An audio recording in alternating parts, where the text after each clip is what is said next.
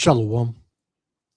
Kohalo Yahawah, Bahashem Yahushua, Bahashem Rakakadash, for blessing us with the Spirit to bring out another lesson through the Spirit and power of Yahweh Bahashem Yahushua. I'm going to jump straight into it because, it's about to go down, man. Things are about to get very, very ugly in Babylon. The country that you thought was the home of the free, the land of the brave, longevity, free will is about to rain, about to rain on your parade, man.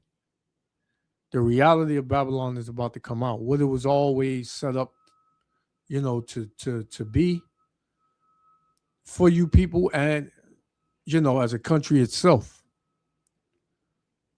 You have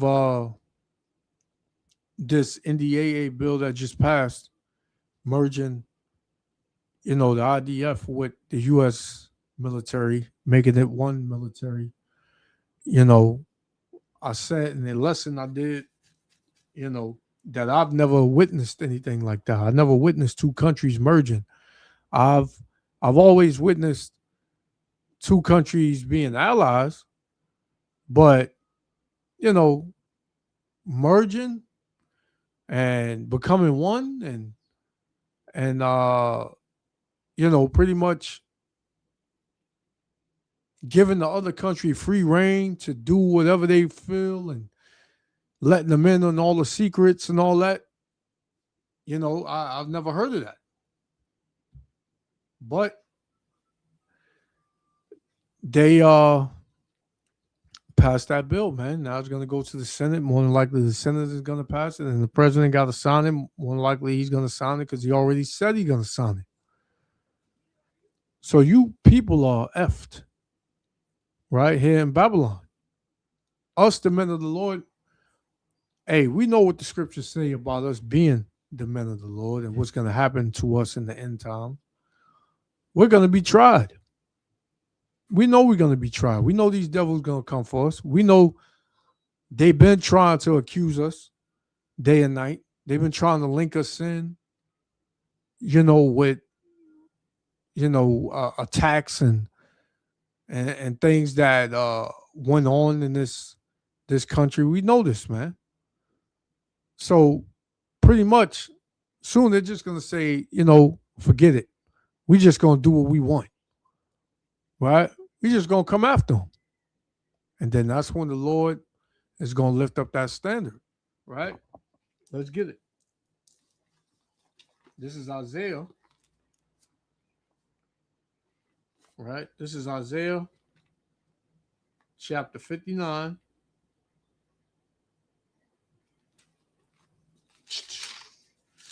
Isaiah 59 and verse 19. And it says, so shall they fear the name of the Lord from the west and his glory from the rising of the sun. When the enemy shall come in like a flood, the Spirit of the Lord shall lift up a standard against him, man. And that standard is going to be a protective layer by whatever the Lord says, whatever he deems that's going to protect his elect, man.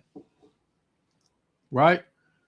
Our people have played around with this truth, have scoffed, have mocked, made it seem like we were crazy. We don't know what we're talking about. Y'all just need to shut up. God loves everybody. We are all one. We are all equal. Yeah, you're about to find out how equal you are, man. You're about to find out how people really feel about you so-called Negro, Latino, Native Americans. Because, listen, this country is nothing for us to fight for. Right? We getting up out of here anyway. This is for Esau Edom because this is his precious jewel. right? America is his cash cow. America is his golden calf, man. You so-called Negro, Latino, Native Americans, this is not your rest. The Lord said it. The Lord said it, man. Let's get it.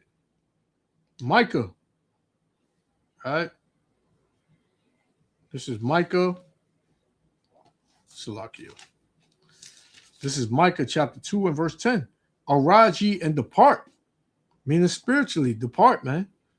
Come up out of this. Don't think that you have a space in here, a safe space, a position here, right?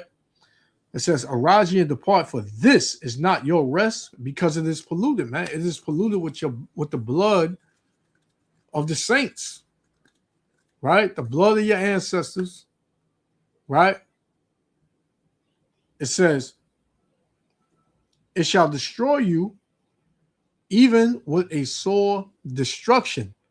So this place is going to destroy you, man. If you try to keep it up and do everything in your power to keep it up, it's going to destroy you. Because guess what? The Lord said he has a sacrifice, man. Let me get that. This is the will of the Heavenly Father.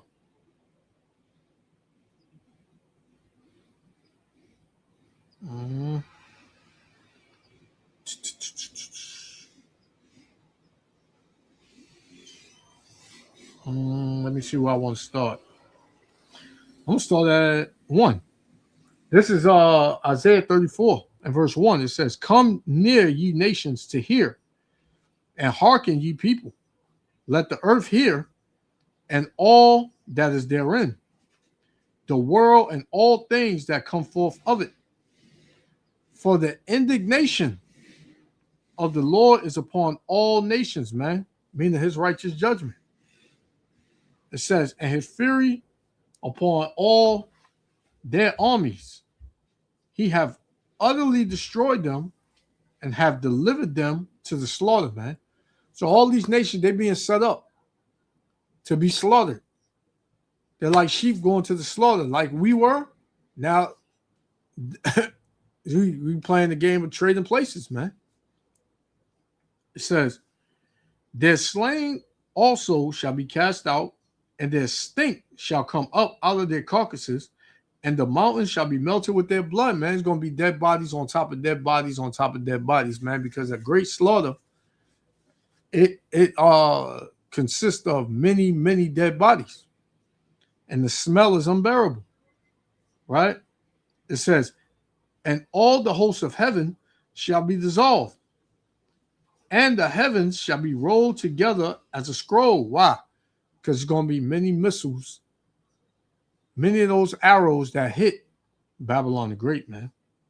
It says, and all their hosts shall fall down as the leaf falleth from the vine, and as a falling fig from the fig tree. Right? It says, for my sword, my judgment, shall be bathed in heaven. Behold, it shall come down upon Idumea. Who? Idumea, Esau, Edom. These so-called white people, man. The rulership. Right? The ones that are in their heaven. The elites on down to the down and out Edomite laying on the ground outside with nothing. Right? It says, for my soul shall be bathed in heaven, and behold, it shall come down upon Idumea and upon the people of my curse to judgment. Right? So, yeah, man. Because the Lord is fixing to do judgment to Idumea, which are these devils. It says, the sword of the Lord is filled with blood. It is made fat with fatness, and with the blood of lambs and goats, with the fat of kidneys, of the kidneys of rams. For the Lord have a sacrifice in Basra, and a great slaughter in the land of Idumea, which is Babylon the Great America. It says, And the unicorns, which are the elites, shall come down with them, and the bullocks with the bulls, and their land shall be soaked with blood, and their dust made fat with fatness. For it is the day of the Lord's vengeance, and the year of recompenses, meaning paybacks, for the controversy of Zion, man. So all this is being done for what was done to the Israelites. Babylon the Great is going to be destroyed for what it was done, for what it has done to the Israelites. Esau, Edom is going to be destroyed for what they have done to the Israelites. The other nations are going to be destroyed for what they have done to the Israelites, right? This is the great slaughter. This is the year of recompenses. This is the year of recompenses for the controversy of Zion, man. And Zion is the monument, right? And it can be also the is also is a synonym also for the Israelites, you know, the Lord's people. You know, so yeah, man, we in that time. So we're gonna so we can go into this first video that I got here. And give me 1 second. 1 second.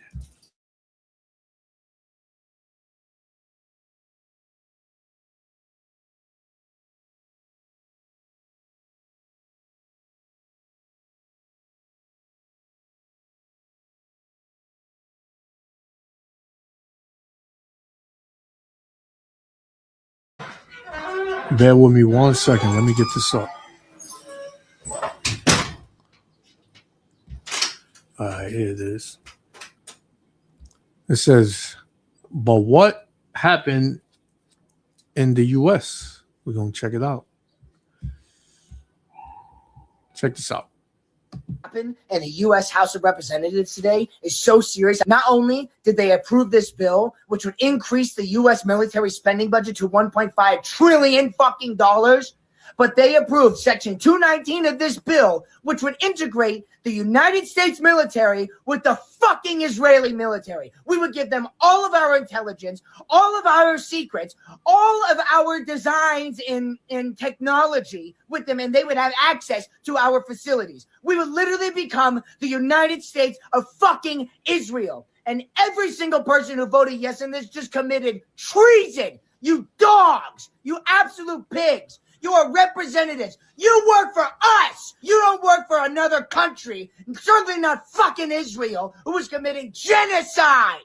And 6 Democrats voted yes on this. 7 Republicans voted no.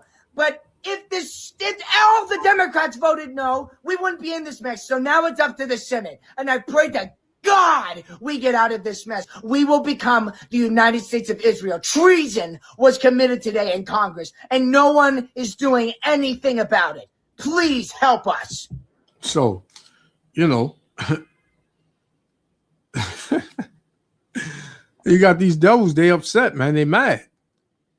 They're seeing their country being ripped from them, right? Their power being stripped from them. And they're not with it. They're not with it, man. This is Jeremiah 51:30. It says, the mighty men of Babylon have forborne to fight. They have remained in their holds. Their might have failed. They became as women. They have burned her dwelling places. Her bars are broken, man. So, you know, a lot of people ain't with this. They wasn't with the war, and they're definitely not with this. Like I said, I've never heard of this happening. Right? Hey, shalom, elder. Yeah, I've never heard of this happening. You know, as long as I've been born, I've never heard of two militaries merging into one military. And we know what that's about because you know, uh the US lost that war with Iran, man. They lost that war with Iran, right? You may say, "Oh no, they didn't." That's fake news. You can't believe what you're saying. Yeah, okay.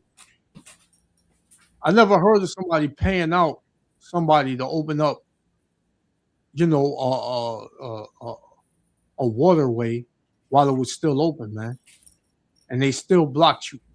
So therefore, you didn't have the power that you know told the citizens here of Babylon you had, man. The U.S. lost that war with Iran, man. You know, this is why and they know a lot of, like I just read, a lot of people here in Babylon, the Great America, they don't want to fight no war, man.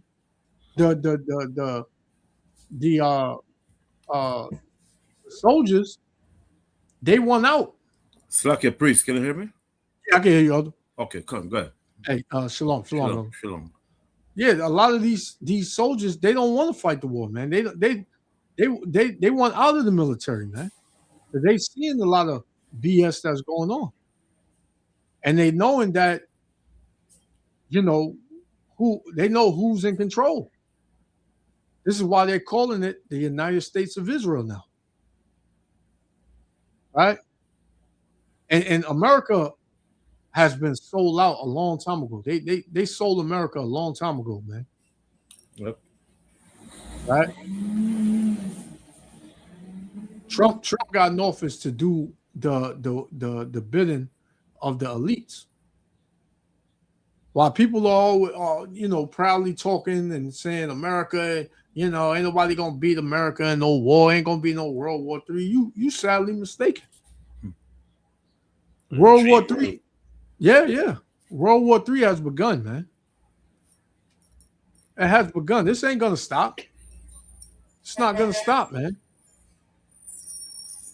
So you can think it's gonna stop, and you'll just be living in the dream world, like the elder said.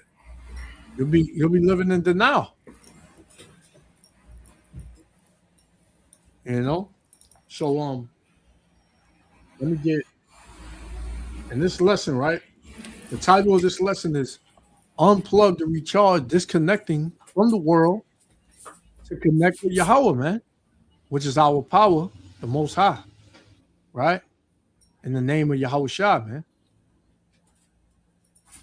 Because you gotta, like I read earlier in Micah 2:10, arise ye and depart.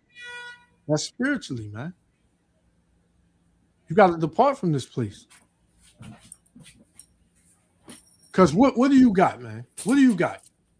You got some paper dollars in your pocket, right? You got a job,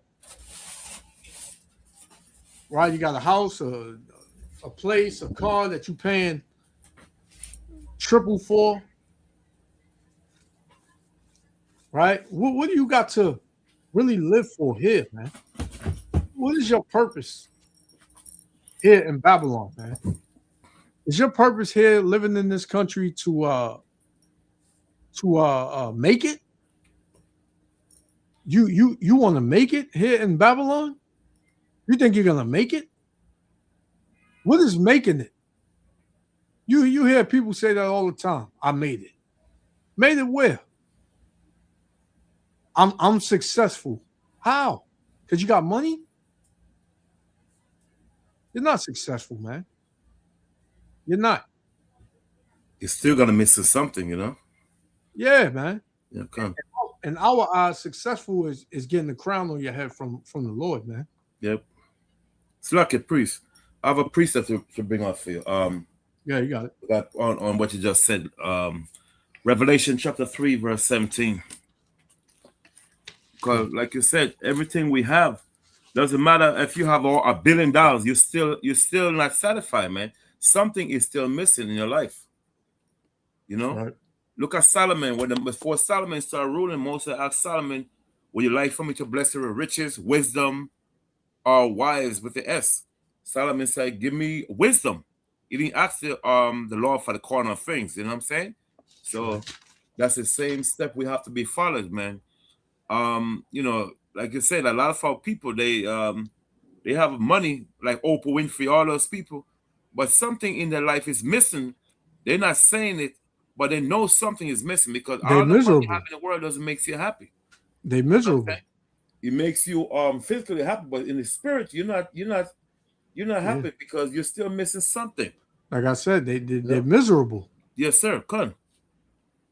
You Yep. know, and when you get to that type of status here in this wicked kingdom, you know you done something. So not only are they miserable, but their conscience, because our people got a conscience, right? Even a wicked Jake, he got a conscience, man. Mm-hmm. So to gain all of this wealth in Babylon, this demonic system and this demonic setup, you had to do something very demonic. And a lot of the time, our people can't handle that, man. The money gives them like a soft landing, but like the elder said, man, they're not right in the spirit, man. That's why a lot of them are on drugs. A lot of them are drinking. A lot of them are just crazy and bugged out. Because what they have to do for that, is, man, I can only imagine. Come. You said Revelation 3:17. Yes, sir. It Come. says, because thou sayest, I am rich Mm-hmm. and increase with goods, Mm-hmm. I have need of nothing. Right. So we know those people that was in the seven churches in Asia Minor, which is Turkey. A lot of them they were doing all sorts of wickedness. So Yahushua was saying that because those are rich and have need of nothing, because why? They were putting their whole faith and confident in carnal things. They have everything, but they were missing a part that was missing was who? Was Yahushua Christ.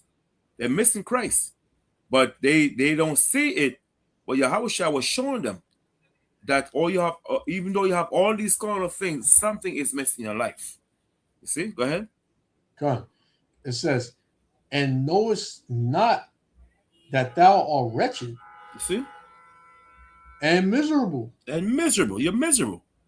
A lot of people out there, they're very miserable. They're not happy. Look at Prince. Prince have a lot of money, millions of dollars, right? But what happened? He lived a miserable life, man. He was not happy at all, man. Mm-hmm. Michael Jackson, all these guys that have all these, what, he was almost billions, a billionaire at one time. Even though he spent a lot of money, he still had money, but his life was still miserable. They call themselves what they were as Jehovah's Witness. Their family was Jehovah's Witness, but it was still miserable, man. So it's the same thing, as I said earlier, man. You could have all the money in the world, your life is still miserable because you don't have Christ in your life. Because these things are temporarily. Yep. It's not permanent. Okay? Wisdom, knowledge, and understanding of keeping Yahweh Shai commandment is what is a permanent thing, not temporarily. Okay? It's same thing like for instance, you might have a brand new car. The car looks good, but every day you have the car, man, somehow one day you're gonna get tired of it, right? I don't give a damn how nice the car is. Mm-hmm. Right? Same thing. And every day the car is getting old and rusted. You know what I mean? So the thing is this, man. When you have Yahweh Shai in your life, you have assurance of peace. Okay? You got more? A little bit more. Mm-hmm. It says, and knowest not that thou art wretched and miserable and poor. And poor mean what? You're poor in spirit. Right. Not physical poor because you're already poor carnally, but in spirit you are spiritually poor. You have no knowledge of Heavenly Father. You're spiritually you are spiritually bankrupt. Okay, go ahead.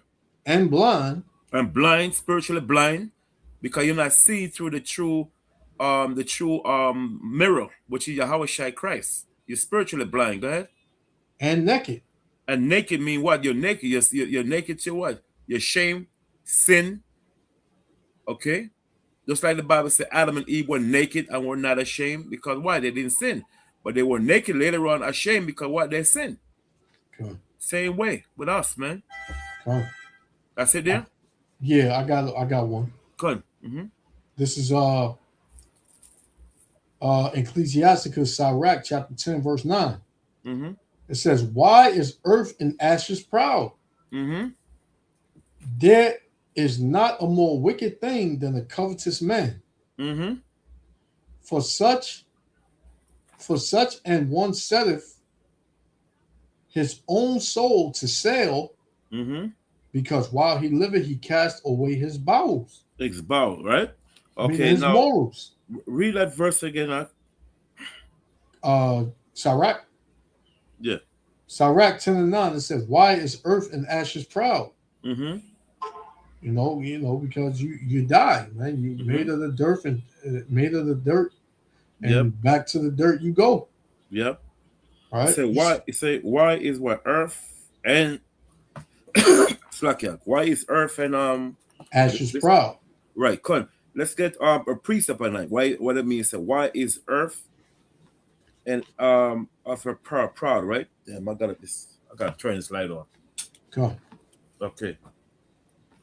Okay, so why is earth and ashes proud, right? Let's get second same Sirach 1732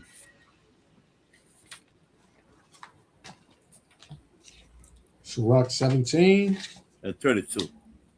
and verse 32. It says, "He vieweth the power of the height of heaven, Mm-hmm.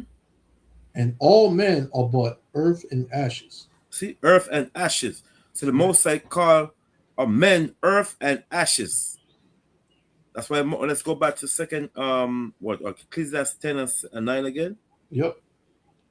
Sirach 10 and 9. It said, "Why is earth and ashes proud?" Which is men, which is people itself. We just read that in Right. second in Sirach 1732. Go ahead. Yep. It says, "There is not a more wicked thing than a covetous man." The covetous men that lust for every damn thing he sees. Yep. Okay, He go ahead. want what you got. Mm-hmm. He want what the next person got. Right, con. Covetous, man. Right. See, And that's why Moses said we are nothing but earth and ashes. Right? Right. Yeah, and you got our people that walk around Mm-hmm. acting like they big and bad, like like they somebody. Everybody want to be somebody now. Yes, con. Everybody Yeah. want to be known. Everybody want to be a celebrity. Everybody want to be, the chief. Everybody want to be, somebody of some stature. Mm-hmm. Right? Nobody wants to be the little man, the underdog. Exactly. Nobody want to worship the Lord, man. Nobody want to Yep. give reverence to the Lord. Con. It says, "Why is earth and ashes proud? Mm-hmm. There is not a more wicked thing than a covetous man." Mm-hmm. It says, "For such an one setteth his own soul to sale." Mm-hmm. His own soul for sale. See? Shalom, And brother. we're seeing that in Hollywood every day, brother. That's right. Selleth his own soul for sale. These celebrities, more 99% of them sold out. Exactly. Con. Right? Especially when they get of some status. Mm-hmm. When you always seeing them on the screen and they got they got the hottest record out, and the record is trash, it don't even make sense, then you know they sold out, man. Yep. Here it is. They make one song, Elder, and now Mm-hmm. they got a Bentley, they got a $500,000 in jewelry, they got a $500,000 mansion. You made one song. How? Yep. How you get all that with one song? Hmm. Because you sold out, man. Mm-mm-mm-mm. It's crazy.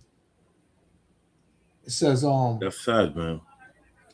it says, "Because while he liveth, he casteth away his bowels." Con. Yep. Right? His morals. He don't care as long Yep. as he getting that paper. You hear? Like, well, listen, man. I'm getting paid. So what? If I gotta bend over, hey, I'm getting paid. Don't matter. Yep. You know what I'm saying? I'm rich. You know what I'm saying? Mm-hmm. Sirach 10 and 29. Mm-hmm. It says, "Who will justify him that sinneth against his own soul?" Exactly. Yep. So who gonna speak up for you, man? When you sold out and did anything you had to do to get rich, Come. who gonna be able to hold you down and take up for you? Right? It says, "And who will honor him that dishonoreth his own life?" Yep. Ain't nobody gonna give honor. That dude is a sellout, man. Nobody care about that dude, Yep. man. I can't for the most part. You know, Jake gonna talk greasy about you, like, man, you don't do nothing for the community. You know, man. Always go back to Jordan, man. You know, everybody loved Michael Jordan. Yeah, granted, he's greatest basketball player ever, man. But as a person, he's just a piece of nothing, man. Yep. Right? He don't care about you. Come. So like the pre, but that verse, where he says, "Cast away his own ball," right? What verse was that again? That's Sirach 10 and 9 at the bottom. Right. Okay, Con. We say, while he liveth, is cast away his own ball. In other words, he corrupt. He's like a corrupt person that corrupt his own inner self and life.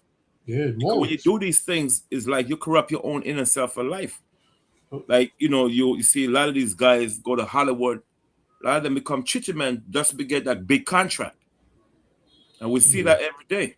Yep. So that's a prime example. He said, so he's like a greedy, or whatever word you use the word, covetous person that corrupt their own inner life. Is in a moral life, you know what I mean? Yep. Just for a piece of bread. That's right. Yep. A damn contract worth $1 million or 20 billion, whatever, 20 million. Yeah. So when you do these things, you corrupt your own inner life, yourself. And never be happy, man. You'll never be happy. Con. Right. But Con, I got another one. But this is the men of the Lord. This is us, man. This is 2 Corinthians chapter 4. I'm gonna start at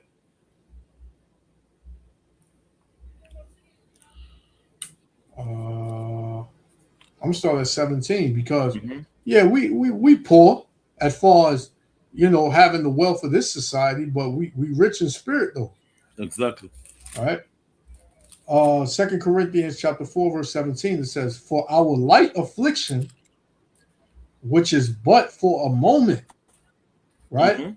So we all being afflicted, but the Lord said this is just for a moment, man. It says, "Worketh for us a far more exceeding and eternal weight of glory," man.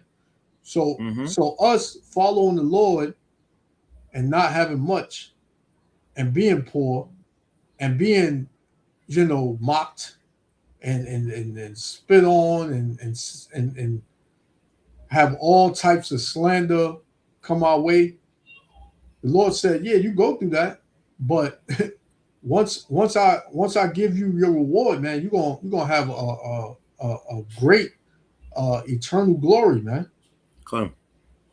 It says, "While we look not at the things which are seen, but at the things which are not seen."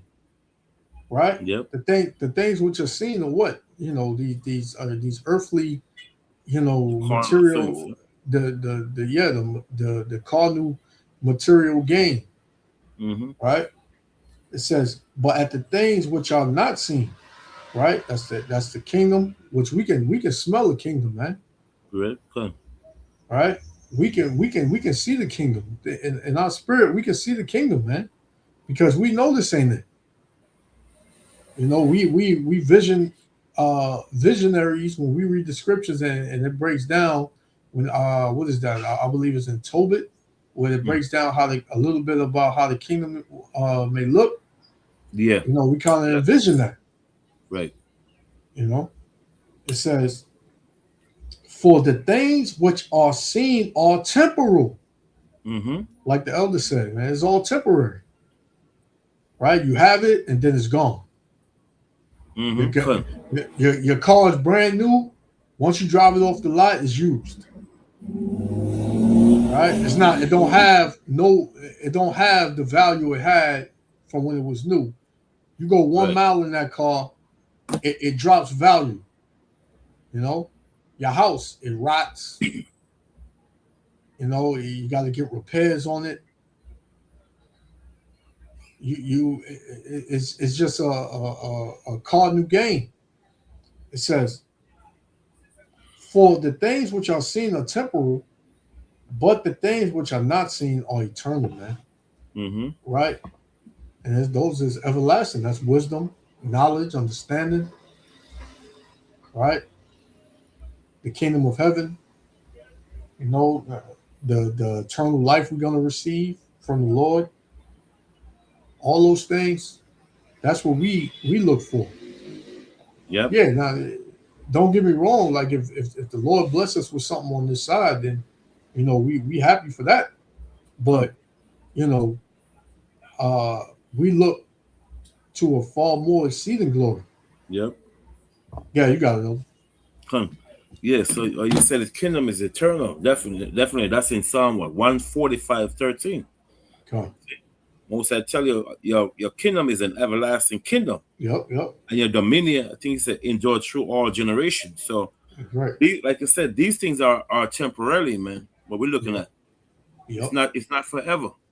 Come. That's why a lot of times you see a lot of them Hollywood stars commit suicide because they're not happy at all, man. Not and happy at all. Worse now. No. And you'll have the regular Jacob say, "Man, how you did that, man? You got all that money." Right. Money don't make you happy, man. Exactly. Come. Yes, sir. The scripture say money is a defense. Mm-hmm. That's all it is just a defense, man. Right. Yep. You know. Exactly. Come. You have all that money, and people, you can't trust people around you because they only there because you got money. Come. Yes, sir. You become broke. Watch how many people will be there for you, man. The first thing will believe in you a damn woman. Yeah. if she don't love you. Yep. You know what I'm saying? So she's like a temporary thing for you also. Yeah, exactly. But a woman that continue with you, whether you're poor or broke, you know what I'm saying? Is the type of woman you need. That's right. You know? Because I remember when I was a child, I know people that used to tell their women they're on welfare just to see if they would stay with them. Some stay, some don't. God. So, you know, that's a test for us, man. Yep. And also this whole world is temporal. Yeah, this kingdom. Mm-hmm. This setup, this age, is on the decline. It's on the decline, man. So what do you think? You gonna the whole country going down and you just gonna bust out and say, I'm up top. Mm-hmm. Nah, man. Come. Okay. Let me see. So, what's the title again? It's called "Unplug to Recharge, Disconnecting from the World to Connect with Yahawah." Okay, which we know automatically talk about Yahawah Shai also.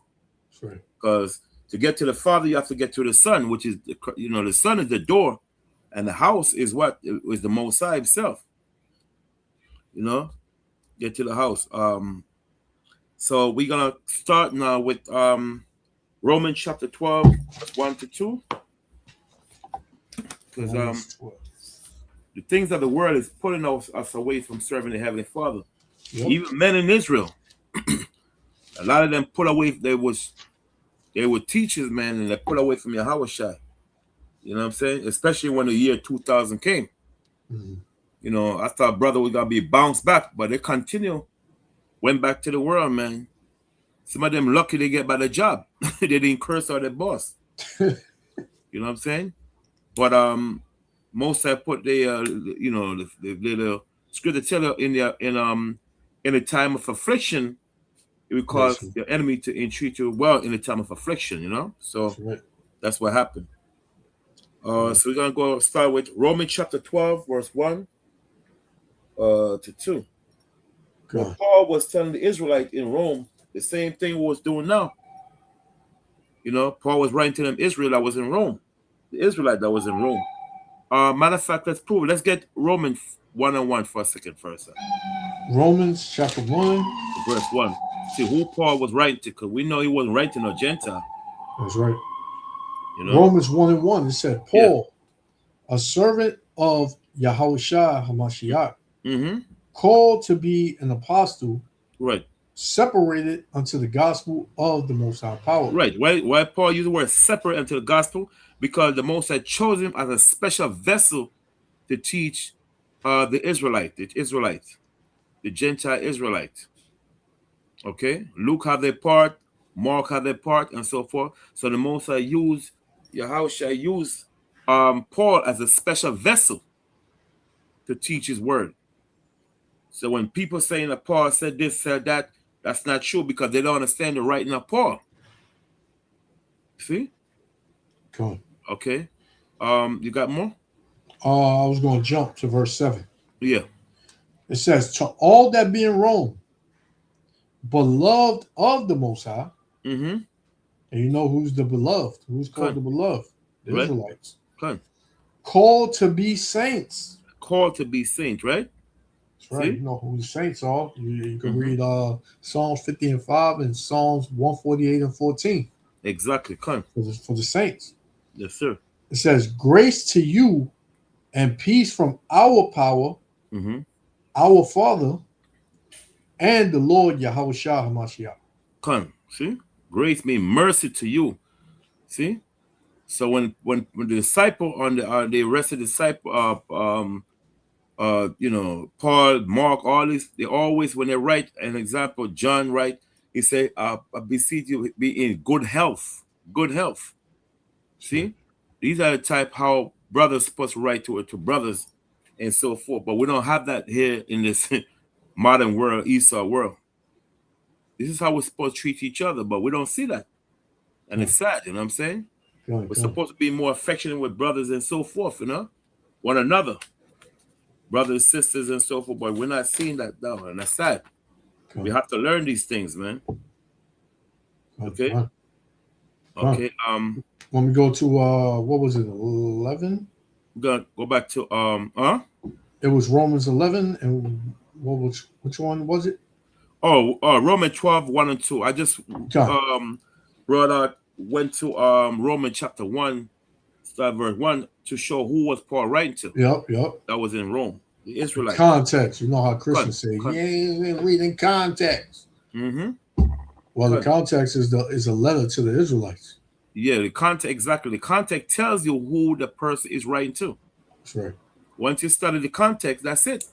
You're not gonna, and the context flow with the rest of the scriptures. Yep. And that's why a lot of these Christians misunderstood when they Paul say about the Gentile.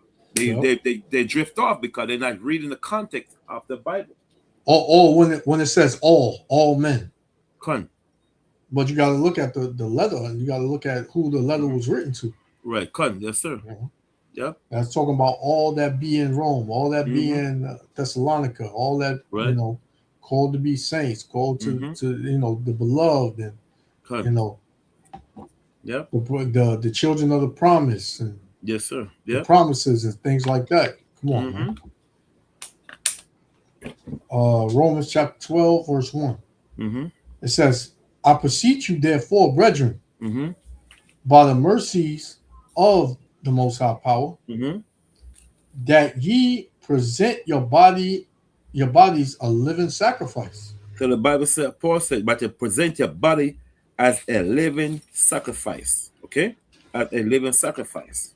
That's what we present our body as a living sacrifice. Getting ready to die for the word, sacrifice yourself for what? For the word, the knowledge of the Heavenly Father. So Paul is saying that you present your body as a living sacrifice. Go ahead. Holy, acceptable unto the Most High power, Yahweh. Right. Which is your reasonable service. Right. So one of the way you sacrifice your body, as you use as a living sacrifice, also it pull away from the world. That's one reason. Put away from the world and sacrifice yourself. Right. You give your life to Yahushua Christ. Daily, man. Daily. Daily. That's how you present your body as a living sacrifice. By give your life to Christ. because you don't own your body. That's right. Okay, you owe YAHAWAH Christ, because Christ died on the cross for you. That's That right. the Most High doesn't put you behind to death. That's right. Yep. See, because we know the mediator between in the Old Testament between the Most High and Israel was who? Was Moses. Mm-hmm. Then YAHAWAH become the ultimate mediator now, right? See, That's so right. everything is in order. So, like we said, you give yourself a living sacrifice by what? By pulling yourself away from the world and get ready to die for this knowledge That's right. and sacrifice your life for what? We're not telling you to kill yourself now. Yeah. Yeah. That's not what we're talking about. Mm-hmm. You know what I'm saying? But we're talking about spiritually die for Christ, man. Yeah. Get ready to die for the word.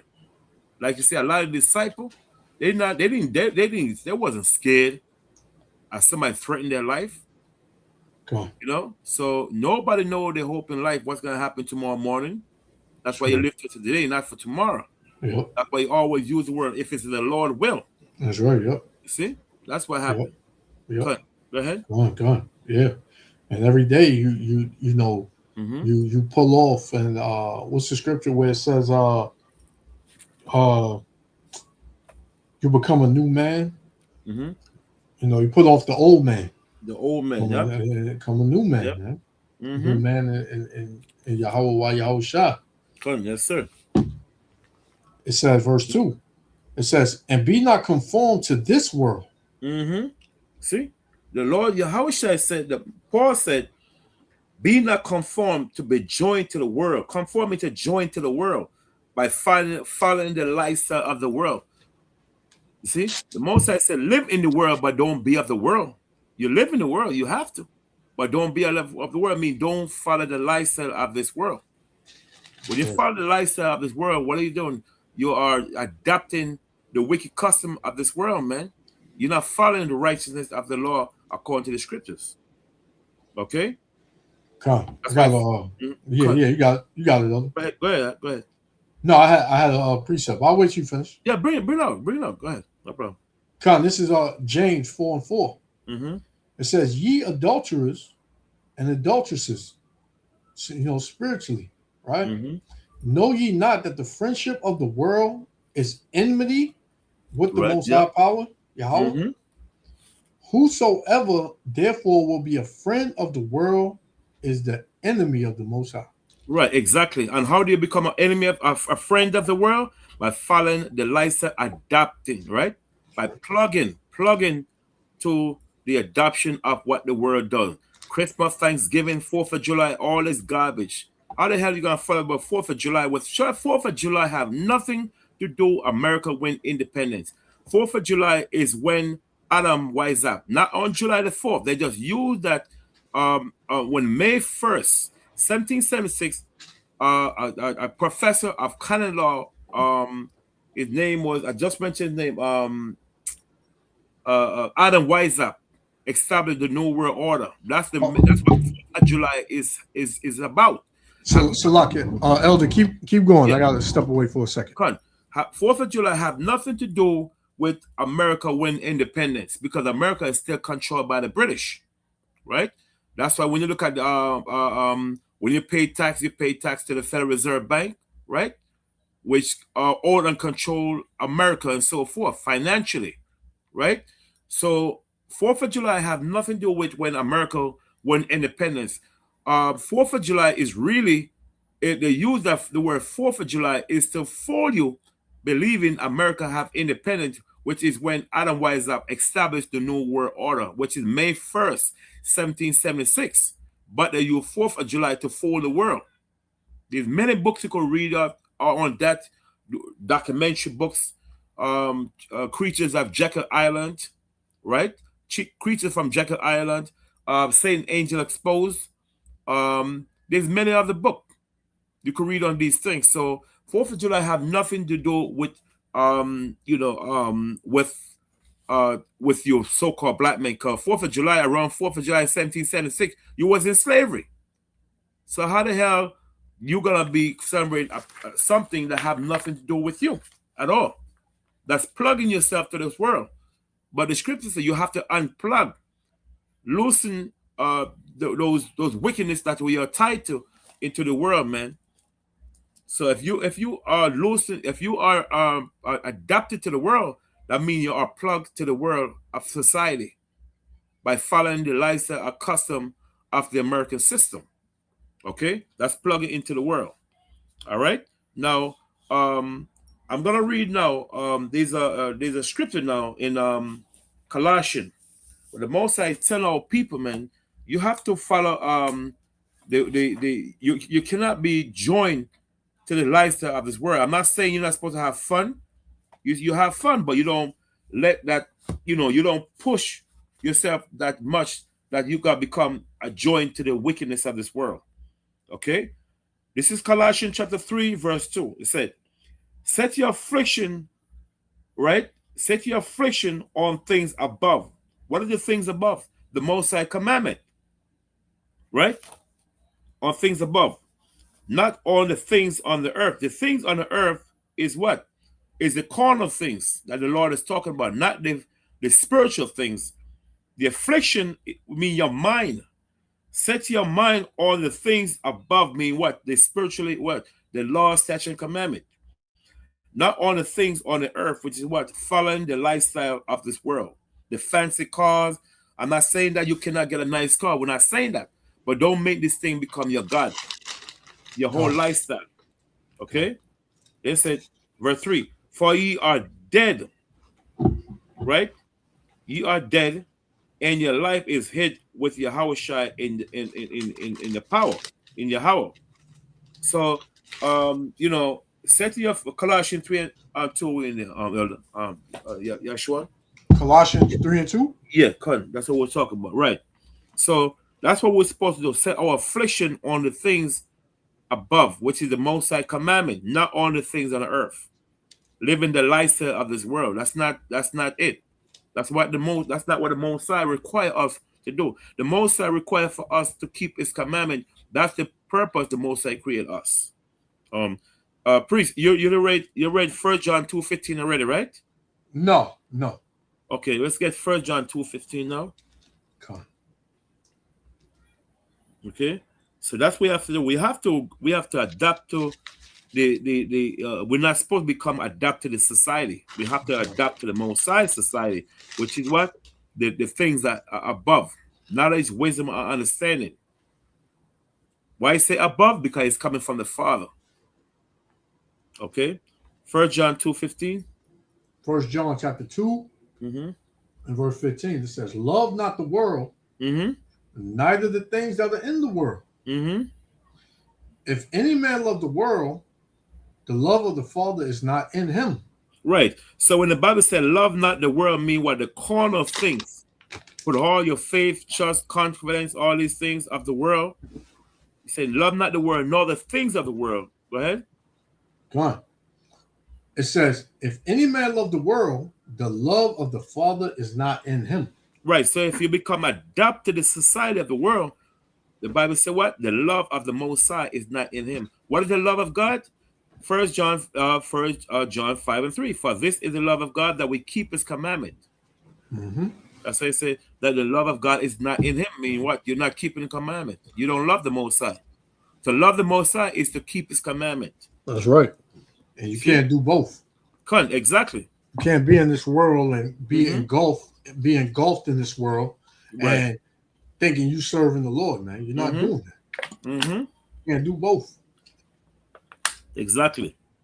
All right. Next one, 2 Corinthians 6:17. Oh, wait, I had a little bit more on that 1 John. Yeah, read it. 1 John chapter 2, verse 16, it says, for all that is in the world, the lust of the flesh. The lust of the flesh, you see? The flesh. The women, the men, vice versa. The women, the men. Because America is a country of we always mention that America is a country of I can't remember the name. We always use that name, man. It's all about beauty, looks, money, fame, dogs. Yeah, material. I can't remember the name of the country that we always mention that. Damn, how can I forget it?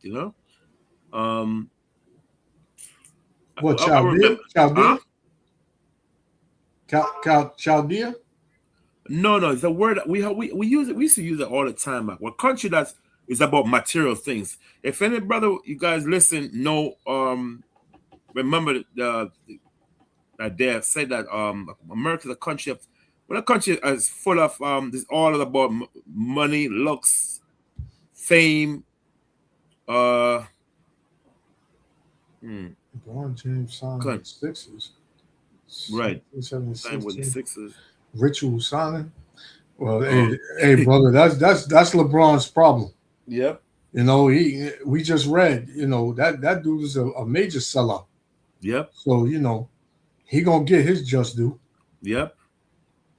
You know, process Yep. complete 250 years, man. And, Mhm. America was proud in that 250 year celebration, but little do they know, man, it's about to take a turn for the worse. Yep. And yeah, Shalom. Yep. And Babylon. That's Yep. what the brother said. Babylon. You know, that's a Yep. city of confusion. Oh, man, I'm money. I forgot. But anyway, I'll remember next time. I try. You know. What is what you talking about? A place of like feasting, and you know, just nothing serious. Is all. It was a city. You know, you had Sodom. You know, but that was sexual immorality. Mm-hmm. And then you had man, what they call it? I'm gonna look it up.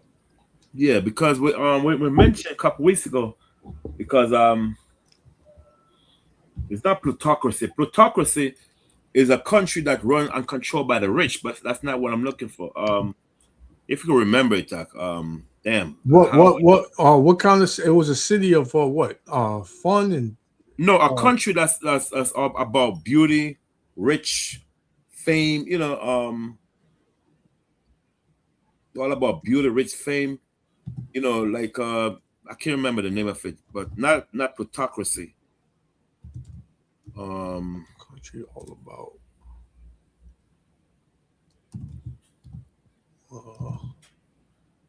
materialism. Consumerism is no, that's not what I'm looking for. We mentioned that a couple weeks ago.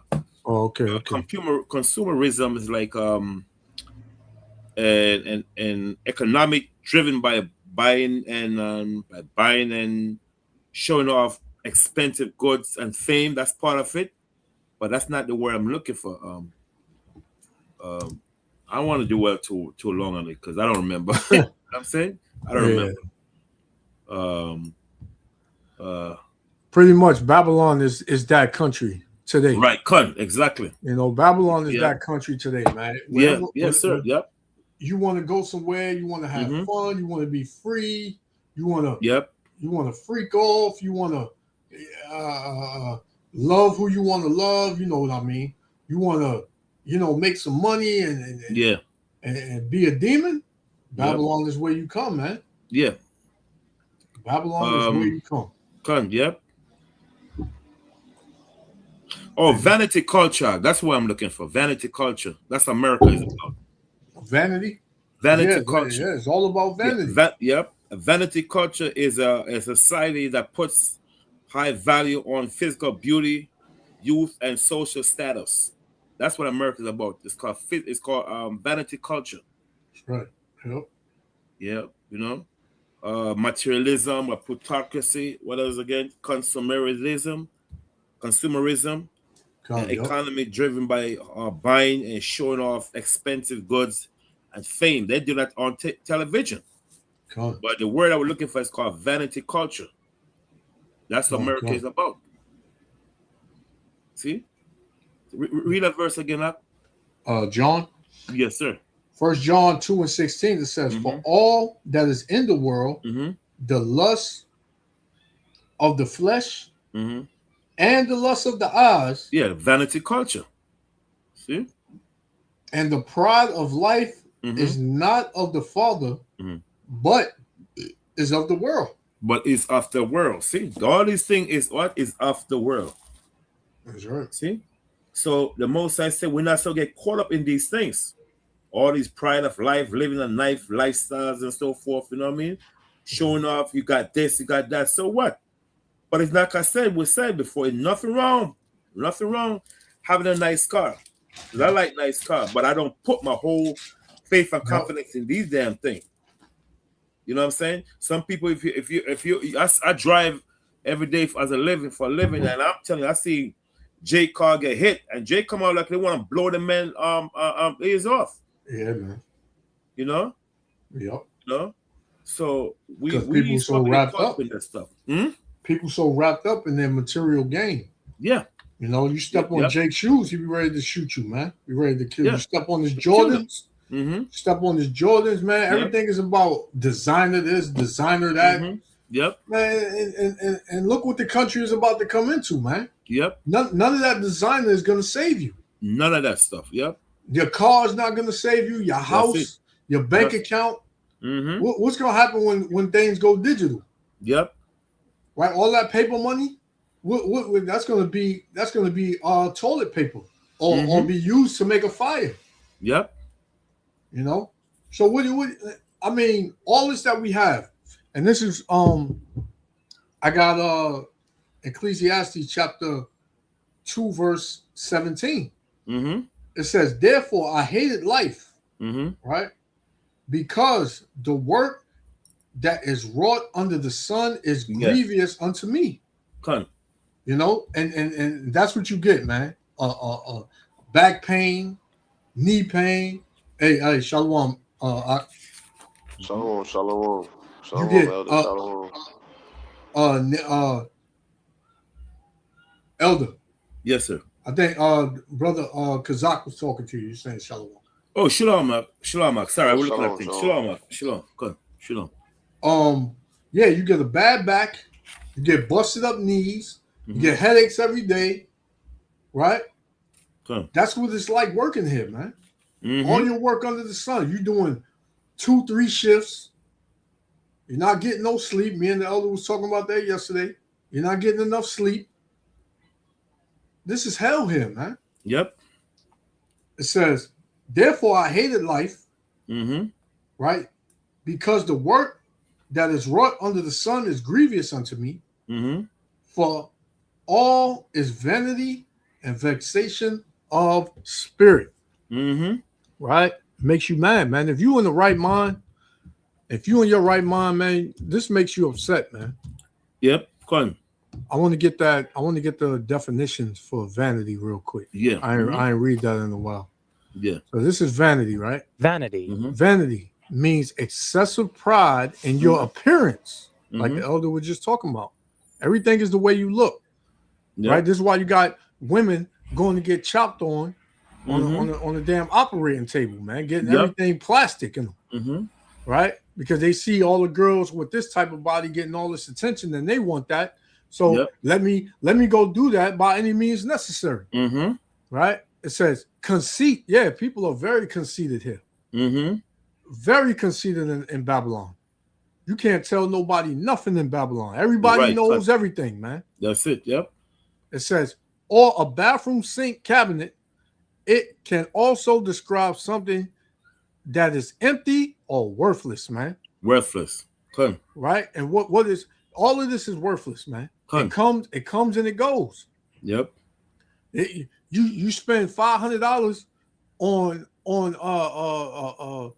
a pair of jeans, and it only costs $20 to get the jeans made in China. Right. Not even that much. Not even that much. Look at iPhone. When they interviewed the executive of iPhone, right? They asked he was talking to another Edomite, and he's asked the Edomite. The Edomite asked him, "How much you think?" He asked the Edomite, "How much you think an iPhone in China costs?" The Edomite said $200. He said nope. 150. He said nope. Then the guy said 100. He said nope. Then he said he was like, so the guy said only $15 for iPhone. $15. Only 15. But here in America, These people, these fool would pay $1,500 because he said iPhone or a Galaxy phone. It got an Apple in the back. Exactly. And they'll argue you. They'll argue you down too, Elder. Oh, I got you. Got an Android. Come on, Apple. You know where it's at. Apple. Yep. See, so that right there would fit in a thing called consumerism, which is an economy driven by buying and showing off expensive goods and fame. So they said this phone is expensive. You're willing to pay $1,500 because the people are so dumb they don't realize the same phone they're buying in China is only $15. That's right. Yep. Which is called consumerism. So over there, they're making 500% profit, man. Right, 800% profit off of you, man. Yep. Right, and laugh at you going to the bank. That's right. Yep. Rich, man. Rich off of you. Super rich. Super rich, man. Yes, sir. And honestly, them phones don't last more than 2-3 years. Yeah, they start acting up later on. They start acting up, man. It's sad. So I want to read the rest of Vanity, right? So it says pride.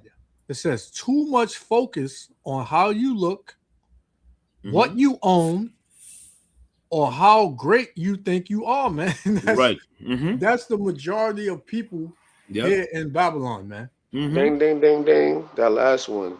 Exactly. How great you think you are, man. You know who you talking to, right? You know who I am. Who are you? I don't know you. Who you think you are? Who you think you are? Exactly. You can't tell them nothing. Who you think you are? Your sister cursed me out last week because I talk about Jennifer Lopez. Yeah. I said, this is a woman you talking about. She have a lot of body count. She got mad at me. Man. I mean, she wanna curse me or fight me so bad because I said this woman does not fit. She needs to just rest herself, man, because she because they were talking about relationship. Yeah. About Jennifer Lopez. She looked like she want to get married again. So like, who the hell got married a woman? She have all that body count, That woman was so mad at me. Like she wants to kill me, man. America. This is America. Somebody's gonna marry her again. Yeah. And it's crazy. These men don't have no standards here, man. Yeah. You know that, man. And it's a double standard. Like, like Eve will get, she'll get married 5 times, right? But Jake, if he got 2-3 kids with 2-3 different, women, they throw him in the dirt. He's a bad man. But a woman with 5 failed marriages, well, she was just exploring. She was just, she's trying to figure herself out. Yeah, it's crazy, man. But I'm gonna jump past furniture. It says worthlessness, things that have no real value or meaning. Exactly. Consumerism. Yep. These things don't have no real value, man. It's the temporary things, man. When YAHAWAH comes back and he burns all this stuff up that the people believe is valuable, man, and it burns up in an instant, just like that. That's what's gonna be a beautiful sight, man. Yep. The world is too full of evil, man, and material things. Even the other nation, man.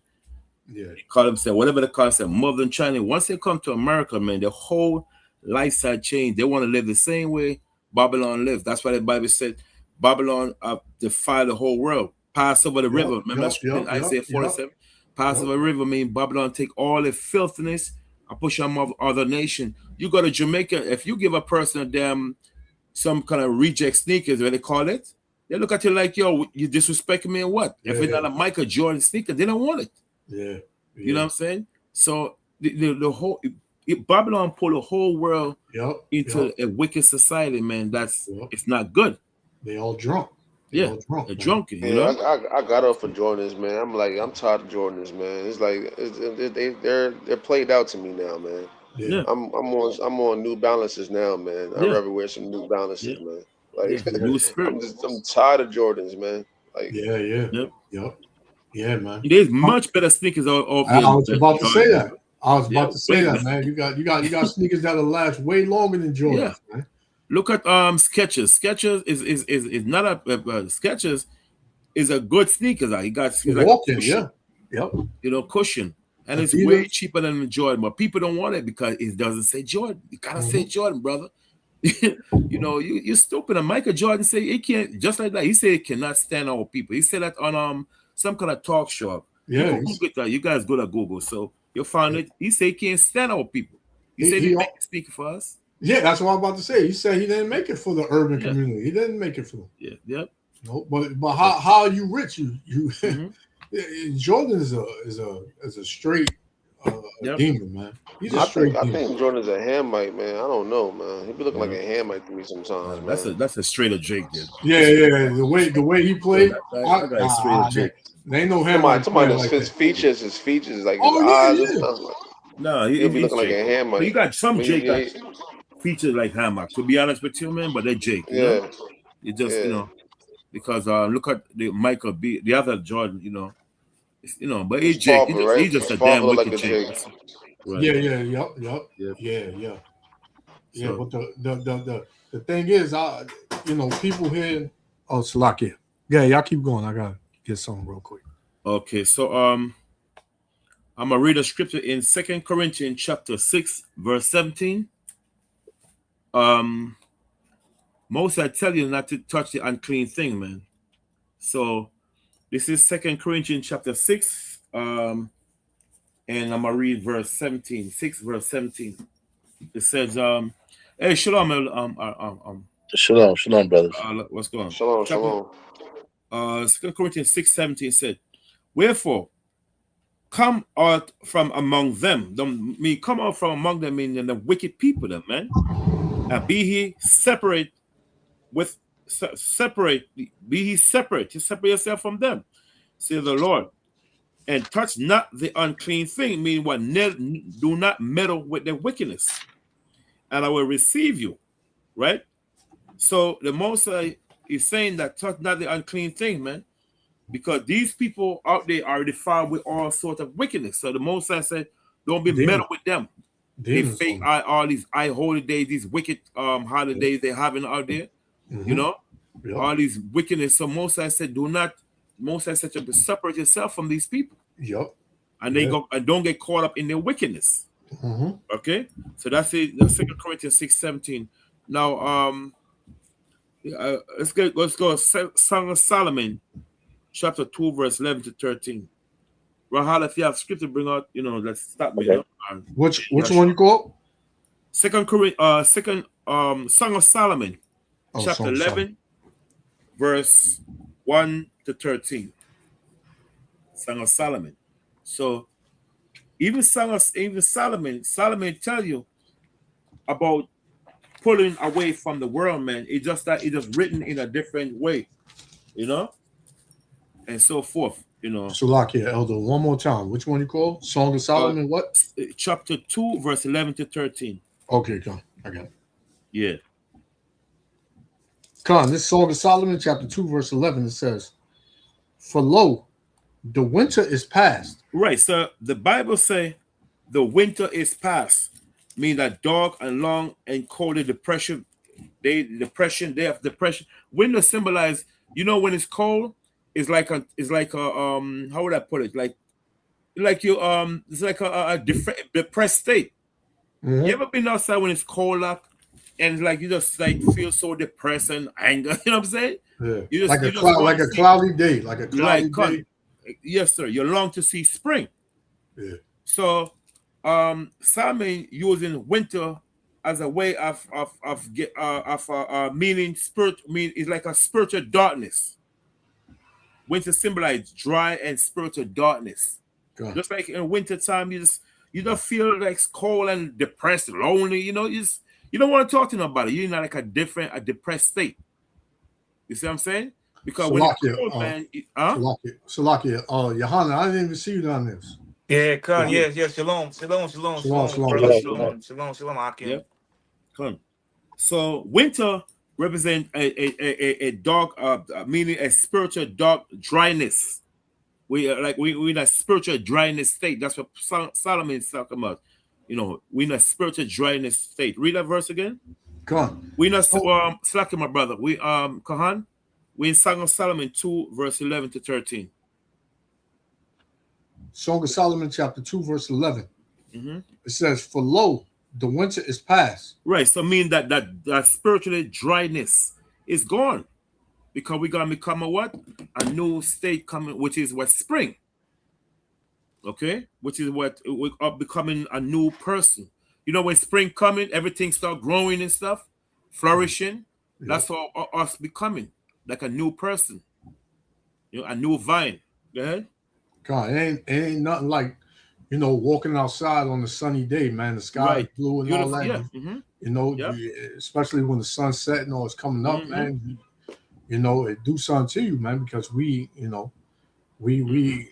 this planet pretty much belongs to us, man. So Yeah. we see Yep. certain things and we see the Lord's creation, man, and we just be having us, in Yeah. in awe sometimes. Mm-hmm. Exactly. It says Yeah. verse 12. Mm-hmm. No, Salakia, verse 11 again. It says, "For lo, the winter is past, Right, meaning spiritual dryness. Mm-hmm. the rain is over and gone." The word is over and gone. Another word, our time of depression, affliction, all these things is gone. Go ahead. God, it says, "The flowers appear on the earth." You see, righteousness. Solomon compare this. As we say, the flowers appear on earth, meaning righteousness. The winter gone, right? The spring come, everything start rejuvenate, right? And then summer come, which is what? Righteous state. We're not more in righteous state now. So read those verse again. God, verse 12. It says, "The flowers appear on the earth." Which is what? Springtime, which is what? Righteousness. Go ahead. It said, "The time of the singing of birds is come." What is the bird? The bird mean what? That we are like the bird. Go ahead. It says, "And the voice of the turtle is heard in our land." And what does the voice of the turtle symbolize? The prophets. The voice of the turtle symbolize the prophet is the one that are teaching what? The commandment of the Heavenly Father. Okay? Verse 13. I can't remember what they called up when Solomon wrote it like that. I can't remember what they called it. You guys know this. Let's refresh my memory, but these are it's like a poetry. Yeah. Yeah, the word Solomon puts it is like a poetry. Yeah, come on. Okay, go ahead. It says, verse 13, it says, "The fig tree putteth forth her green figs." See, so we are like the fig tree that put forth a green fig, which is what? Righteousness. Right? Righteousness. Go ahead. "And the vines with the tender grape give a good smell." And the tender grape represent us. The good smell, which is what? The smell of the Holy Spirit, YAHAWAH Christ. You see? Jump to verse 1 for a second. Jump to 2 with Solomon 2 and 1. 2 and 1? Is it Song of Solomon? No. You finished that verse? Oh, I got a little more. Mm-hmm. It says, "And the vines with the tender grape give a good smell." Right. Because we are the vine. Remember, Moses said, "Israel, my vine." Go on. It says, "Arise, my love." See, arise mean what? That's the part of one. Arise, my love, mean to awake up from a state of consciousness. Moses said, arise mean to wake up our state of consciousness. Right now, we're in a state of consciousness. We don't know who we are. We're lost, spiritual lost. So Solomon say, arise mean what? To awake from a sweat, from a state of consciousness. Go ahead. My love. My fair one. See, my beautiful one. Moses, Solomon is showing how beautiful we are as Israel. Go ahead. And come away. Come away mean what? From the world. Come out of the world, man. That's why I say come away mean come out of the world. Stop following the lifestyle and so forth. See? Go ahead. Come on. That's it on 13. You want me to keep going? All right. So that's good right there. So we could read Isaiah 52 and 11. Right. Come to what up? Yeah, that's the one up. Isaiah 52, right. Isaiah 52 and 11. Whenever Yahana, whenever you wanna read something, just you know what I mean? Real quick, when you guys said something about the sun, right? As you look at it, like when we get up in the morning, we hit that sun, the vitamin D, and the rays hit us, man. You know what I'm saying? we get rejuvenated. You know, what do you think? When you see Superman, when he gets weak, you know, he gotta go to the sun to get rejuvenated. You know what I'm saying? Right. So That's a good way. But it teaches that if somebody doesn't see the sun for 7 days, they become so depressed, Right. they can't live with themselves. Good. We need the sun. Yep. Oh God. Well, hey, those devils over there in Europe, they don't need the sun. They don't get no sun. You see what the sun doing to them over there. That's crazy, man. Isaiah 50, you said 52? 11. 52 and 11, it says, depart ye, go ye out from thence. Touch no unclean thing. Go ye out of the midst. Slack your priest. You said Isaac, Raul, you said 52:11? Come. Okay. I think you should still start at verse 1. Okay, you could do that too. I was just trying to. I know you. I was just bringing forward one scripture, but you could start there too. No, right? Yeah. That's a good scripture. But we see. Yeah, you verse want me? 1. Yeah. You want me to do 1 and then jump, or 1 to 2, then jump. Come on. Isaiah 52 and 1. It says, "Awake, awake." Right. Put on thy strength. It's lucky. Raul, you want to break it down? No, go ahead. Go ahead. Okay. Okay. Say awake, like we said before. From a state of consciousness, right? Go ahead.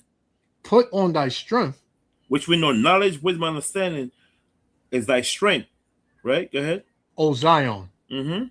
Put on thy beautiful garments, which is what the garment of righteousness. That's what we're supposed to put on, not the carnal garment. The common garment is temporary. We want a spiritual garment. Go ahead. Come. It says, O Jerusalem, the holy city, for henceforth there shall no more come unto thee the uncircumcised and the unclean. So the uncircumcised and the unclean, let's get Joel 3:17. Who are the uncircumcised and the unclean? Joel. That's 11. You said Joel 3:17. When it say they shall come, they shall come not unto thee the uncircumcised and the unclean. So let's see what the uncircumcised and the unclean talking about. Joel 3:17. Joel 3:17. It says, yeah. So shall ye know that I am the Lord your power, dwelling in Zion, my holy mountain. Then shall Jerusalem be holy, and there shall no stranger pass through her anymore. Right, see? The strangers, those are the unclean. That's why it says, there shall come now unto thee the uncircumcised and unclean. So that means when it says pass through her anymore, meaning not going to rule over her? I mean, destroy the whole land. Pass through me to destroy the land and so forth, and rule, exactly. And rule. Come. Yep. And then you can read that in Isaiah 58:7 also, show more proof that unclean represent a Gentile nation. Okay. Come on. All right. So verse 2. It says, shake thyself from the dust. Right. So when the Bible says shake thyself from the dust, right? Okay, an example. You know when a king lost the war, you seen sometimes you see a king, they lost the battle. The first thing he do, he sit down, right? With a sword in his hand. And then he just like, damn, he's like, I lost the damn war. So we like a person that's lose, we in a bad state, man. The Gentile come, they take us into captivity. We know we in need of help. We don't. Nobody like one of us or want us no more. The Gentile come, they destroyed our city. We in mourning. You know what I'm saying? There's no hopes because the Most High turned his back against us. So that's why the Bible says, "Shake thyself from thy dust." Mean what? From a low state now. Now we in a low state. Go ahead. God, it says, "Arise and sit down." Right, sit down. Right. right? Shake thyself when it says shake thyself from the dust mean arise and wake up from it. You're in a low state. Go ahead. Come on. It says, O Jerusalem,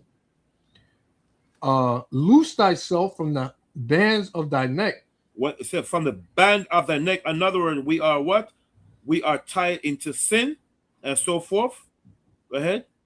O captive daughter of Zion. So why the Most High call us captive daughter of Zion? Because what? Because we went to captivity under all these nations. We in captivity. That's why I said, "O captive daughter of Zion." Because what? We continue being what? Into slavery. That's why the Bible said we like a ring. A ring is like something that's around. We went from one captivity to the other. That's why I said, "O captive daughter of Zion," because we in captivity from one captivity to the other. The Greek, the Roman, the Spanish, the French, the Persian. We are like a ring. Remember that scripture in the Apocrypha? Yeah, I was just thinking about it. Yeah, we're like a ring.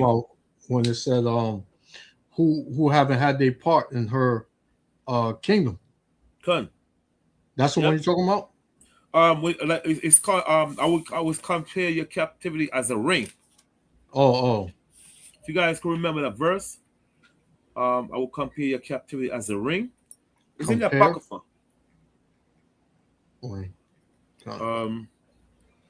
Let me see. It's in the Apocrypha. Ring. You guys say something. Go ahead, continue. Let me try to find it.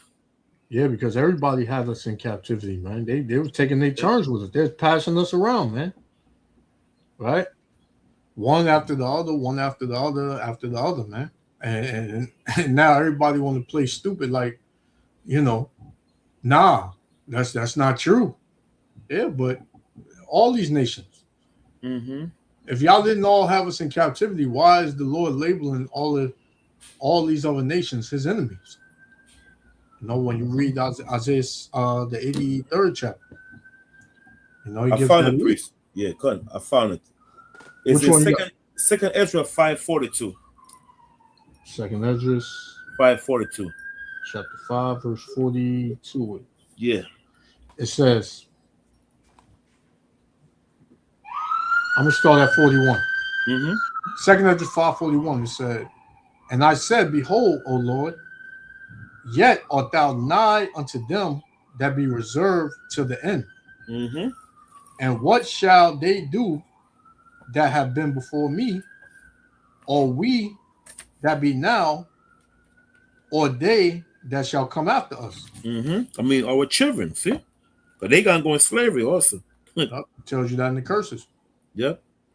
And he said unto me, I will liken my judgment unto a ring. That's the one. Come. I will liken my judgment unto a ring. In other words, we're going to go from one captivity to the other. And that link up in Jeremiah chapter 29, verse 18. Come on. It says, like as there is no slackness of the last. It means it's going to come right after the other. Exactly. Come. It says, even so, there is no swiftness of the first. Come. Meaning, like, we was going to fill these captivities, man. It's not going to be no short captivity. Right. Yep. Look at this captivity, man. Yep. We man, listen. We burnt out. Yep. We burnt out, man. Yep. Like it takes the Lord gives us the strength to keep going. Cool. That's it, man. Because every brother on this panel can attest to this, man. Every day we wake up, we do not want to get out of bed, man. We don't want to go to work. Yep. We don't want to do what we do on a daily basis. We don't want to do that, man. Physically and spiritually tired. Yeah. That's why the scriptures say they shall wear out the saints of the Most High. We worn out, man. Beat up. Yep. It's like we become numb to it now. It's like, when it first started, we was feeling all the pains and the aches. We still feel it now, but we just, in our mind, we like, man, to hell with it, man. I got to go to work. Huh. I still got to keep going no matter what. Mm-hmm. Can't even afford to take a day off. No, you can't. Nah, not no more. And then when you go on, and then as soon as you work, you come home, and you take It's a another shower, eat, battle. go to bed. Ain't Yeah. no time, to hang out or nothing like that, man. Yep. Mhm. Especially when you get older, like I Yeah. know sometimes, like you got days off, you want to go out, sometimes, man, it's like we get to that age, like me, I never thought that I would stop going out. I go to work, I eat, take a shower, watch a little bit of TV, and I go to bed, man, for the And next day, the man. next day, man. And then my day off, I just be in the bed, man, just relaxing, man, just Yeah. resting, man. Hmm. You Hmm. know, Yep. that's Yeah. it. Yeah, man. It's like, When you read when you read the second verse, it said, "Shake thyself from the dust, Mm-hmm. arise." So the dust represents like when a person dies, you go back to the dust, right? yeah, They're yeah, saying, "Shake off the dust, shake off the dead state you in, Mm-hmm. yeah, Come. arise, sit down, O Jerusalem, loose thyself," meaning loose thyself, man, from the bonds of thy neck. When you read in Deuteronomy 28 and 68, 28 and Mm-hmm. 40, it said, "You shall put a yoke of iron on thy neck," right, or Yep. band of thy neck. That means he'll subdue you totally, man. He Yeah. got us Come. subdued totally. Yeah. Yep. yeah, yeah. You don't want to do something, but you still do it. You still Yep. do it. Yeah, that's Yep. right. Yep. Last Spiritual, physical. Exactly. last week, me and Kazak was talking about it on the live, and we were saying that pretty much, you know, we all physically drained, but the mental drain is even worse, man. Yep. Mm-hmm. Right? Just seeing the wickedness that's around us, Mm-hmm. and having to see what we see on a daily basis, and the pride that's out here, how I just gave the definition of vanity. How it seemed like everybody else is in like and they are. It's not like, but they are in a different world. Like Mm-hmm. they just Yep. out here like it ain't nothing gonna happen, like nothing going on. Exactly. And we was talking about how the them so-called fires that was in what was it? Cause I think it was California. Or Canada. Canada. Yeah. And I was saying how I went out and it looked orange outside. It looked like it didn't look regular. It looked smoky, but we didn't smell no fire or nothing like that. So Mm. brother Kazak was like, man, that wasn't no fires like that coming over Right. here, man. That was something they put in the air. Right. And, You and know it. it You know made it's smoke. sense. Yeah, it made sense because I didn't smell. When there's a fire and the smoke from the fire is around you, you can smell that fire. I didn't smell that because fire smoke from fire would give me a headache. I didn't have a headache. It was just it was just cloudy and it looked orange to me. And I Mm-hmm. was asking people, I'm like, yo, y'all seen the way it looked outside? And everybody was like, nah, it was regular.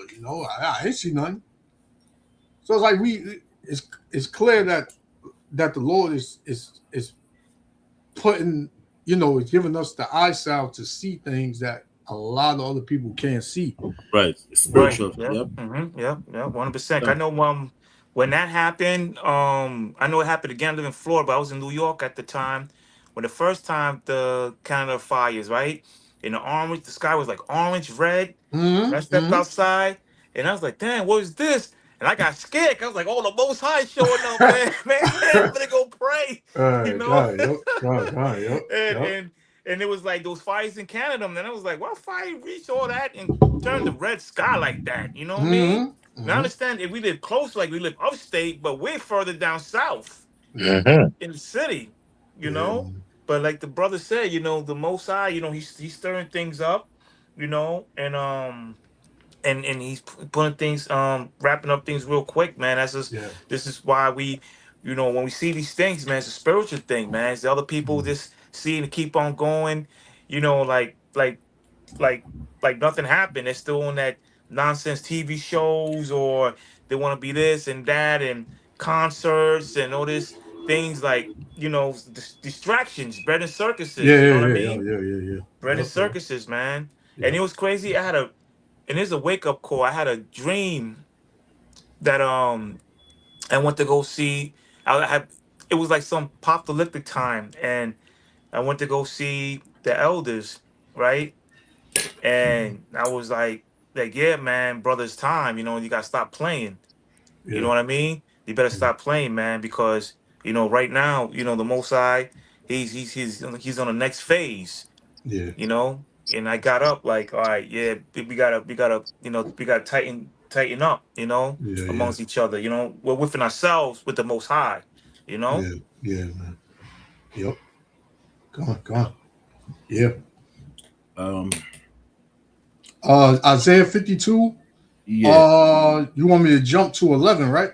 That's what yeah, Ra'ala had first. So you want me to just yeah. keep What Ra'ala just brought us something. And go verse 2 again. Huh? verse 2? Yeah. Isaiah 52 and 2, it says, Mm-hmm. shake thyself from the dust, Mm-hmm. arise, Mm-hmm. and sit down. Right. So, you know, like Ra'ala said, arise from a state of consciousness, right? And sit down. So when it says shake thyself from the dust, we in a low state. The Most I said, now you know, come out of that low state, man. You know, we're supposed to come out of that low state and so forth. That's why it says shake thyself from the dust. You know, when it shake yourself from the dust, Yeah. coming back from a low state, Getting that off you, yeah. Right, and sit down. It meaning to resisting like spiritual laziness. That's another word for sit down. You know, resisting spiritual laziness, because that's why a lot of our people, the Most High give us a chance to wake up. You know what I'm saying? Like you from a dead state, dead state we're in, and then when it says "Oh captive daughter of Babylon," that's one I want right there. It's talking about it's physically slavery, right, under the other nation, and we are captive into sin. We are another. You remember the scripture said we become slaves to sin. I ain't read that one in a while. Huh? I said I ain't read that one in a minute. Yeah, we become slaves to sin. You remember that one, Ra'ala? Which one? We become slaves to sin. Oh, but can't remember the damn verse. What's it? We become slaves to sin. I tell I can't remember the verse. Slaves to sin. Slaves to sin. Yeah. Romans 6:20. Sorry. Romans 6 and 15. 6:20. Yeah, I found it. Romans 6:20. Yeah. Romans 6 and verse 20. Yeah. Oh, servants to sin. Yeah, but you know. Okay. Yeah. Cut. Yeah, same thing. Cut. Yeah. Romans 6 and verse. You should read it. You're right. I should read the way it said. Yeah. You're right. Cut. Romans 6 and 20. Want me to start at 19? Start one. Yeah, up? cut. You could start 15 first and then go to 19. Yeah, 15. So you better. Come. 15. You said 15 first? Mm-hmm. Okay. All right, go ahead. Romans 6:15. It says, "What then? Shall we sin? Because we are not under the law, right? Cut. But under grace." God forbid. You know, you have these Christians that think that exactly. Like we don't have to keep the law. So if you don't have to keep the law, that means you can commit sin. Right, cut. But the scripture here is saying, what then? Shall we sin because we are not under the law, but under grace? God forbid, meaning no. You ain't supposed to commit sin. Good. Right? It says, verse 19, I speak after the manner of men because of the infirmity of your flesh. For as ye have yielded your members servants to uncleanness and to iniquity unto iniquity, even so now yield your members servants to righteousness unto holiness. Right. Go on. You got something to say, Rala? No. Okay, come. This is on point. No, this is on point. It says verse 20. Right. For when, go ahead. No, go ahead. Go ahead. It says, "For when ye were the servants of sin, Right. The servant of sin means the slave for sin. Right. Go ahead. ye were free from righteousness." You were free from righteousness because you what? Because you were free from righteousness because you were not because sin reigned over you. So He you was a become a servant. servant. Huh? He was a servant to sin. You know nothing about righteousness. Exactly. So Exactly. you don't know Exactly. what the hell righteousness is. Exactly. That's why it tells you that the Most High wink at your ignorance. Come. You know, when you don't know, then he'll wink at it. But once you come into the knowledge of what sin is, and you continue to do it, now, you know, that it becomes a problem. Right. Good. Con, that was it. That was 20. Okay. Read 23. Read 23. Con. Oh yeah, con. Verse 23, it said, "For the wages of sin is death." See that? You know how many things you and I did in this lifetime that was worthy of death? But the Con, Most High, he had to give you what? He had to pardon you because he didn't know what you was doing. Right. How many times you broke that Shabbat? Maybe you've been with your woman on the Shabbat. That you could be killed for doing that, man. Yeah, servant for sin. Yep. Con, yep. Yep. It says, "But the gift of the Most High Power, Yahawah, is eternal life through Yahweh Shah HaMashiach, our Lord." That's right. He coming to die for you. He was able to be forgiven for all those things you did, man. But now you're no longer a servant of sin because you have learned this word. Con. And even though we go off being still in the truth, we're not living. We're not servants to sin anymore. Right. Right? Yeah, we still gonna go off because we in these fleshly bodies. So these bodies are subject to sin. I mean, we want to do what's right because the spirit war against the flesh. Yep. Right. I mean, you might go to the store, man, and you might buy something like you think is good. But if you look deep into that thing, man, sometimes there's pork in there, man. Yeah, all types of stuff in there, man. Yep. There's things you're not supposed to eat in there. Like the names of all these. Like, what the hell? Yeah. I was watching some cookies, man, the other day, and I went home and took the package and I read all the ingredients and the way it came. There's big parts from pigs is in there, man. Like, wow, you can't even eat some cookies now, man. A lot of these energy drinks, you know, they be putting sprinkles of blood in them things, man. So as I said, we do things sometimes unconsciously. You eat stuff and that contains that type of stuff. The Most High still forgive you for that, man. Yeah, even the thoughts that come into your mind, be having wicked thoughts, evil thoughts, man. Yep. So yeah, man, it's these chains of darkness, which is this flesh, man, and that's what it is, man. It's hell. It's hell. Yep. Complete hell. Let's see. It's a struggle. It's a struggle. You know what I'm saying? It's a struggle. You know what I mean? Even just look at men that the Most High dealt with on a personal note. You know what I mean? Like Moses. Noah, and then they still sinned. King David sinned. King Solomon, one of the wisest kings, sinned. You know what I mean? And stuff like that. And they fell short. So we gonna fall short too.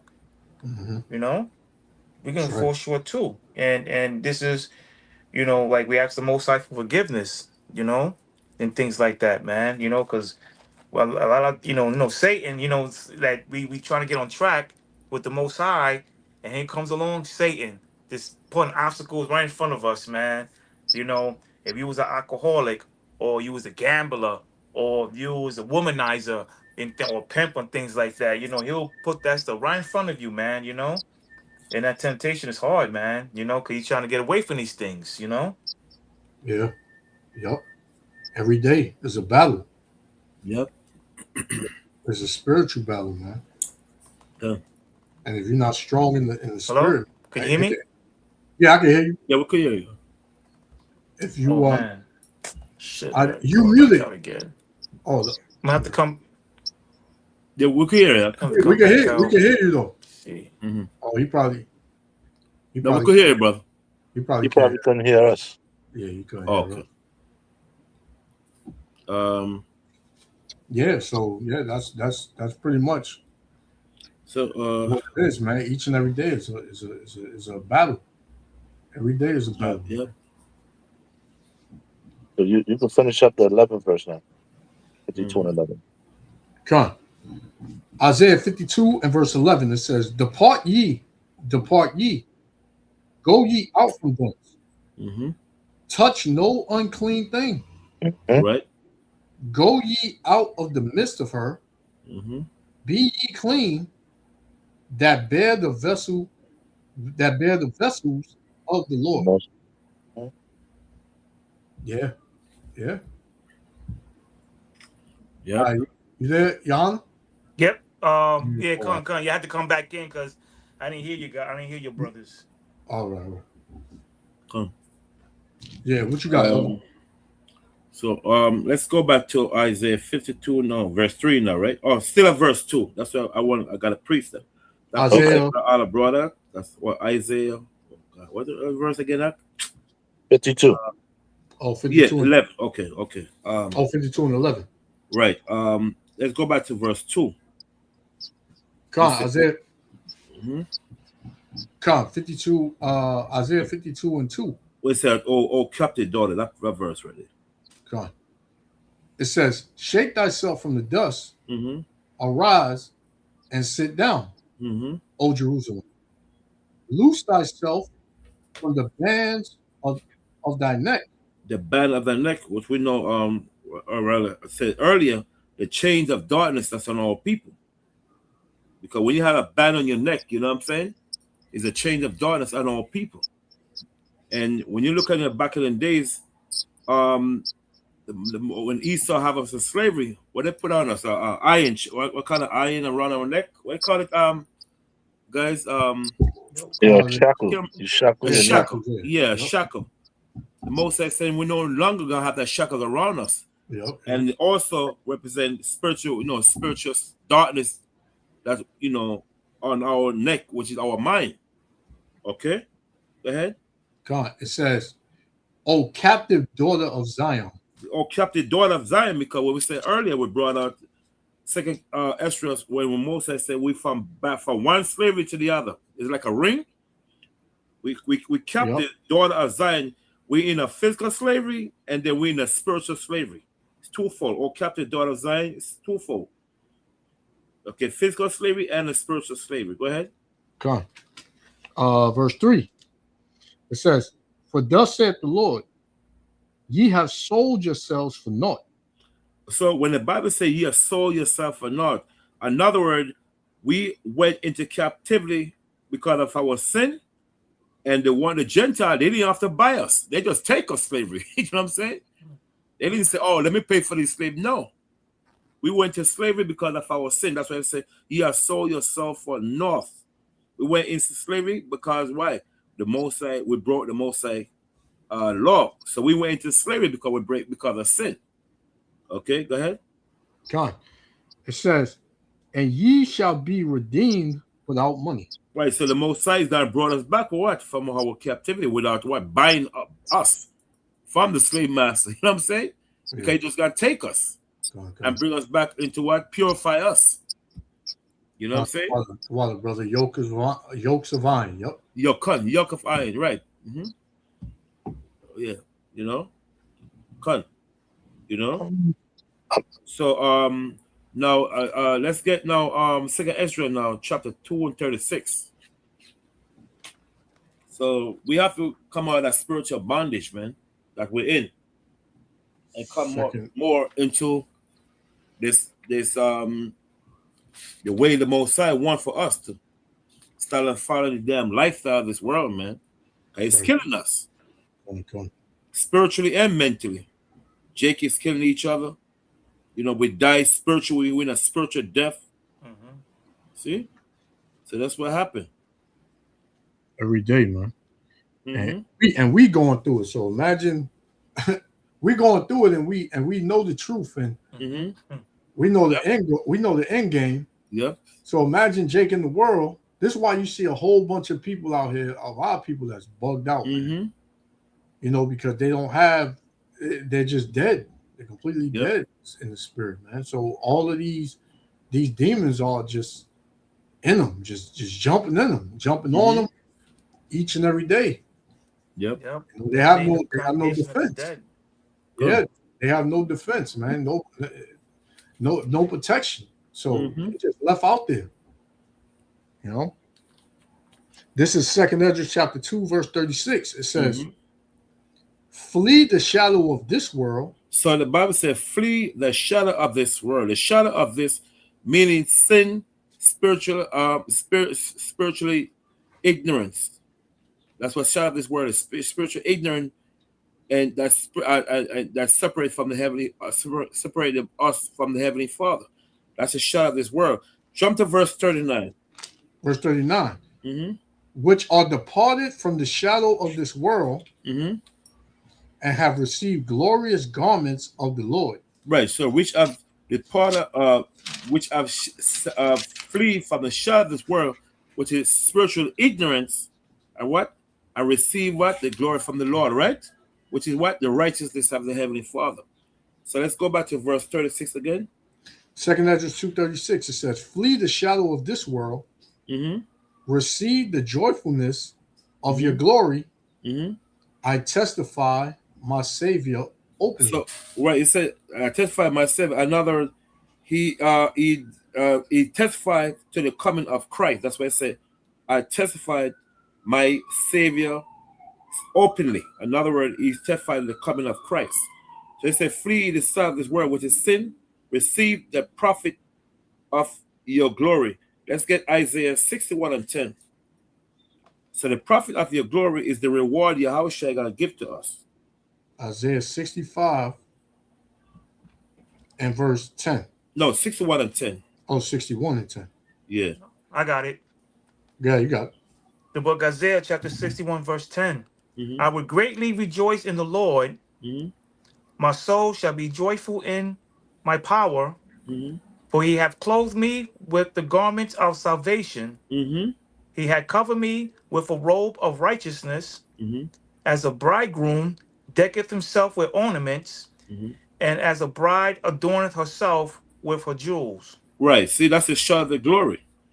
So it said, flee the shadow of this world, which is sin and ignorance that separate us from the Most High, and receive the joyfulness of your glory, which is what?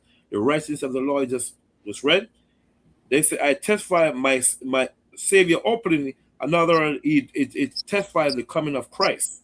Now, let's get to another one. We say about the reward. Let's get 1 Corinthians chapter 3, 14 to 15.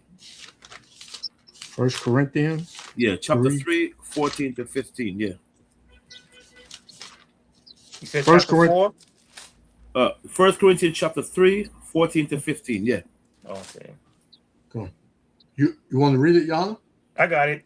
The book of 1 Corinthians chapter 3, right? Yep. Chapter 3, verse 14.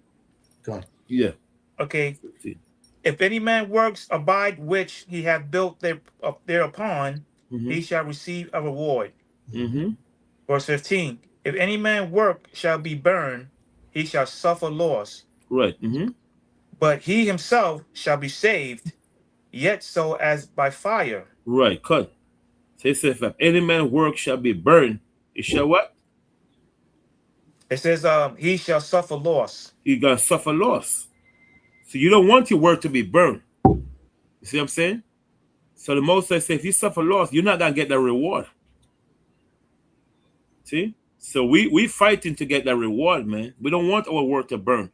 The Most High give you knowledge and wisdom and understanding. You're supposed to do something with it. Yeah, exactly. That link up with that if a man give you one talent, that man that have one, you're supposed to do something with it. Yeah, right. Something. So he give you according to, how you could manage it.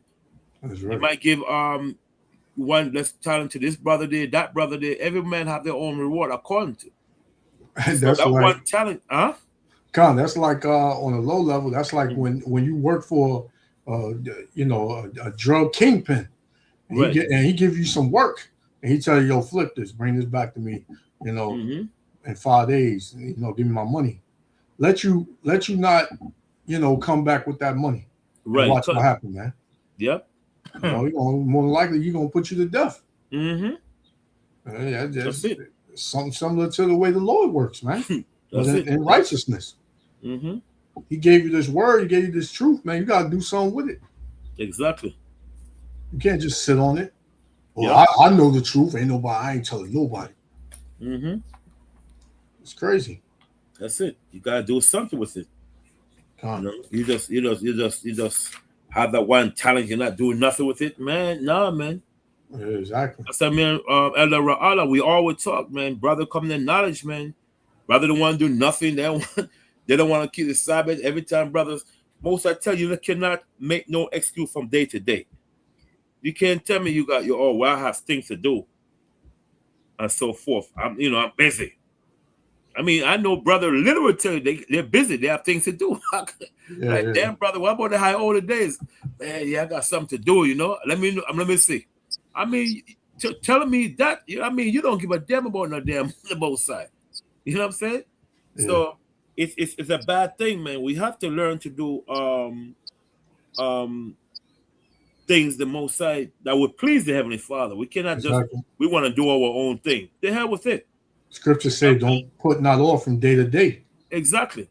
The Lord said, if a man doesn't hate his mother or his father, he cannot he cannot be my disciple. I mean, put him first. Yeah. So we know we're not talking about the little most I say must hate our parents. I'm not going to put him first.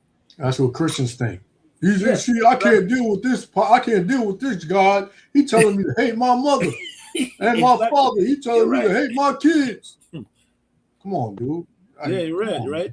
Why would the Most High tell you to multiply the earth? Yep. And have children, and then tell you to hate your children? What's wrong with you, man? Yep.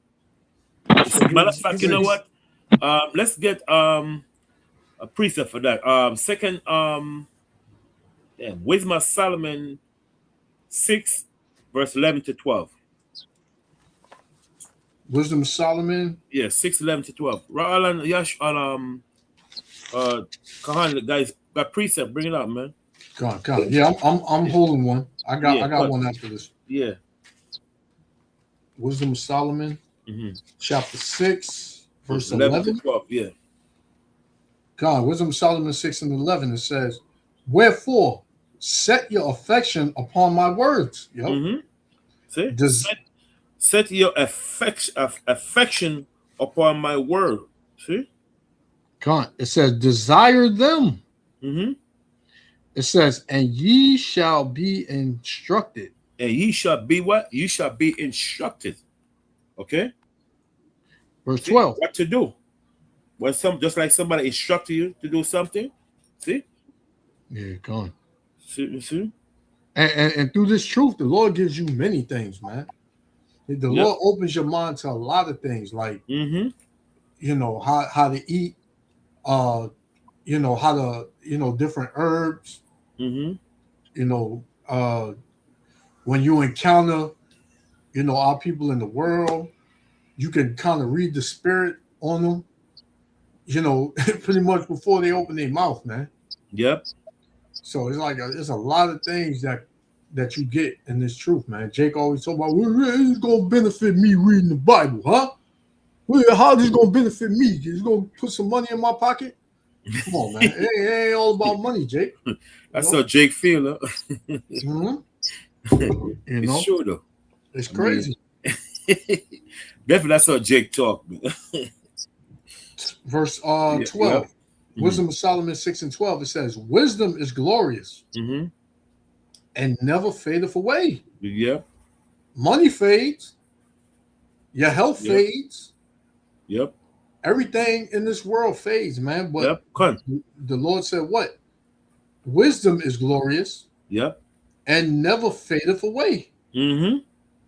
Yea, she is easily seen of them that love her. Right. So the wisdom, remember the Bible said wisdom shine upon men. I was just getting it, Elder. I was just getting it right. I was just getting it right here. Yeah, Yep.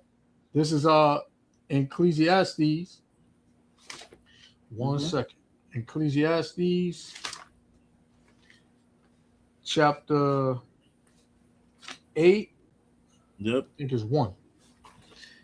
Ecclesiastes 8:1. It says, "Who is as the wise man? And who knoweth the interpretation of a thing? Mm-hmm. A man's wisdom maketh his face to shine, Right, exactly. and the boldness of his face shall be changed." Mm-hmm. That's why People can sometimes see you might see a brother in the street, you be like, it's wisdom, you know what I'm saying? Yep. Sometimes you like, brother, look, you know, you could, cause you ever see sometimes in the street, people look at you like, you see a whole bunch of people around you, and that person is staring at you. You're like, is this guy love men? Or what? You know what I'm saying? Kahan, you ever happened to you, man? Look at you like, damn, you know, cause you know Benjamin first said, "Cho, that boy, that bought you, man. Mama look at me like that, man." You don't have to think, but you know, my mother tell me this doesn't mean that he's like that, brother. Why you think like that? Because I used to like get upset, like, why is he looking at me like that? You know what I mean? But sometimes a person could read the spirit, like the brother got knowledge, you know. I mean, a lot of brothers experience that. But sometimes you come on negative, you know. I'm one of them, like, yo, why is he looking at me like that? You know? It'd be a Why whole crowd of people. Yeah. Whole crowd, Benjamin. man. Yeah, you know Benjamin already like, sure, that boy look at me and weird. I'm about to man, what go on? You know, which is bad to say like that, you know, but sometimes, you know, that's all we get in sometimes. You know, because you know what I'm saying, right? You Benjamin, you know we are like, sure, that boy look at me and funny. Why am I look at me and weird, man? Sure. You know, which is bad to think like that, but sometimes we just can't help it. The curses jump on you like, man. Man. Who looking at, man? Yep. Like, look at a woman like that, man. You looking at me? Yep. Huh? Jake be like, man, you look at, come on, all these women around, look at them, man. You looking at me like that for, man? You know what I'm saying? But I witnessed that. I witnessed that a lot, man. That's true, man. Yeah, Jake not just going to feel like that, but sometimes you just can't help it. You know what I mean? Be a whole crowd of people. It'd be a whole crowd of people, and Jake just looking dead at you. Just dead at you. Like, you know, you don't have no damn jewelry on. You don't have nothing on. You're poor. You know what I'm saying? But just looking at you like, you know. Man. Yeah. So, you know. They see something on you. The spirit is a spirit, man. Everything is spiritual. True. Yeah, that's true. Because the roads between Esau and Jacob has changed. Like when you walk down the street, you see a pack of say you see a pack of Esau Edomites walking down the street, right? You don't feel no fear, but you see a pack of Jakes walking down the block, right? You want to walk the other way. You want to walk the other way. Like I'm gonna go. Yeah, that's true though. You don't. It's just something about it, man. You just know that something might happen, man. Something might have you walk past a bunch of Jakes. Yeah, that's sad, though. You know what I'm saying? Esau has changed those roads, man. Before, back in the 60s and the 50s, you see a pack of Edomites walking down the block. You know to run the other way. Back in those times. But now it's the other way around. Now you happy to see Edomites walking down the block, and it's 2 o'clock in the morning. You happy? You know, ain't nothing. 2 o'clock in the morning, you see Jake walking down the block. You definitely not. You not happy. You like, oh hell no. Hey, running the other way, man. Yeah, and you even go kind of deeper, man. If they dark skin, if they dark skin, man, you gotta, you be like, man, what's up with these dudes, man? You gotta kind of straighten up, man. But you know, even with the Northern Kingdom, I don't even be kind of you know iffy with the Northern Kingdom. You know what I'm saying? But when this is a Southern Kingdom, man, you be like, man, I gotta watch I gotta look around, man. So you gotta have your hands in your pocket. This is so you know you got something in your pocket, man. Real, man. That's a sad thing when you have to think that way about your own time. Yep. That's bad, yo. That's true. That's bad, man. That's true. Yeah. Cause me personally, it's something about when I go to you know, what's this area? Crown Heights or Brownsville or somewhere like that, man. I I kind of feel a little different, you know.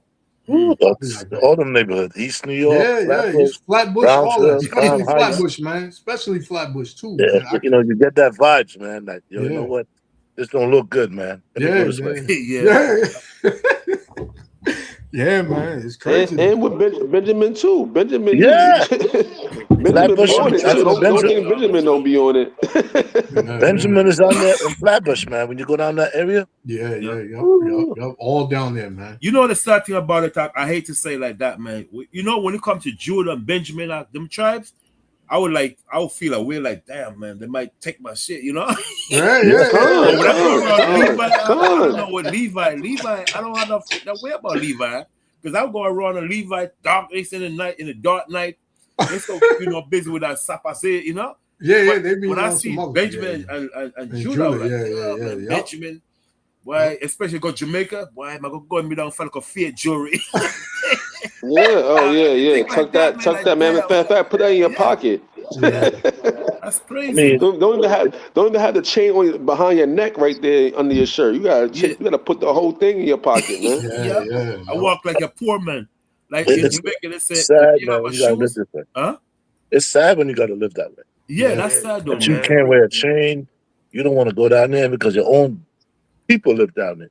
Yeah, that one will rob you and kill you. You don't want to go this way because your own people live down this way. Yeah, And you say, you know what? I'm But going this that's way. because of the music industry, too.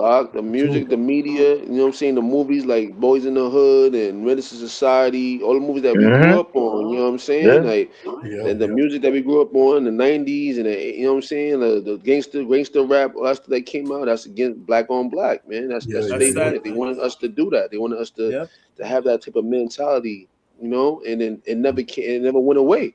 You know what I'm saying? It just got worse and worse. Yep. As the generations came out. Yep. Yeah.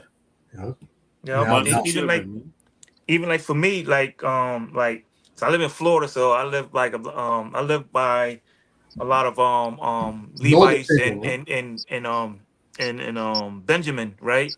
And stuff like that. So I gotta be aware. But when I go to like the around with the northern tribe, Ephraim, Dominican, I feel more safer because when I speak, they look at me speaking Spanish, I understand what they're saying. So I'm like, yeah. So I feel a little safe, But when I'm around the southern tribe, man, I gotta be careful. I'll be going certain places. They're like, don't go over here, man. I'm like, man, I know, let's drop you off real quick, man. Or when I was Ubering in a dark place, I'd be, man, better hurry up if I cancel this ride, man. You know what I'm saying? It's sad. And it's sad, man. Even it's sad because you're like, I feel like I could go to anywhere my people is at and I could feel safe, but I'm not safe. Yeah. Especially especially with the YNs, man. I'd be like, I'm going this area, so I'm more safer with the northern tribe. I get much love, like because they think I'm Dominican or something. I'm Cuban because my mom she's Ephraim. So when they hear me speak, they're like, "Oh, this is Espanol," and I was like, "Un poquito tu tienen," and stuff, and then boom, they give me love. You know what I'm saying? Like right there. You know what I'm saying? Even this That's new how they are, job. though. That's how that's they are. But Jake with the Southern tribe, man. Yeah, man. What The we doing around here, the son? You from here? Northern tribe Dominicans do not like black people though in New York, man. I'll tell you that right now. I grew up around them.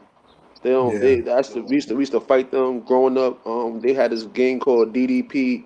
Dominicans don't play, man. And they used to chase us.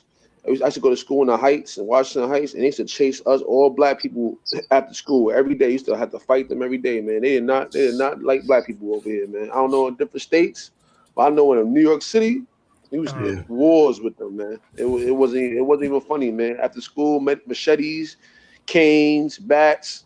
Yeah. For real, man. Like it was real, And you know what I'm saying? Like to this day, they still don't really like black people in their neighborhoods, so-called neighborhoods, because they took over Broadway.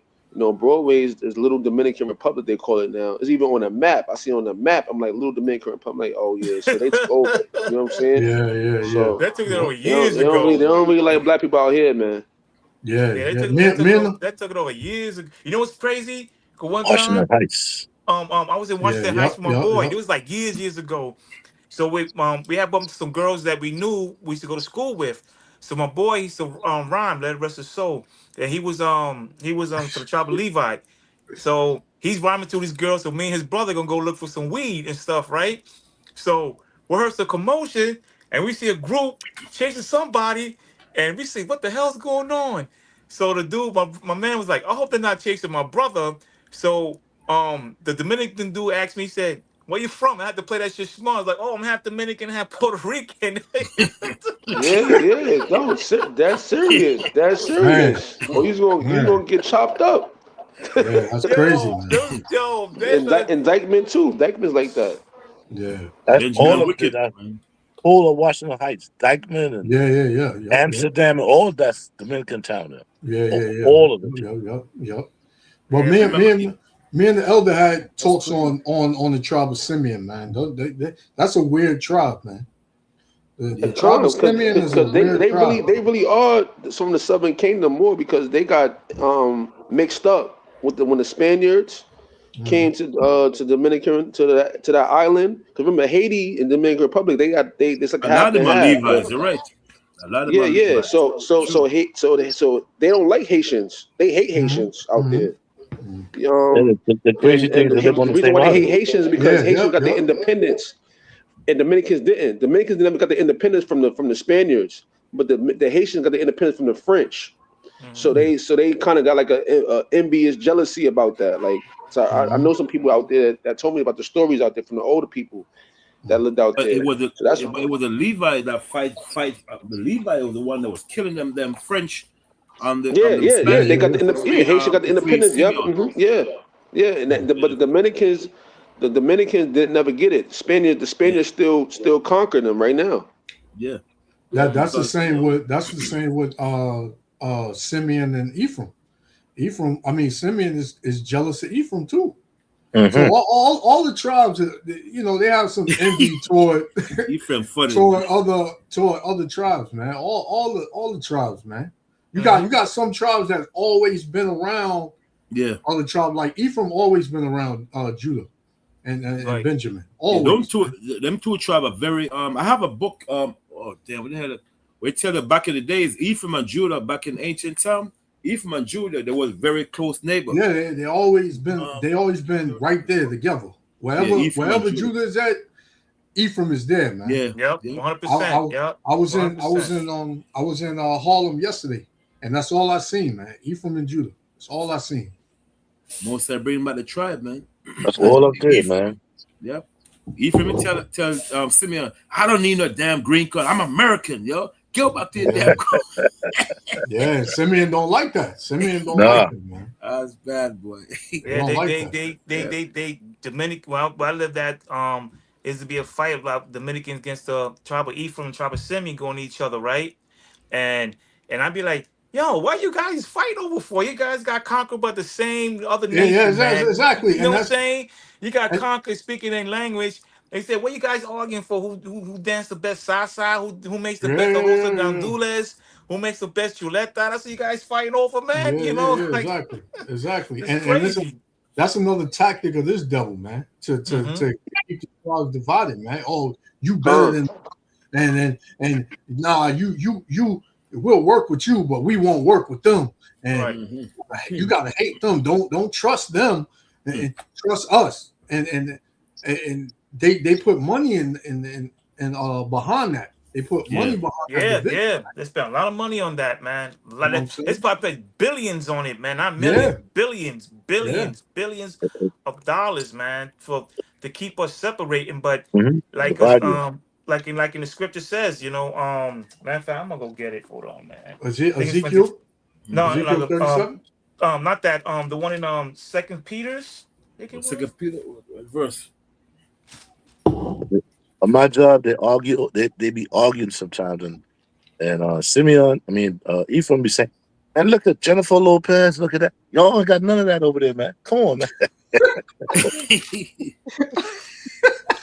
Man, listen. If you want a problem with Ephraim, don't talk about Jennifer Lopez, man. I just sit back and listen. I listen to them argue among each other all the time, man.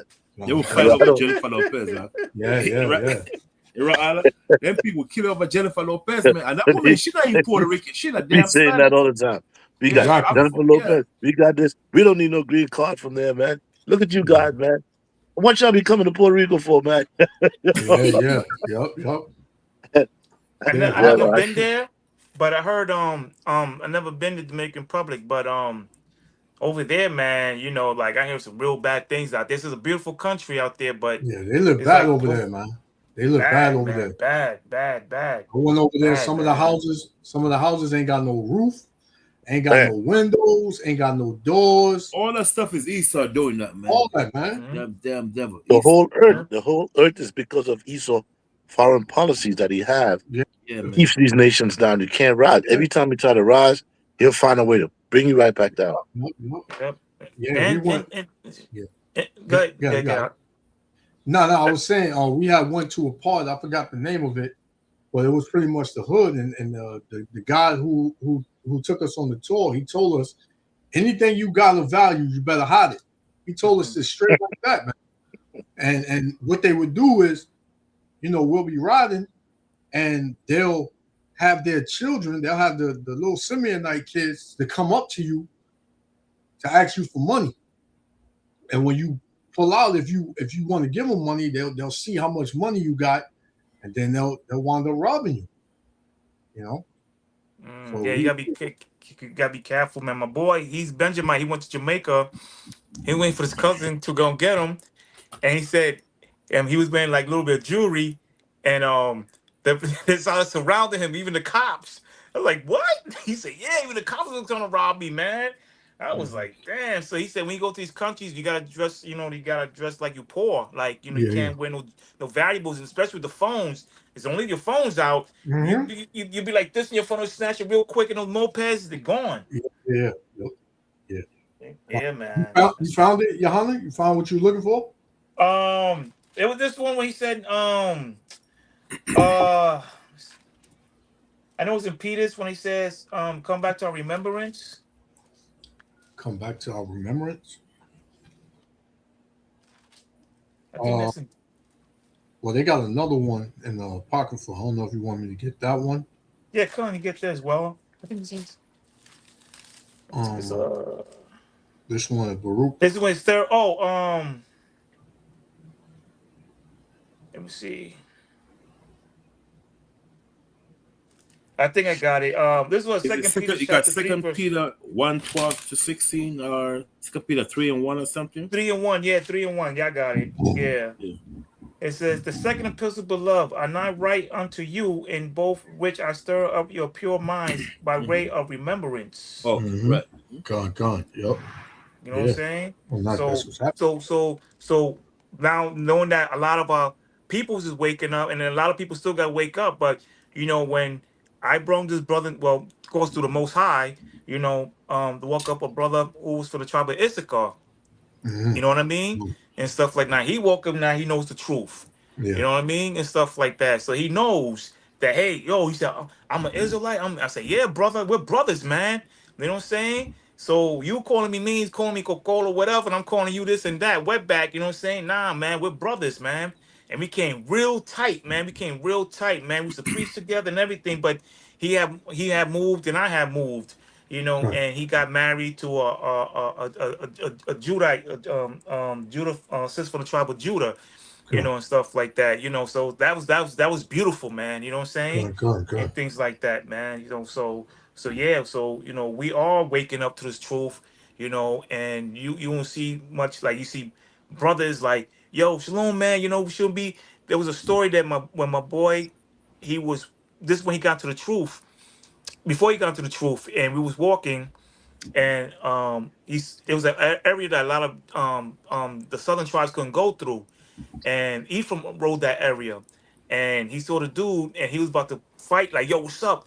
And the brother came up, the Ephraim right brother said, nah, chill. He said, oh, we know that we're brothers. So he was telling me, he said, oh, he just trying to get out of it to get an ass whipping. But he was like, nah, he said, nah, brother, we're brothers, we're Israelites, and he taught him, he was teaching him.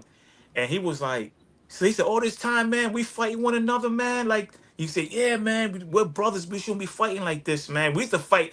Well, they used to fight every day. I wasn't down with that nonsense, man. You know what I'm saying? Because I was just like, yo, I don't understand. we fighting each other. And we live in the same neighborhood. Mhm. We go to the same schools. You know, I just couldn't get it. You know, they're like, oh, well, you safe because you have a pass because your mom's Puerto Rican. You know, and everybody knew that.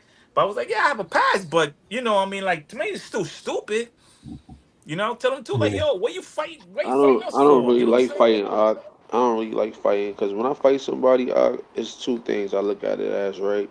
I'm either fighting to back you off me, to back you up off me, or I'm fighting you to the death, right? Like I'm trying to really hurt you, right? So that's Hmm. why like I don't even like to get into a fight. I'd rather try to see ways to work it out through words. You know what I'm Escalate. saying? That I don't have to Done. get into the fight with you because when I get into the fight with you, I ain't gonna be your friend no more. Like you know what I'm Right. saying? Because it's like I don't see why we're gonna be friends after that because I had to Yeah. escalate to that point. You know what I'm saying? So I'm gonna try all avenues before we get to that point. You Hmm. know what I mean? Of fighting. That's why I don't even like fighting. You know what I'm saying? Because if I see that you potentially supposed to be my brother, I would try to avoid that. But Mhm. if we got to fight, man, just know that you ain't my brother no more. Cause I had to put hands on you. You know what I'm saying? Right. Cause I'm trying to make sure you don't hurt my body. You know what I'm saying? You don't hurt Right. me. Yeah. Con. Done. Yep. Con, I got one to back what you just brought out, Johanna. This is Baruch chapter 2, and I'm gonna start at 29. It says, Baruch 2:29. Con, it says, if you will not hear my voice, surely this very great multitude shall be turned into a small number among the nations where I will scatter them, because we've been scattered. So now, we got pockets of each other here and there and over there, all throughout the four corners of the earth. But we are a very, very huge nation. We just don't know because we're divided. We think we're different from one Right. another, and that's all Esau, man. That's what the brother put in. Now you got this FBA crap where you got, certain northern, southern kingdom. Well, we was here, like y'all ain't none of us come over here on those ships. We was over here, right? Yeah, but So, I ask them all the time after the flood, how did you get here? mm-hmm, mm-hmm, After the flood of Noah, how did you get here? yeah, Which way did you travel to get here? because nobody was here. They would like to say, "Oh, we was the Indians and the blacks." Yeah, that's true. But, there were Native Americans. They think that indigenous is not a nationality. I hate that I'm indigenous. That's not a nationality, man. That's just labeling you as a person that lived there first, not a nationality. Who are you? This FBA thing, this probably started about 3 to 5 years ago, man. That's the FBI that started that nonsense. Yeah, yeah. And everything Esau's behind all of this, man, to keep the division. And you got stupid Negroes and Latinos that want to uphold it. Hmm. I was reading this article online, man. It says that Esau goes on YouTube and he goes on Yep, Twitter, yep, all these different things that you and I get on. He puts out propaganda there, yep, but all different things to throw you off. yep. You know what I'm saying? You got your brothers, that FBA, that fundamental Black Americans, stuff, all that put up by Esau. Yeah. Yeah, that's what Yahweh was saying, and they have spent billions of dollars to keep it divided, man. But it ain't gonna work because you know the Lord said, we're gonna remember ourselves.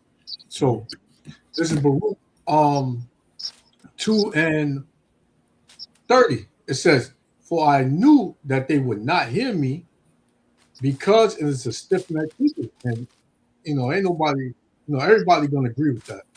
Mm-hmm. So-called Negro, Latino, Native Americans, man, are the most hard-headedest people on the planet, man. Right? You can't even have a civilized conversation with them. An intellectual conversation you cannot have with them. They get mad. Right? I got a little short that I want to show. Mm-hmm. You had these street preachers, these Christians that was teaching, and this Jake, man, he heard the wrong thing about that community, that colorful community, and he went off. Right? So it says, "For I knew that they would not hear me, because it is a stiff necked people. But in the land of their captivity, they shall remember themselves. And that's what's happening. And it's burning Esau up, man. Because he like, man, I spent all this money. How did they still figure this out? Right? They having these B5 summits, having you to think that, yeah, they talk about, the war and all that stuff, but you are a major topic. What can we do to keep these Negroes down? To keep them guessing, to keep them confused. Mm-hmm. Right? How do we keep the Latinos and the Negroes from knowing they're the same? Yeah. Matter of Right? fact, have these councils. Yeah. Matter of fact, I got scripture on that. Book of Psalms, chapter 83, verse verse 2. Start at it 1. Says, start at 1, Con. Yep. It's Book of Psalms, chapter 83, verse 1. Keep not thy silence, O power, hold not thy peace, and be not still, O power. And the Lord ain't being still, man. Now he's putting it back into our remembrance. Yeah. Verse 2. For lo, thy enemies make a tumult, and they and they that hate thee have lifted up thy head. Verse 3. They have taken. Go ahead, bro. A tumult is like a noisome gathering. Gathering. Yeah, loud, right? Loud. Right, like a loud gathering. Mm-hmm. Yeah. They have taken crafty counsels against thy people, and consulted against thy hidden ones. Mm-hmm. They said secret meetings. Right, how to be subtle. Yep.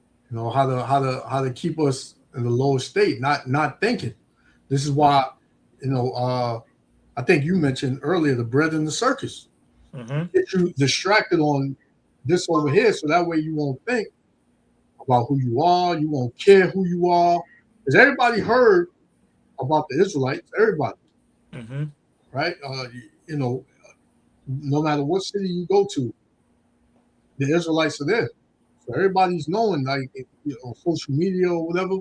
Everybody's like, yeah, I'm an Israelite. Oh, I heard of the Israelites and this and that. You got Jake scoffing, you got Jake mocking, and then you got, people that's waking up. But these devils, they're behind all this confusion. That's why the Christian church was made, right? You that watered down doctrine. All these religions was made. Seventh-day Adventists, apologists, Baptists. You got Buddhism, Jehovah's Witness, all of that, man. Mm-hmm. It's just all to keep you distracted and confused. Mm-hmm. Yep. Yeah. Verse 4. They have said, "Come and let us cut them off from being a nation, right, that the name of Israel may be no more in remembrance." Now we just niggas, spicks, wetbacks, darkies, black, Latino, Hispanic, different names, right? Different bywords. Yeah. They'll never figure this out. They'll never figure it out. Look at them. This it's like a priest. Yeah, you see what he said right here in Psalm 83 and 3. It's a counsel, like the counsel against the hidden one, hidden. Yep. Because our true history is hidden for us. Yep. Like I said, that they call us Latino, Hispanic, black, all that crap name. That's why it's telling in Psalms we gotta become a byword and a proverb. Yep. You see what I'm saying? African Americans and stuff. So in Psalm 83 and 3, he said that counsel against that hidden one, because our history is hidden from us. They're not teaching us who we are. You know what I'm saying? That's right. Right. Even as they started to take out slavery out of the public schools now, man. Yep. That's crazy. That they're taking a lot of our people like that. Our people, they would love that. They're so caught up in American lifestyle. They don't mind Esau taking it out. They don't care. It's just the one that have knowledge like us. Like, damn, why they doing that? But they'll say that's in the past. Why y'all still living in the past? Mm-hmm. Yeah. Right? We got to look at the future. We got to worry about where we're going, not where we came from. And in the future, of this wicked society, man, it's gonna get worse. They ain't think any better. You know what's crazy? Because like you said, like I said before, the bread and circuses. You know, now Jay-Z, he had like a little hiatus. Now he's coming back. Mm-hmm. You know, Yankee Stadium have his friends coming over and things like that, right? And his brother I work with, he was saying that yeah, his girl um asked for well, his man asked his girl for money, whatever, right, for the child and stuff like that. She said she didn't have it, right? But end up going to the concert, and he saw her in the concert, and he was Wow. like, "I thought it said you ain't had money for the, for your child, and you're not in the goddamn concert, man." So, Yeah, man. tell It's you, crazy. Jake, man, I tell you, boy, They don't care about nothing, man, but themselves. sad, man, sad. He asking money for the child. You know what I'm saying? For the child, but she said she didn't have it. But Yeah, next time, bump into her in at the concert, and those tickets cost, man. yeah, come. Those tickets cost. Yeah. Tickets Gone, cost, gone, man. gone. I got a precept on what you just read in Psalms 83. What verse you was at? It said, "Cut them off from being a nation." Con. This is Jeremiah 17:4. It says, "And thou, even thyself, shall discontinue from thy heritage." Mm-hmm. So what's our heritage? When you read Sirach 17:11, I believe it is. It tells you that we was given a law for a heritage, right? So uh, we don't know. We don't know what laws to keep for the most part. We don't know. All we know is Babylon. All we know is you only live once. Do as thou wilt. Do what makes you happy. That's all we know. You got free will. You know. It said, uh, "And thou, even thyself, shall discontinue from thy heritage that I gave thee." The Lord gave us this heritage. Right? It says, Mm-hmm. "Cause thee to serve thy enemies in the land which thou knowest not." And our people have become happy to serve their enemies. Right? They got no problem getting up to go to work and being happy that they work you know and pay bills. This is this is this is what they think life is all about. Paying bills, right? Mm-hmm. Struggling. Just get me off on the weekend. Right. Just give me my Don Julio and give me an outfit fee, and I'm good. Give me some Jordans and a PS5, Yep. and I'm good. You know, It's true though, man. just let me celebrate. Fact. Just Fact. let me celebrate the holidays, man, and I'm good, man. Good. Yeah. Yep. Give me a Jay-Z concert. Give Mm-hmm. Yeah, me see what team LeBron James is going to, yep, right? Uh, see Summer Jam, right? yep, Yeah, that's all these people care about, man. They don't yep. care about nothing else outside of this earth, man. Yeah. You look up in the sky, you don't know what's up there. You just see stars and the moon and the sun. You don't know Yep, how it's yep, there, how it got there. You just wondering, but yep. you don't care what's gonna come from them from the sky. Exactly. Mm-hmm. People just think about whatever's on this earth, man. Yep. Look at the That's it. water. Look how vast the water is, man. Look how deep the Right. water. You don't know what's really down there like that, man. Exactly. Yep. Like And Mm-hmm. people then to just turn around and say there's no God, there's no power. There'll be atheists. Mm-hmm. Yep. This is like how we got here. But I got another quick precept. Jeremiah chapter 11 verse 19. But I Jeremiah was 11. yeah, chapter 11 verse 19. Come on. But I was like the lamb on an ox that was brought to the slaughter, and I knew not that they had devices against me, saying, "Let us destroy the tree with the fruit thereof, Mm-hmm. and let us cut him off from the land of the living, that his Mm-hmm. name may be no more remembered." Ooh. Yeah, man. That's Esau put all his strength into that, boy. Because we know that, because he knows that this is the living right here. This is how what makes you alive. Right. The words of the Lord make you alive. And he spent billions trying to keep us from this Bible, and he still couldn't do it. So now he gotta pay our own people off to go out there and cause confusion. Yep. Along with these devils to stir things up to keep us in a dead state. But even that's not working. That's not working. Right, kind. Nothing he doing is working. Made for the dumb, made for the dumb ones. You know what I mean?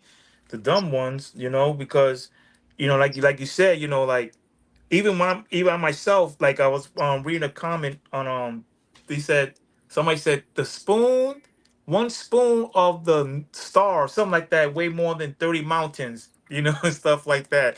And the guy said, "Well, how do you know?" He was like, "Oh, math," but it shows you the vast, how the Most High is, like, what I'm saying, like Yeah. it's just he's so precise. You know what I'm saying? He's so precise. Like if the earth is tilted the wrong degrees, whatever, it might turn cold, it might be hot. You know what I mean? The Most High is perfect. Now we don't get fresh air just off the trees, but also the ocean. There's what those cool little things that the whales eat. Oh, I forgot the name of them, but they also get fresh air too. Yeah, the You plankton. know, planktons. Right. There it goes. And other things as well. So the What are Most they High, called? he's What are they what was called? that? What Plankton. are they called? Plantain? No, Planktons. plankton. Planktons? Mm-hmm. Yeah. Yep. I never You heard know. of But just look at the well itself. Like the well is like a mammal.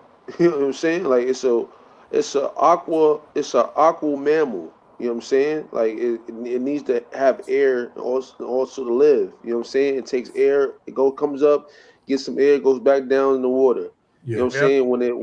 When it has babies, it lays babies like a mammal. You know what I'm saying? So the Lord, man, his creation, his mind is vast, man. And I like to read the book of Job here and there Okay. because when Job was asking, like, why you doing this to me? You know what I mean? And then the Lord had to tell him, had to break it down to him, like, do you understand who you talking to? Like, do Yeah. you understand? Can you tell me how I did this and tell me how I did that and tell me how this is happening? You know what I'm saying? Like, he had to really get into him. You know what I mean? Right. Because Job thought that he was just so righteous, even though he was a righteous man, right? Like the Lord said to when he challenged Satan about him.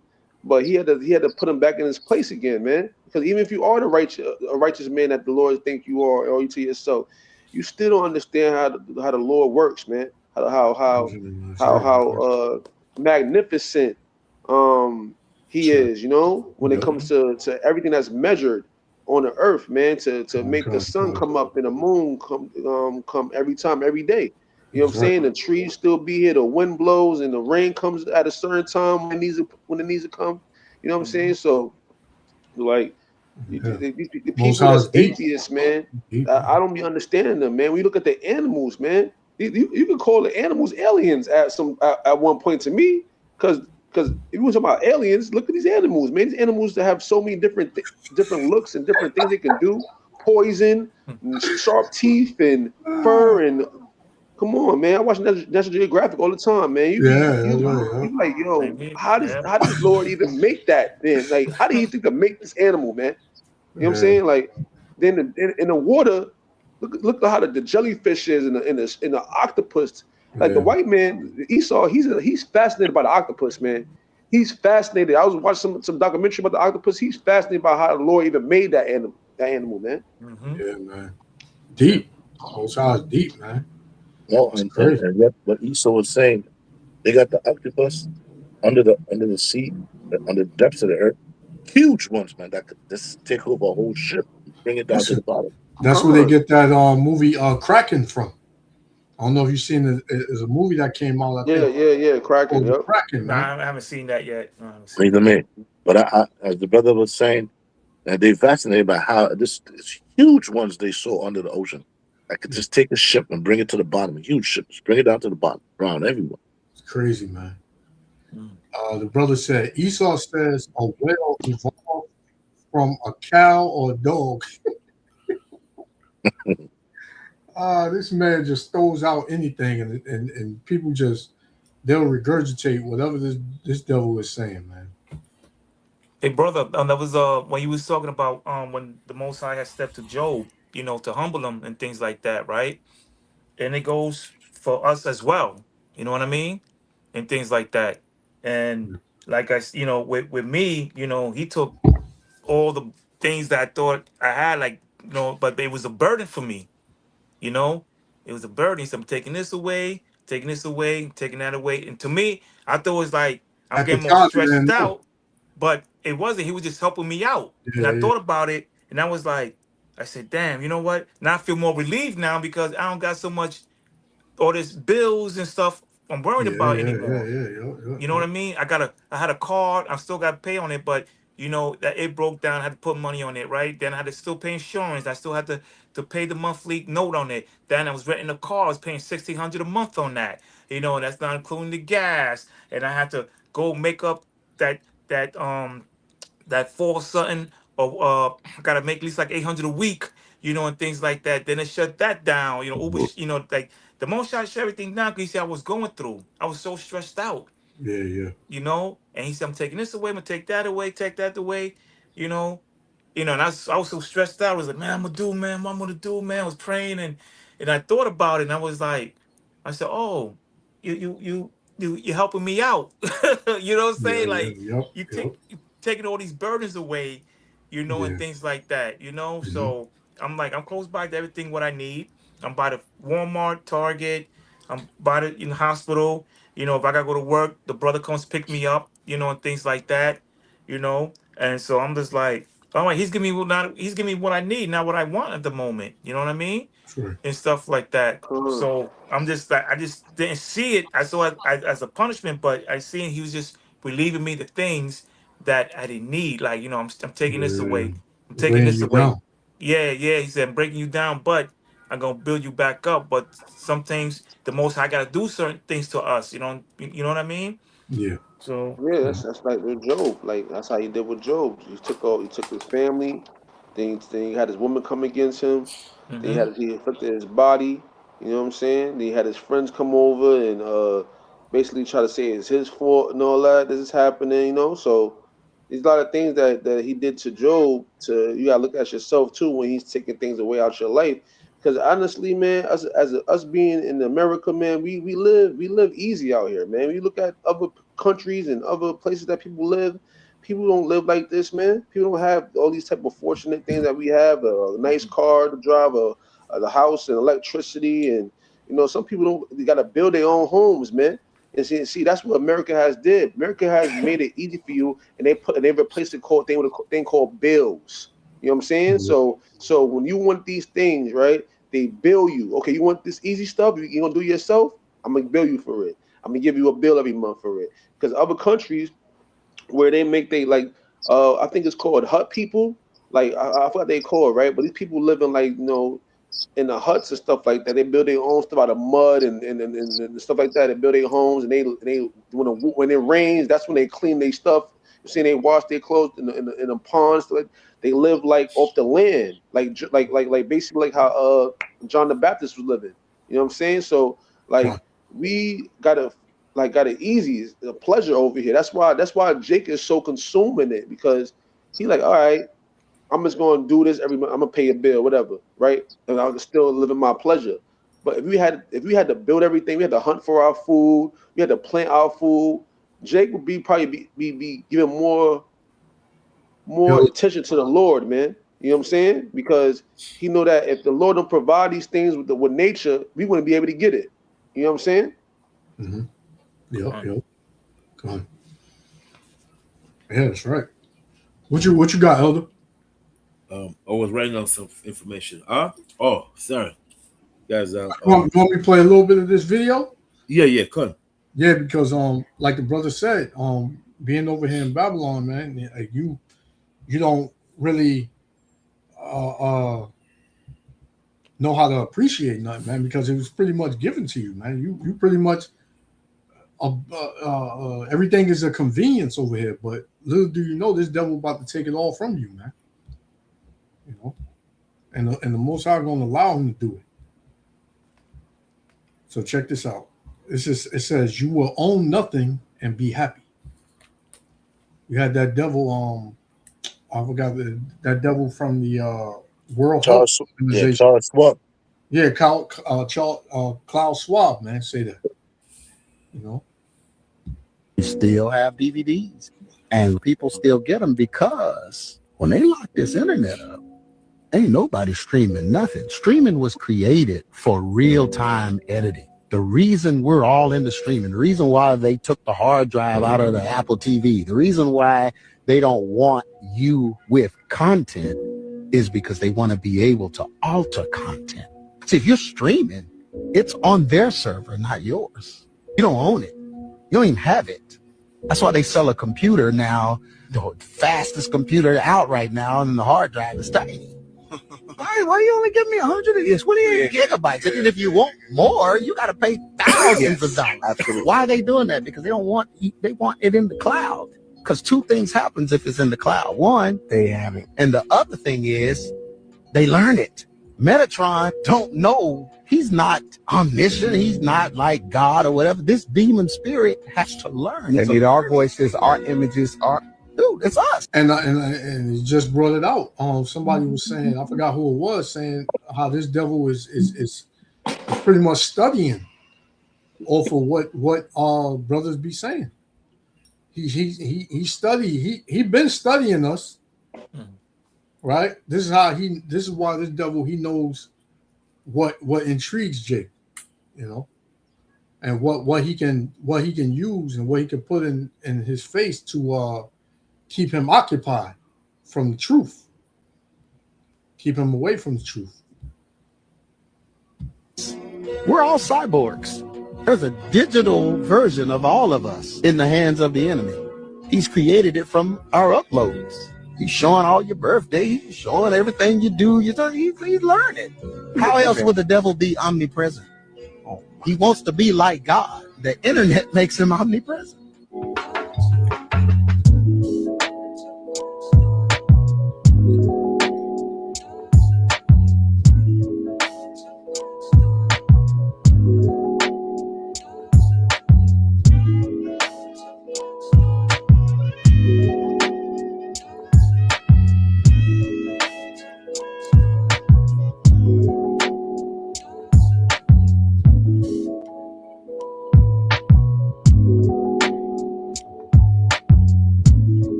When you look at verse 8, it says, and then that wicked shall be revealed. Everybody know who the wicked is now. If you denying it, you an idiot, man. If you deny who the wicked is, you an idiot. It says, whom the Lord shall consume with the spirit of his mouth. And who is he who is being consumed? And how and what's the mouthpiece of the Lord, man? The prophets, the servants. Right? These devils can't hide, man. They're being exposed by the men of the Lord, and not just the men of the Lord, but their own people exposing them. Yep. Right. And it said, and shall destroy with the brightness of his coming. Because when the Lord returns, man, you know who he gonna destroy, man. The leaders, the rulers. Esau, Edom, who is the so-called white man.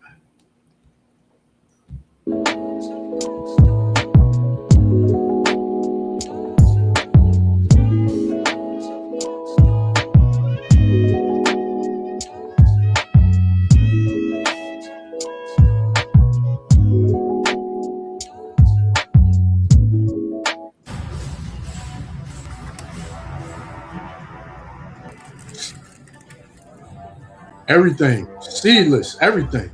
That's crazy. We are slowly getting rid of all. Everything seedless.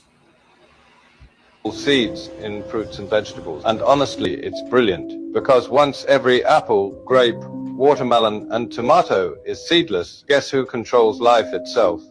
No more planting your own food. No more saving seeds for next season. Everything you eat, everything that grows, will come from our labs. And when the last natural seed is gone, that's when it gets fun. We can make them rare, expensive, maybe even licensed. Yo, and that's the devil, man. That's the devil right there. Yep. Who would do that, man? Only the devil would do that. I'm just now. I just figured it out, but I just found out last year, I believe, that bananas supposed to have seeds in it. Mm-hmm. No, that's not real. It may have some type of seed, but it's like you can't really see that. Don't have black seeds? No. So bananas have no seeds? No seeds at all. Oh, okay. They don't grow by seeds. They grow by in Jamaica, they have seeds in I heard in Jamaica. Like, no, that's not real. I'm telling you. I know bananas real in and out. What I could tell you for sure, there's no seeds. And you know, like when you go to buy bananas, how you notice that the stem of the banana is yellow? I mean, it's green, but the banana itself is ripe. It's like yellow. That's not real. They use something to alter that color there, man.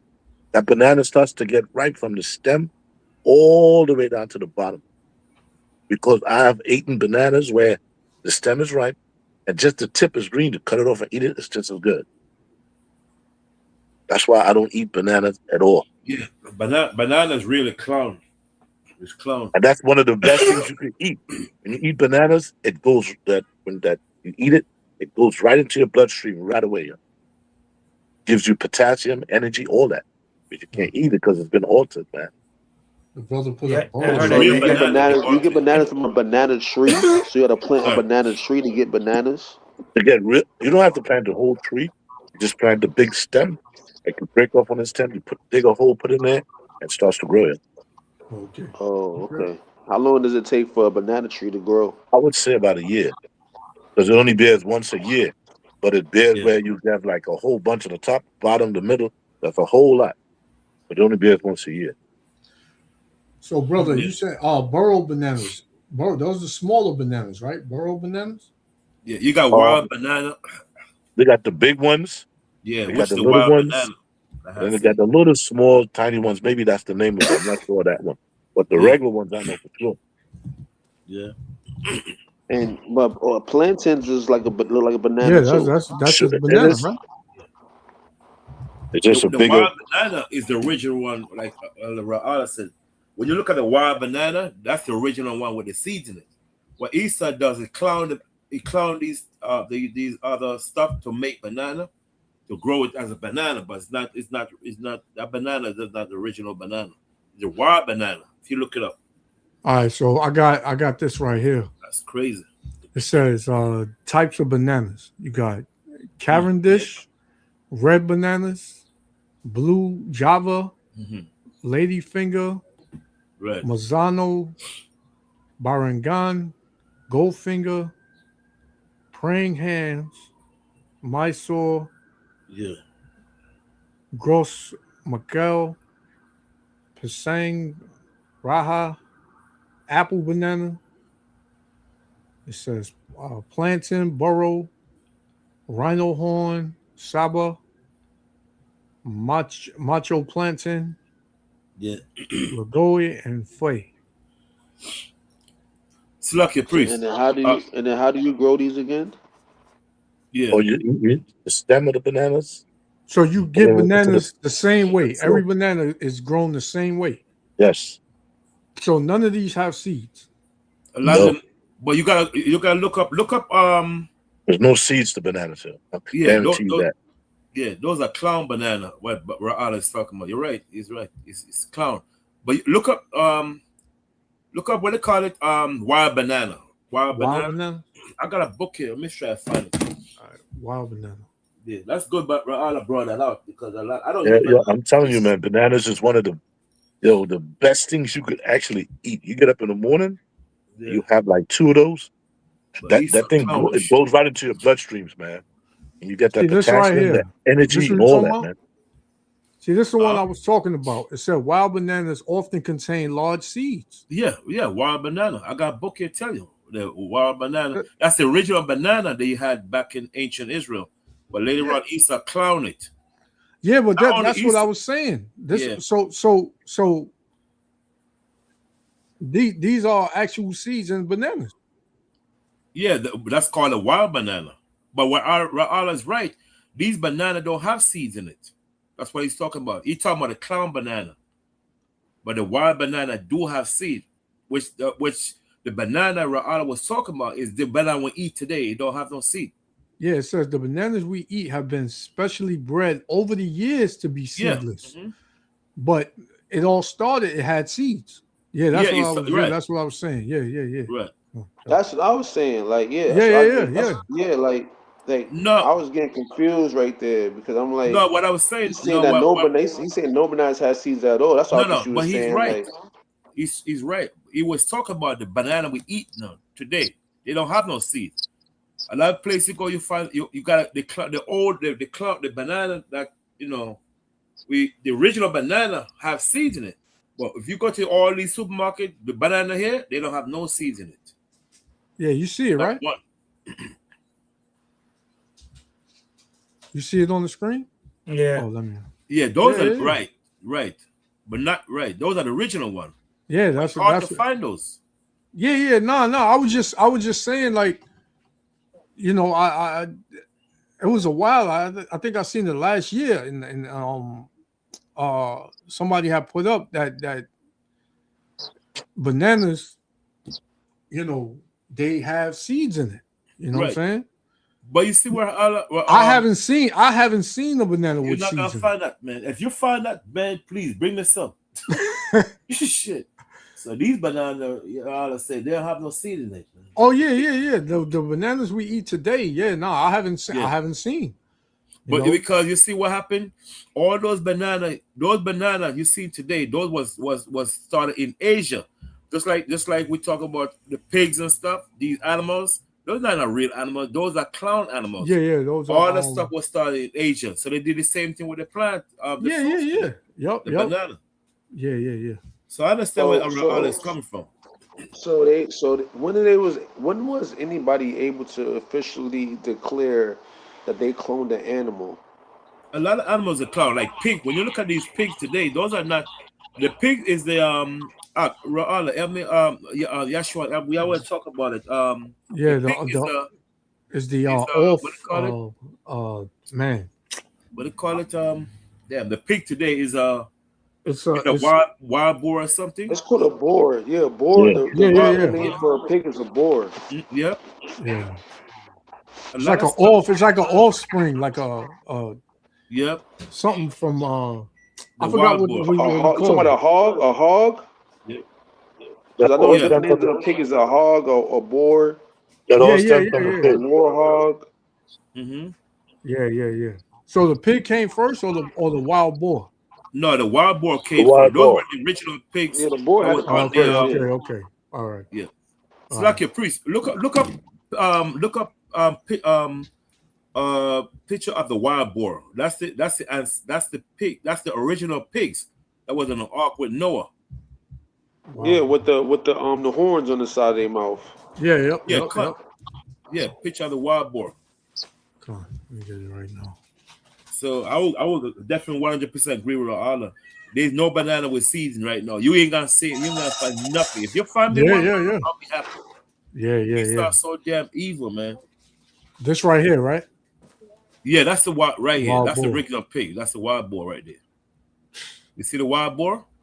No, these pig now, modern day pig, they would clown the same way, like what Allah was saying, showing you that the original banana with the seeds in it, that's go all the way back to during time of Asia. They did that way back to during time of Asia.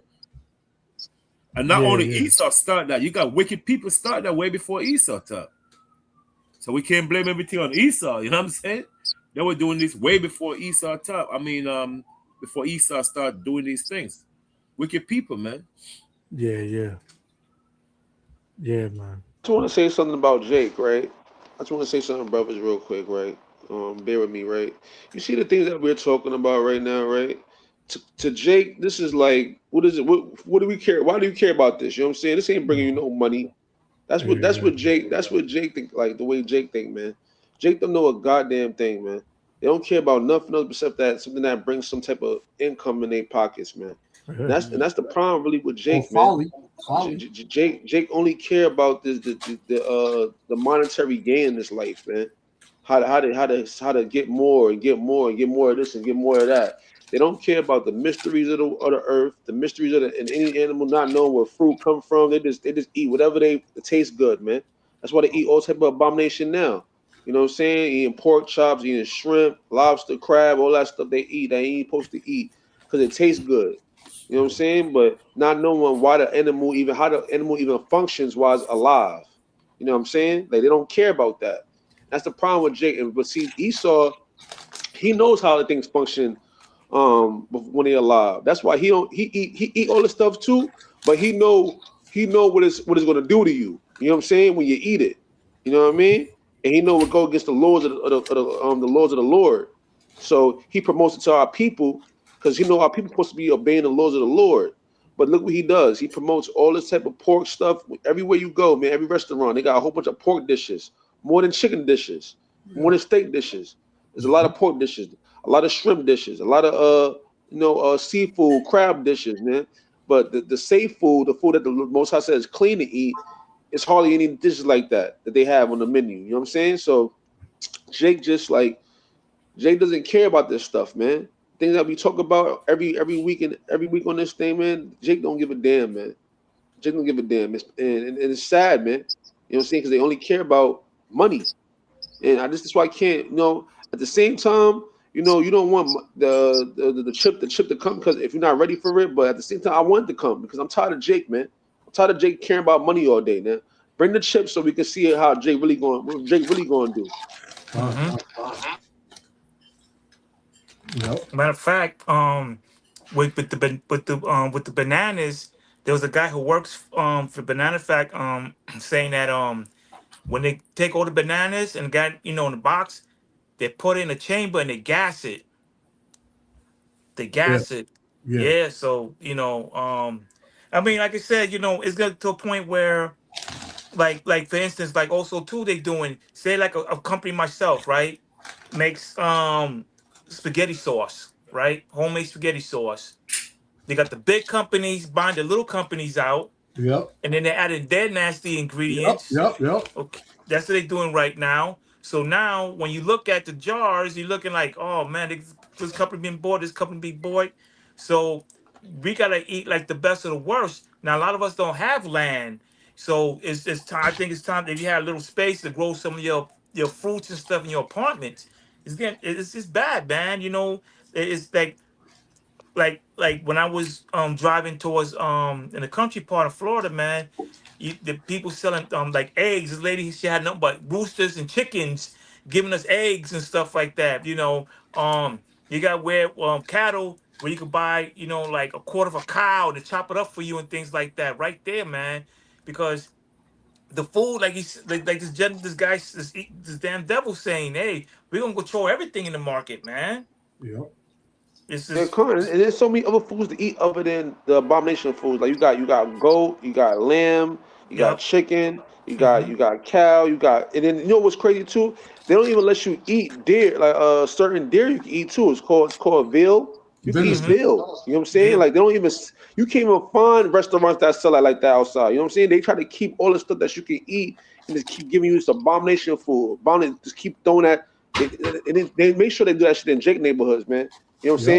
saying? They love putting those type of things in Jake neighborhood. They don't want to. And then you go to their neighborhood, they got all that different type of stuff in their neighborhoods. They got all different type of meats you can eat, Yep. all that different type of vegetables you can eat that we don't have. You know what I'm saying? It's different type of vegetables that they don't sell to the public, man. That's good for us, man. Yep. They keep all that stuff away from us, man, Mm-hmm. and put all the regular stuff see. That's why there's an outbreak right now with the lettuce right now. You can't eat certain lettuce right now. You can't eat certain fruit Yeah, right that's now. crazy. You That's know what I Yep. mean? crazy. Like they keep all the good fruit and the good letters and stuff like that to them in their neighborhoods, man. Yep. So that's why sometimes you gotta go, Yeah, you shopping gotta go to their neighborhood, in their Edomite supermarket. neighborhoods. Yep. Sometimes you gotta go your way out, man. Sometimes Yeah. you gotta go in your way out, Cause man. You have to. they buy straight from the farms, Mm-hmm. Edomites, man. They go when you live in the countryside, they don't even go to supermarkets. They go straight to the farms. The farms sell you all of the pure, you know what I'm saying, farm raised stuff, man. Off Yep. I see all the it. farm I raised seen it, fruit man. and food, man. Like I so. see it all the And see, time. that's why they want us in this. That's why they try to keep us in the cities, man. And that's why they keep on trying to keep. They keep a liquor store in every corner because if you while you're intoxicated, you can't think outside the box, man. You know what I'm Mm-hmm. saying? You stay in the city, man. And that's what they wanted to keep. That's what they made these cities for. The projects. Projects are only in cities, man. They're It's not in the just that country. when you don't, if you call yourself a people or a nation, and you can't feed yourself, you're not a real nation of people. But you can't feed yourself. Another nation has to feed you on a daily basis. What if they decide, listen, you know what? We ain't gonna send no food to the ghettos or to your neighborhood. What happens to you? Yep. All those Exactly, y'all. athletes, all those guys with all that money in basketball and football players and baseball players, they don't think like that, yo. They don't say, hey, man, why don't we come together, man? We grow our own foods, Right. control our own what we eat. They're not on that level because why? Esau got their brains corrupted, man. Yep. Yeah, Yep. with events, with charity events, they got to keep them busy. You know what I'm saying? Keep the people with money busy so they can't think outside the box like that and make our own forms and stuff like that. You know what I'm saying?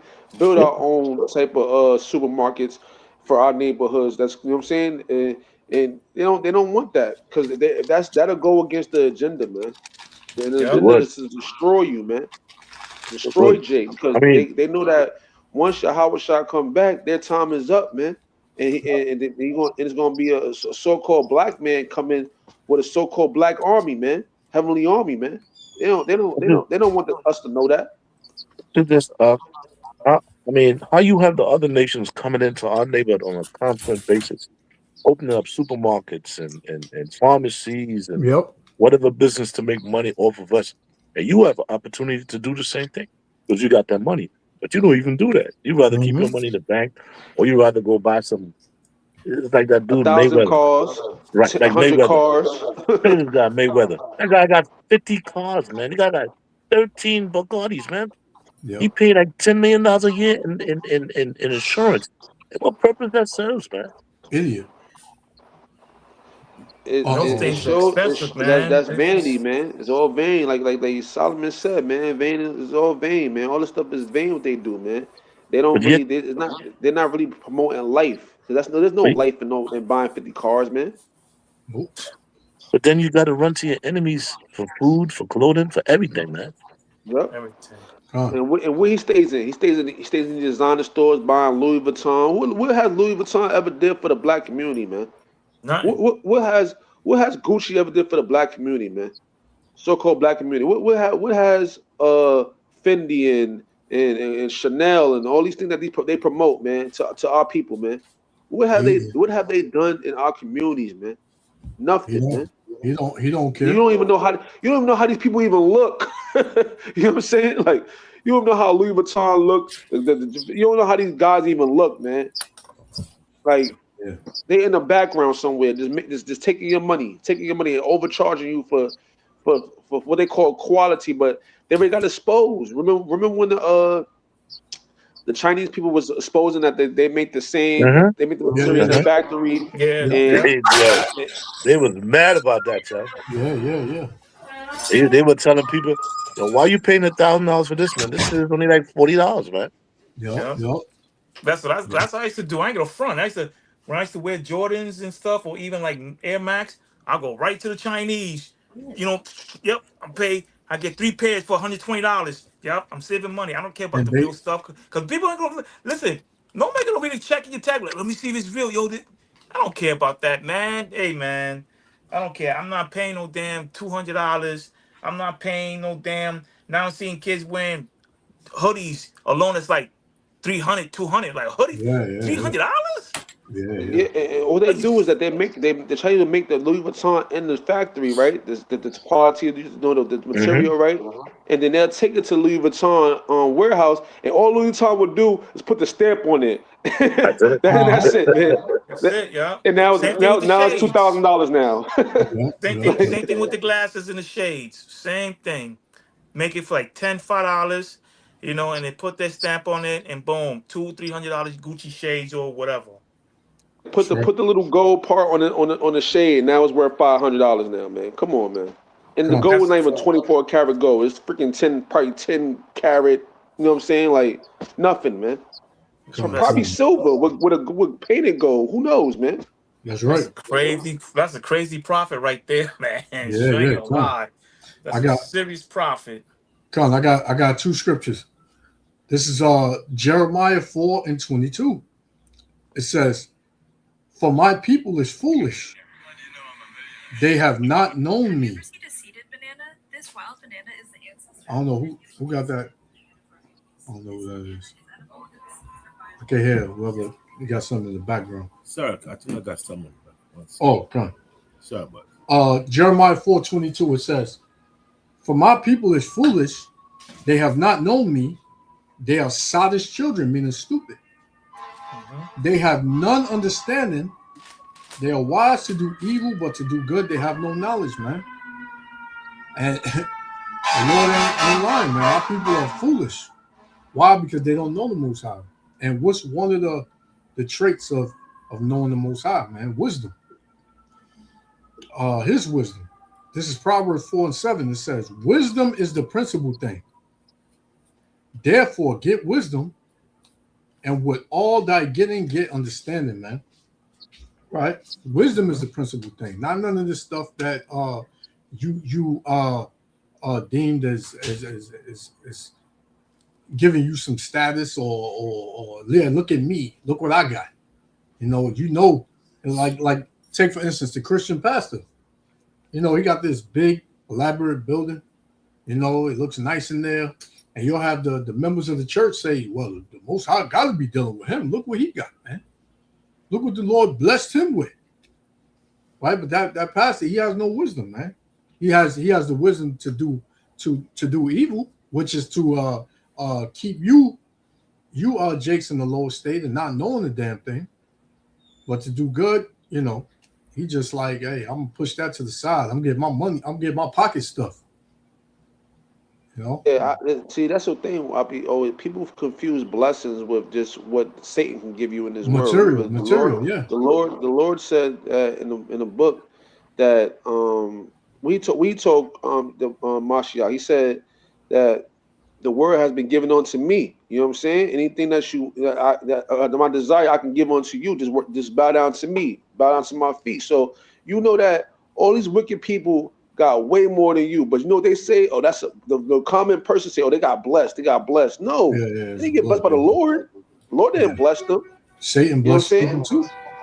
Yeah, the Lord didn't do that because you got material things and a lot of money doesn't make you have a blessing, man. That is not what a blessing is from the Lord. Hey, look at Esau. He's the perfect example. Look what he got, and the Most High hates him, man. The Most High hates him. So listen, he's the physical arm of Satan on the earth. Blessings when your ass escaping that thermonuclear missile on your ass. That's the blessing. Yeah. That's the blessing you should be looking for, man. When you were escaping all hell that's coming to this earth, man. That's the blessing, man. That's right. Slack it, Ra'ala. Slack it, Ra'ala. Yashua. I sent you a video from Instagram. I don't know how you could put it up. If you sent it to me just now? Yeah. Let me see. All right, well, that brother's putting up. I got a precept on Jeremiah chapter 4, verse 22. Real quick, Romans chapter 16, verse 19. "For your obedience is come abroad unto all men." Romans 16, 19? Romans chapter 16, verse 19. It says, "For your obedience is come abroad unto all men. I am glad therefore on your behalf. But yet I will have you wise unto that which is good, and simple concerning evil. Mm. Gone. Gone. That remind me of songs, but David was talking about like why did, he see a evil man prolonging his life, but a righteous man life is short. Yeah, Gone. Yeah, that's Ecclesiastes, I believe. that was song. Evil man prolong his days.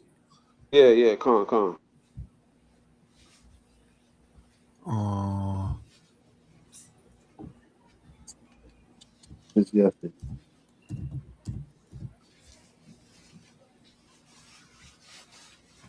I'm getting it right now, Elder. Yeah.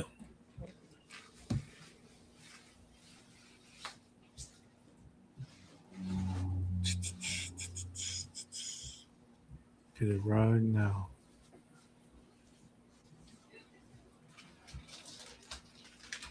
Oh man, let me see. You sent it in a message, right? Yeah, con.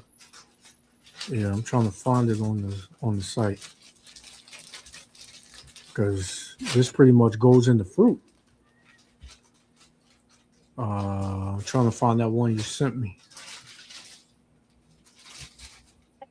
because all You talking about Ecclesiasticus 7:15? It says, yeah, "All things have I seen in the days of my vanity. There's a just man who perished in his righteousness, and there's a wicked man who prolonged his life in his wickedness." that's the one you're talking about. Okay, Con. come That's it. on. Read. You can read it again, Ra'ala. So, go back to it. It says, "All things have I seen in the days of my vanity. There is a just man who perished in his righteousness, and there's a wicked man who prolonged his life in his wickedness." Yeah, you always hear Jake say, "Yo, he was a good dude, man. The good die young." You know, as they Oh, as who they would deem as good. You know, but the Lord said, "Whoever perishes being innocent." But you'll have a drug kingpin. You know that'll live to to see a old age. He did murder. He got bodies. And he lived to see 80, 90 years old. And then you got a kid that's always known for helping the elderly or going to volunteer at the church, and then he passed away. And you're like, man, it's kind of messed up, man. But hey, the Lord said, I will have mercy on who I will have mercy. You know, Elder, this is it right here. Yeah. It says, have you ever seen a seeded banana? Check it out. Have you ever seen a seeded banana? This wild banana is the ancestor of many of today's edible banana varieties. This banana is edible and the seeds are viable. Bananas can reproduce asexually because they have underground rhizomes called mothers that clone themselves by sprouting daughters which are genetically identical. This method of reproduction is much quicker than growing from seed, but it's also the reason commercially grown bananas lack genetic diversity, which they need in order to not get wiped out by pests or disease. When you plant a banana from seed, as soon Say what? Say what? No, let's say she said that which they need. She can't tell the truth why they bring seedless banana, clowning and stuff. You know what I'm saying? Yeah. I'm already getting upset, Elder. This scene, because like I hate. I'm gonna say I hate, but I don't like when these Edomites gotta explain something that we already know that it came from where we was at, and then they come and act like they teaching us something. Yeah. Go ahead. Our ancestors, they knew about all this, man. Yeah, that's what Our I'm saying. forefathers knew about all She's this. teaching us something. Yeah, we playing catch up, but we there. We there, man. A lot of these devils that, like, I forgot who mentioned it earlier. A lot of these devils, they do research a lot. Our people don't research nothing. Yeah, that's what I'm saying. That's the problem with our people, man. Yeah. They're too complacent with this American system, man. They don't want to learn nothing. While Edomites out here trying to learn everything. Yeah. like Raala said earlier. He said when he went home, he bought some cookies and he wound up reading the label. Our people don't read the labels when they go in these supermarkets. They see that big for sale sign on sale, they just throw it in the cart. They ain't worried about how much what's in it. It's buy one, get 2 one for 5, free. 2 for 5, 2 for 4. They don't care. They don't care what's in it, man. It's just man, it's on sale, man. I've been wanting this. I've been wanting this for 2 weeks, man. It's finally on sale. Let me get this. Yeah. Well, I'm gonna get 4, 2 for 5. Let me get 4 of those. Yep. Don't care what's in. Don't. And then they get home and one of their siblings like, yo, you bought that? Yo, you know what's in that? Yo, I ain't got time to hear that. Yo, leave me alone with all that, son. Yo, Always trying to get a deal, man. Always trying to get a deal. It's no research, man. So when they wound up getting stomach issues and gut lining issues and headaches and all that, and they blood pressure is sky high, then they, oh man, I don't feel good, man. That was something that I just ate something, man. I don't know what it was. Our people are hard headed, man. Like the scriptures say, they don't even want to know nothing that's good for them. They don't want to know that. They don't want to know nothing spiritual. They don't want to know how to eat. Like them damn ramen noodles, man. Them things are poison. Man, listen, man. Them things, I never ate ramen noodles, man. I couldn't even stand the smell of them, right? But I looked in the back of the package one day, man, that thing had like 1,500 grams of salt, man. I was like, man. And that's not no Himalayan salt, man. That's regular table salt. Mm-hmm. And the ingredient list got like 6 lines on the back of it? 7 lines? How the hell you got all them ingredients for some noodles, man? Exactly, man. I'm like, man, these devils, man, just be throwing toxins in it. Like, here, just throw that in there. Just throw that too. Yeah, just throw this too. They'll eat it. Just put some salt in it. They'll eat it, man. It's crazy. Oh, that's the curses, man. Our people, man. That's what they wanted. That's what they wanted in the when the Exodus and all that. When we was looking for going to the what is called the promised land. They wanted to go back to Egypt, man. But it was easy. But it was easy. Where Egypt was feeding you whatever they had there, whatever they wanted. You know what I'm saying? Yeah, man. Even when we was under the Greeks during the time of the Maccabees. Our people were saying, man, come on, man, let's make a deal with the heathen. For since we left them, we have had much sorrow. Always trying to make a deal, man. It's always trying to find a deal. That's the problem with our people, man. Yeah, selling the name, right. Yeah, man. It's crazy, man. Our people don't do no type of research. I want to try to find these. I want to know how these taste, though, man, for real. Facts. I'm pretty sure you can get them somewhere like that. Yeah, you can order them from you can order them. You got to find out what country. Well, this one say Miami. This one say Miami fruit. Miami? So I don't know if it's actual Miami or whatever. But you know what? I go to Miami a lot, like twice a week. So I'll go by and see, brother. Do that for you, man. I got a problem with that. Come the water.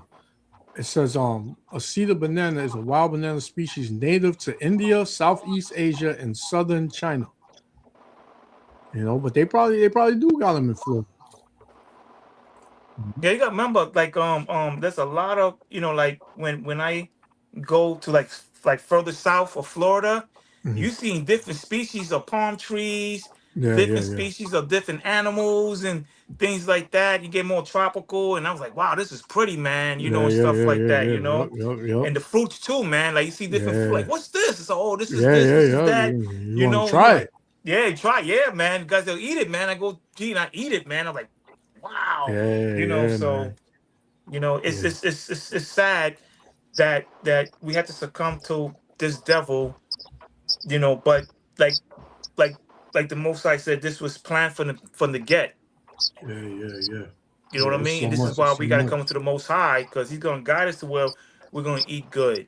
You know what I mean? And eat certain things that's good, especially when it's no, especially with the water, with this AI and these plants they're making, Salakia, this. somebody got background noise. I don't know who it is. No, it's not me. Not But me. Somebody got like an echo or something. I don't know. I hear it too. You hear it, right? Yeah. Like a bird? You hearing like a bird? Yeah, like a bird. Yeah. Yeah, that's outside my crib. Oh, okay. Oh, it's the bird. Okay. Yeah. Okay. Bird probably He's chirping. singing, I man. want some. Yeah, some man. seeds or something. But there's a lot out here that we don't know, man. A lot of like Kazak was saying, like a lot of fruits, vegetables, and all that, man, that we don't know about, man. That man, if we tried it, we'll fall in love with it. But we've been like held in this captivity, for so long, and a lot of us just become complacent here. We just whatever, like You know what happened? Salakia, You know, Slacky priest. Remember that scripture? Let's get number 1323 for a second, right? I was watching a video yesterday. They said all the players from Norway and Sweden, when the World Cup was going on, they would not eat the food here. They had their own personal food. You saw the video? Yes, sir. Yeah, I saw that. Yep. They bring their own food. They refused to eat the food. They refused. They said, "No, don't bring that over here. Don't bring it to a hotel. Nothing." They refused it for real. Because they asked the question: when the farmers grow food, they spray the food with poison to kill the insects, right? Yeah. And then they go eat it. That doesn't make no sense, man. Yeah, exactly. And you spray food with poison and go eat it. The poison is still on it. That's dumb. And they said that even when you put the fruit in baking soda, like you're really supposed to soak your fruit in baking soda to get all of the stuff out of it, right? Yeah, and vinegar. I heard and vinegar, vinegar, yeah. But they saying that's now, even if you do that, you still can't get the pesticides and stuff off of it now. They still saying that now. Not only in America they do them things, like because in Spain, not to cut you Aria, in Spain they make cookies out of damn human urine. I mean, I never heard that before in my life. Other countries they do it, but not like America. You know what I'm saying? When it comes to the chemical. But you said Spain, cookies, Elder? You said cookies? Yeah. In Spain they make cookies out of human urine. What? Yeah. How do you even do that, man? They're wicked, man. You gotta they used to be online just to sell the urine to the company. Yeah. Later on, you guys go check it out. They have video. They evil, man. I want to say that it was Psalm 73 that I was talking about when I was talking about earlier. It was Psalm 73. Yeah, that's what it was. All right. Okay, come on. Yeah, man. Yeah, it's Deuteronomy 13:23 about the grapes. You said numbers, right? Numbers. Deuteronomy chapter 13, verse 23. You asked for numbers. Numbers 13:23. Oh, I'm sorry. Numbers. Sorry. Con. This is Numbers 13 and 23. It says, and they came into the brook of Eshcol and cut down from thence a branch with one cluster of grapes. Mm-hmm. And they bear it between two upon a staff. It says 2 men. So if 2 men, it takes 2 men to carry a cluster of grape out. Now, how the hell these grapes come from small grapes? Yeah. You know what I'm saying? That means Esau toppled every flipping thing out there, man. Yeah, man. Because the fruits are not growing the way it's supposed to. Grapes supposed to be the size of these bananas right here, right? Yeah, but exactly. But so it's 2 clusters is very heavy. 1 cluster is heavy, man. Take 2 men to carry a cluster of grape. So what did they tell you? These grapes were big and huge at one time, man. Yeah. Damn. It says, and they brought of the pomegranates and of the figs. Yeah, so all the pomegranate, right? Yeah. Yeah, the pomegranate, what we have today. The word pomegranate means apple with seeds. So that's an apple right there. That's a sour apple. Go on. Which is a pomegranate, which means apple with seed. So it take 2 men to carry that stuff, man. Right. You're the grape because you hold in your hands and stuff. It's so small, you know, with seeds in it. God. You know? Then you have this devil right here talking about, yeah, once we get rid of all the seeds, now we can make everything seedless, and then after that, then we can raise up the price. Silaki, Yashua, Ra'ala. Mm-hmm. You remember the other day you was educating me on something, man. Damn. How Esau put these stuff inside the what makes it become seedless? Yeah, they use the Explain to the brother. Yeah. like the seedless grapes. How they get that is that when the seed is young, you know that medicine they use for gout on your feet? Mm-hmm. They put that in there, and it prevents the seed from growing. So the seeds, you can see the seeds, but they remain really tiny. Yeah. They use that for that. Damn. So there's medicine in food that you eat. There's medicine in the water that you drink. Yeah. Man. Damn, boy, man, it's evil's relax. Well, the scriptures say that is it because of the Lord's mercy that the sons of Jacob was not consumed? Well, so the serpent said, shall you not surely die? You know what I'm saying? Like, so it's because you don't die right away don't mean this serpent ain't gonna kill you, man. He's killing you slowly, man. Yeah. Slowly but surely. Yeah. But That's crazy, exactly. man. That's crazy, man. You go through all that trouble to poison people, man. You put medicine for gout on each seed. You got to be a tactical devil to do something like that, man. The Lord said, if you eat, He said, if you eat a tree, you're gonna death. You're gonna know death, man. And since that day, the Lord been letting the serpent, Satan, kill us, man, in every way, shape, or form, man. Through everything, man. We live in a time where it's coming on all levels. Through your eyes, through your ears, through your nose, through your man. every body part, man. You know what I'm Yeah. saying? Like whatever you consuming, when you think you're eating healthy, it ain't healthy. You know what I'm saying? Like it's just this man has went to all Destroying levels, everything man. on us. All levels, man. Yep. God. That's crazy. Only billionaires that will have gardens, and everyone else will have to subscribe to eat. Sounds insane, right? But it's already happening. Seedless isn't convenience, it's containment. Every time you pick up a seedless fruit, you're holding a future that can't reproduce. So yeah, expect more seedless, everything.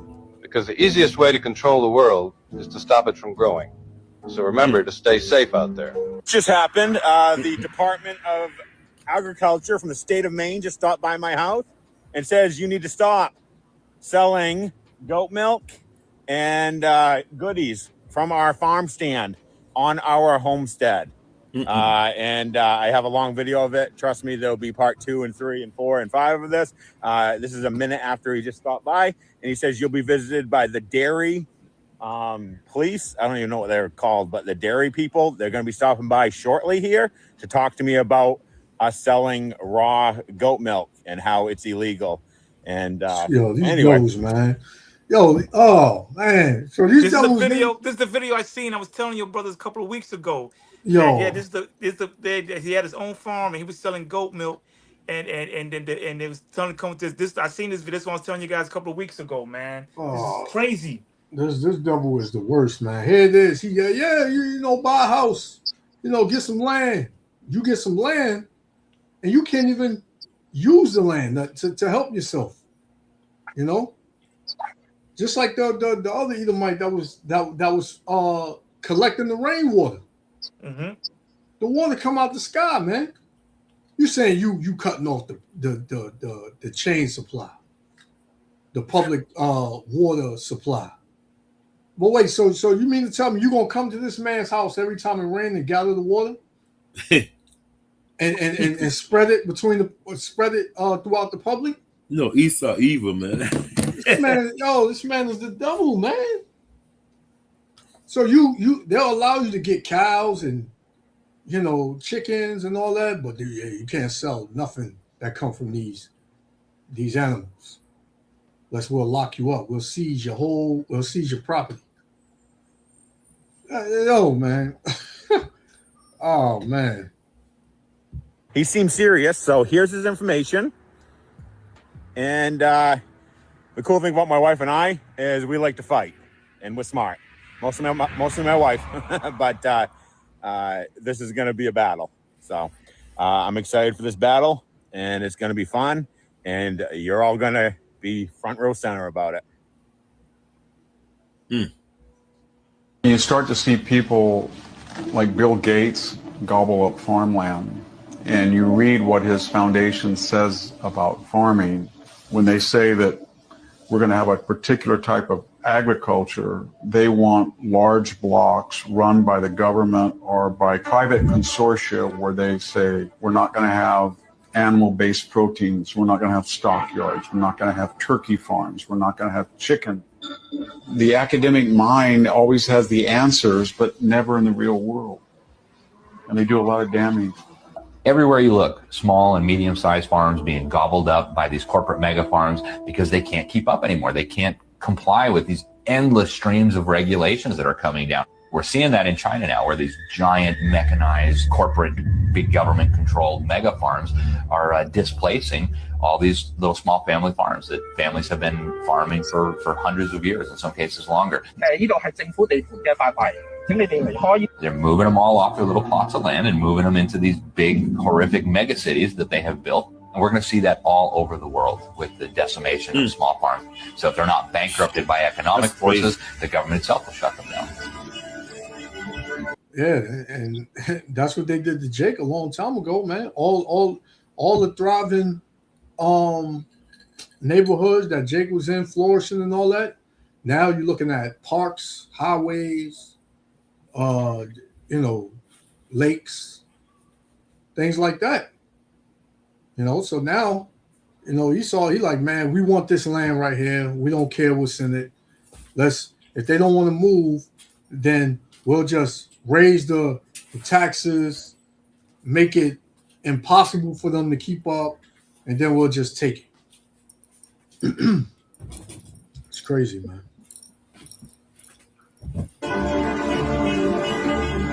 Everything is falling apart. There is a shortage of food. Many people do not have enough money to eat every day. Soon you'll be charged for sunlight. When they said Agenda 2030, you'll own nothing, but you'll be happy, these fuckers really weren't kidding. They want to make receiving sunlight, a gift from God, a service that you will need to pay for in the future. Check this out. You don't have to bring anything on a truck. You just hit a button and you can get some light from space. And it's not very expensive. It's a couple $1,000s an hour and that's about it. And you can use it for as long as you want. Each one of these little satellites is reflecting sunlight to a customer around the world. And I'm going to share a little bit more about who those customers are and how you can get this sunlight. We want to make it as easy as possible for people. So you can imagine using an app and bringing sunlight over to your exact location, wherever you are, in under 30 seconds at the touch of a button. All we have to do is rotate satellites and reflect the sunlight that's passing by us in space. You still think this world ain't ruled by demons? Well, think again. I keep saying this and I'll say it again. People have no idea about what's coming. Things are going to get so dystopian on this planet. These people are obsessed with money and power and control. Control over you, your life, your decisions, your free will, your money, your freedom. If something drastic doesn't change in the world very soon and the people don't try to reclaim, to retake what's truly theirs, the power, these fuckers are going to drive us to apocalypse. These guys are going to make the world a dystopian hell. This is not how we were meant to live our lives. God gave us water. They make us pay for it. God gave us food. They make us pay for it. God gave us medicine. They make us pay for it. God gave us sunlight, and soon they'll make you pay for it. All of a sudden, the chemtrails are beginning to make sense, aren't they? If you've ever worked in corporate, then you know that they create agendas for 5, 10, 15, 20 years ahead because they plan, right? The U.S. is a business. It's a corporation, and it's ran like a business. They do agendas, right? They do budgets, and they project it for 10, 20 plus years. and they put their plans in place. So when we say that there is an agenda, that's what we're talking about. We're talking about their strategic planning as a business and what they have put into place. And sometimes they get a little bit behind, right, of meeting their goals. But for the most part, they're hitting their target. They have divulged this plan, right? You can easily go to Google and you can look up Agenda 2030. Okay. And it will tell you all of the 17 sustainable goals that they have in place. And if you read between the lines, you can see exactly where they want to take society. Okay. Our food will not be real. We will own nothing and be happy. Our water will be rationed. Okay. Travel will be restricted to people who can afford it. Bill Gates has bought up so many water rights. He's bought up so many farms in America. Okay. And he's also put into place this Monsanto seed, which is a GMO seed. They're getting rid of real seeds and they want everything to be genetically modified. They also want to put cancer cells in your meat. They want to literally make meat out of cancer cells. Crazy, that's what's happening in America. So when I say get the fuck out, right? I'm not just pulling shit out of my ass. I'm literally telling you that unless you want that type of lifestyle and you're okay with that, then get the fuck out. And that's what Jake. It's gonna be all over. That's what I was about to say. Jake think that he can, or she can kind of maneuver around the curses. You can't do that, man. What you think? Oh, America's getting bad. I got to move out. Wherever you go, it's going to be the same thing. You're not escaping the curses, no matter where you go. Yep. You're not going to escape the curses, man. It's like a priest, and they. Yeah. It's like most of the stuff that's in other parts of the world, it comes from here. Right. Mm-hmm. Yeah. Yep. And they think they come in with a script in Revelation, gotta come out of my people. It's not talking about leaving America. We know it's talking about come out of their lifestyle, you know, they wickedness. Because the most you know, a lot of brothers will say, I'm leaving, I'm going to other country. That's not the script is not talking about that. It's talking about come out of their lifestyle. No, I mean, I if I had the money, I would leave long time. Well, because I'd rather live in a place I could get a nice sunshine, you know what I'm saying? Yep. Grow my own crop until whatever happened, most I bring judgment, then okay. But you know, I wouldn't just leave because the scriptures the scriptures say, come out of my people. But people misinterpret that verse, you know what I'm saying? Yeah. But like you said, everywhere the Bible said the judgment is gonna be at the four corners of the earth. That's right. So we no way we're gonna be able to escape this. Exactly. You know? You know, I mean, she have a good point though, but she just miss what the scriptures say, you know. Have you guys been checking on the war over there with Iran and seeing the updates about it and seeing Elder sent me something the other day where they had a report saying that all of the U.S. military is fleeing from all the bases out there in Iran or over in that area, the Middle East. So they getting their butts kicked, man. Yeah, and they're not telling the real casualty rate, man. They're not telling the casualty rate at all, man, for the American soldiers, man. Oh no, they're not doing that, man. Yep. Because it's way more than 2 people. They said that it's way more than that. They destroyed the whole base, man. Yep. So how can it just be 2? The elder sent me a video. Is thousands. But they only saying there's 2 on the news. 2. They put the girl on the newspaper. Out here, Daily News, the little Spanish girl that died over there from the attack, man. They saying this too, but and the Indian girl from Queens. Yeah, from Queens, from Ozone Park. Yeah, they showing her, but they just using them as more than that. They've been using them as a ploy. Way more soldiers than that have died. Yeah, exactly. They just using them as a pawn, yeah. You remember when that bomb last week Friday? It was 100 soldiers that died. Yeah. Iran said how could you bomb a military base? Right. military Kuwait, base. I think it was in Kuwait. Kuwait. The hospitals and stuff like that. It was the Kuwait air base. I think it was. I'm about to send the B2 bomber. Trump said we got something bigger coming. They want to come. Wait. I was listening to excerpts from that meeting between Sergey Lavrov from Russia and Rubio in Madrid, man. They want to use a low yield nuclear bomb in Iran because they can't get to where they at. Everything is under the ground in the mountains, so they cannot get to them, man.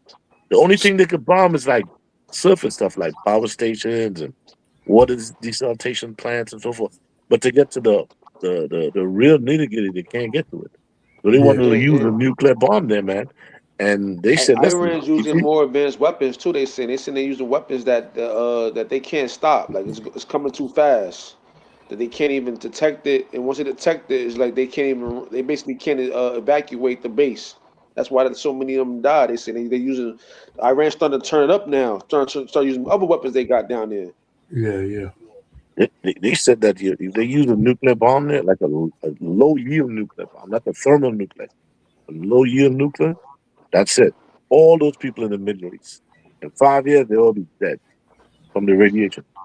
But this is my thing. Once you use a nuke, man, everybody's using a nuke, man. That's why if they open that nuke door, the nuke door is going to be open. It's like the Pandora box, man. You can't just turn back from nukes, man.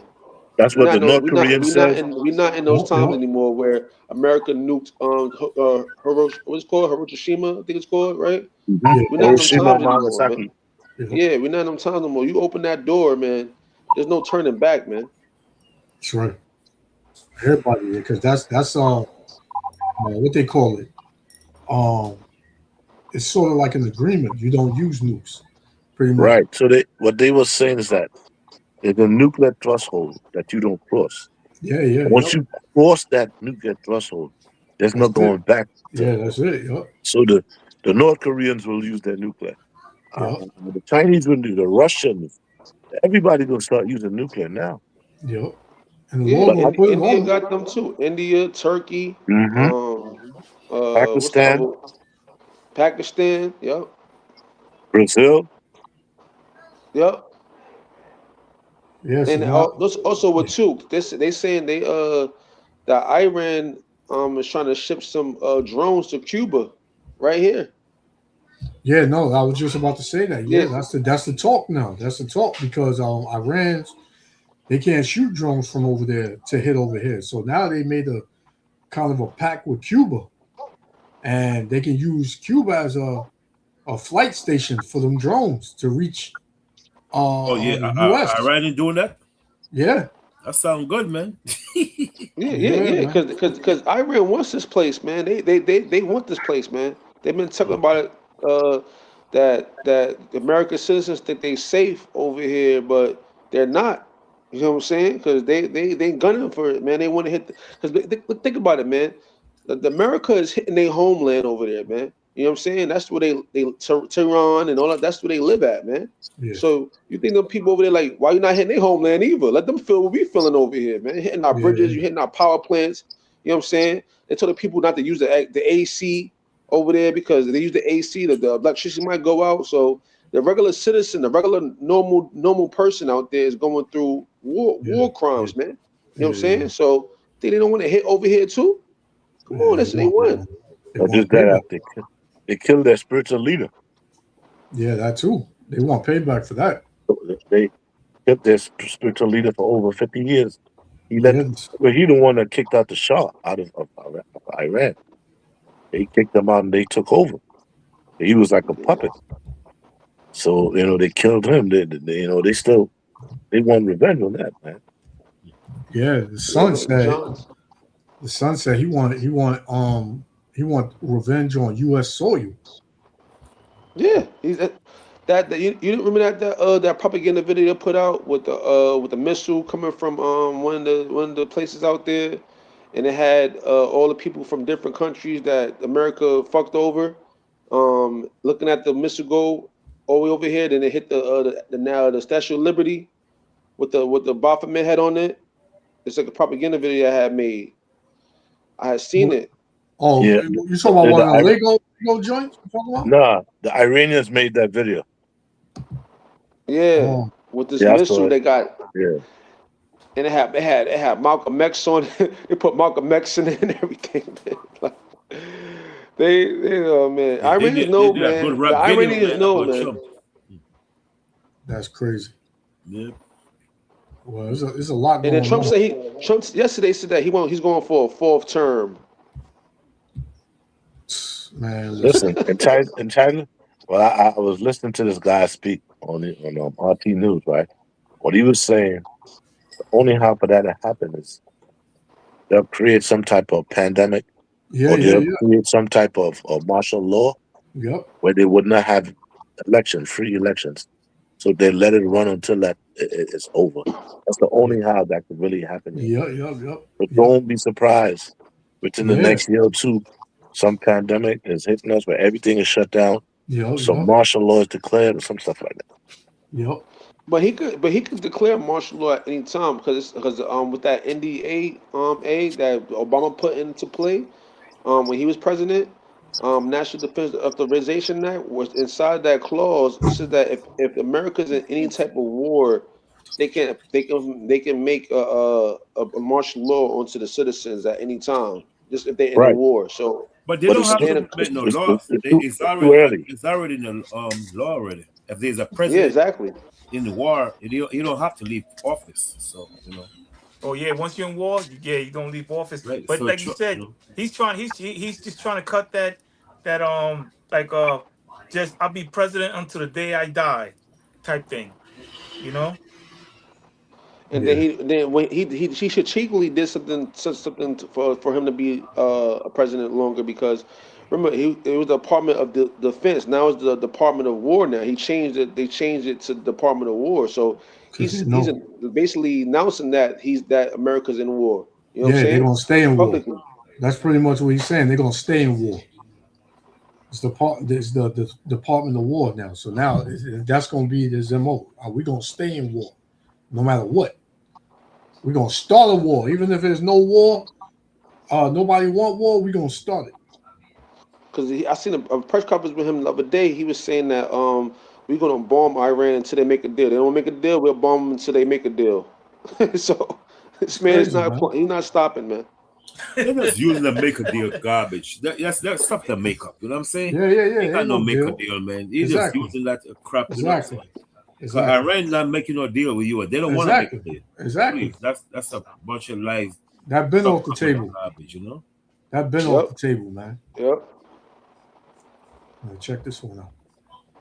I'm Matt Gelka in Washington, where the White House has been alerted to a new plot from Iran to assassinate the president.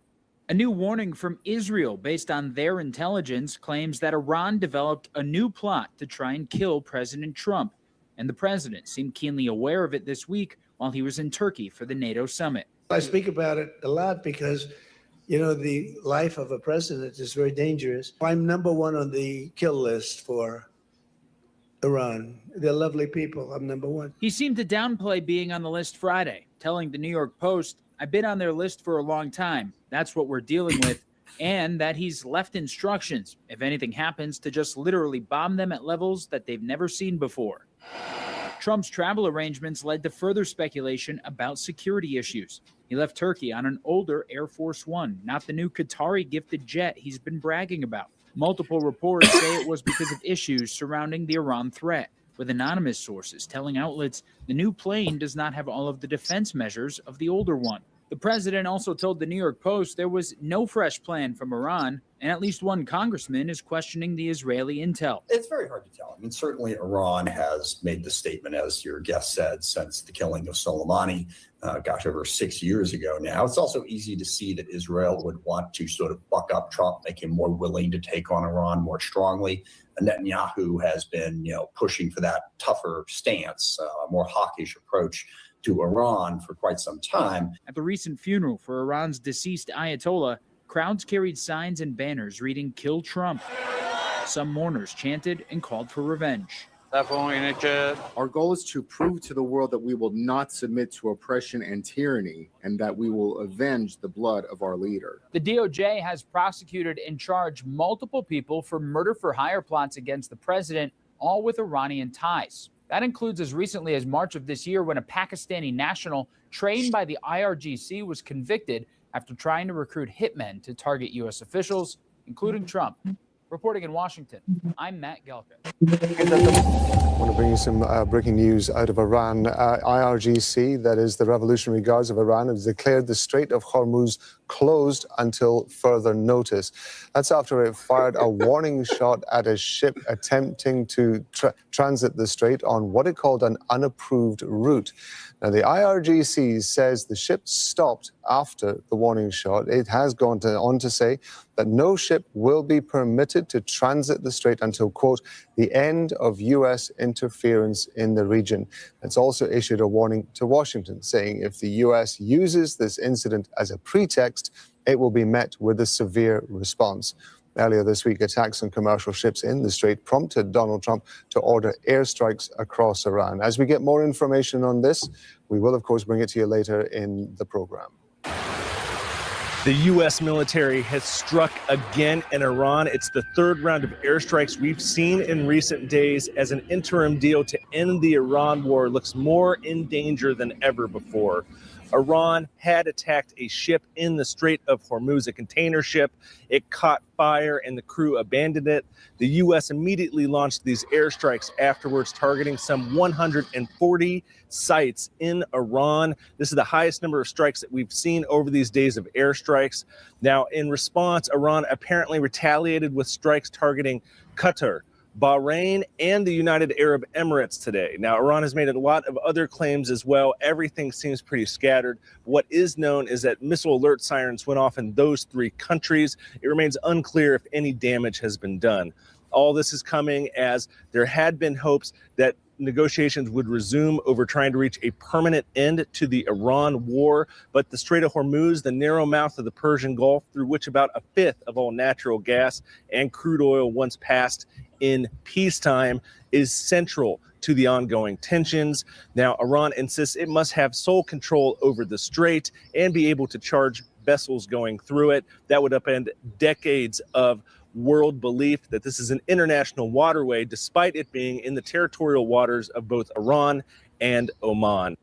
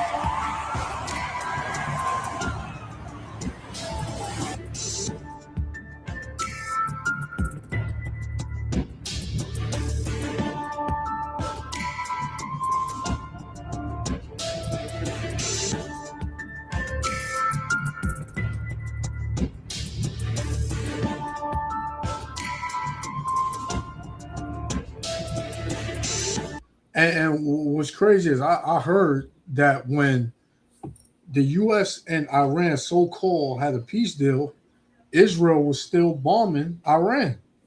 Mm-hmm. And southern Lebanon. You know, and that's when Trump came out and he made that statement. He was like, "Oh, Netanyahu, don't just bomb a building because you think such and such is in there. Everybody is not." I forgot who the Houthis or something like that. Everybody's not coming after us or whatever. And then, you know, that's when Netanyahu said something about, I'm going to release the files. And then next thing you know, the war is back on. So, you know, the whole world knows that Israel has the U.S. in their back pocket now. Israel controls America. Everybody knows that now.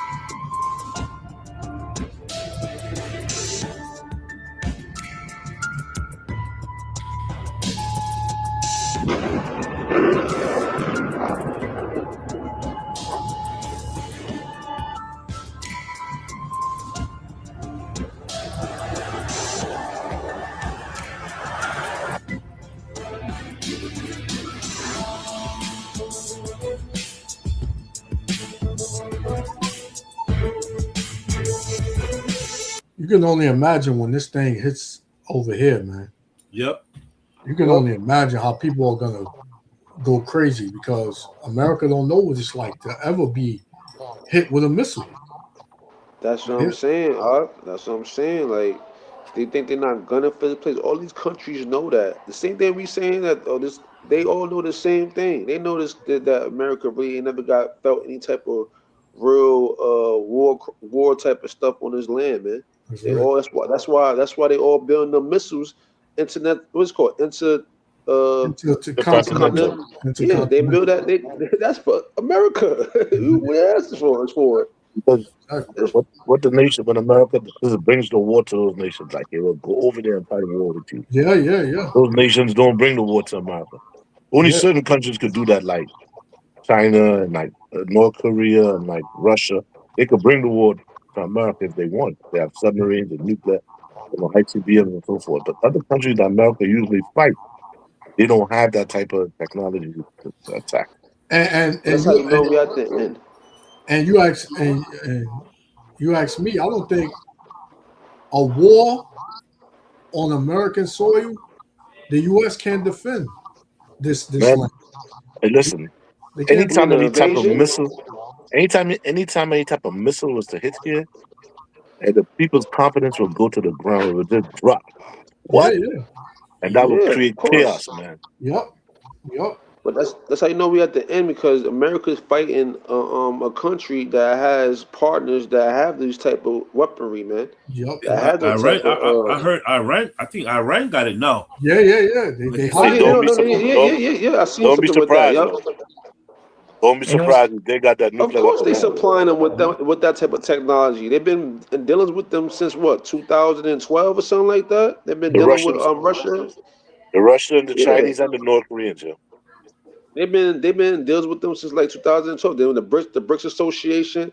All that stuff is intertwined with each other, man. To put them in basically a fighting chance with America, man. Yeah.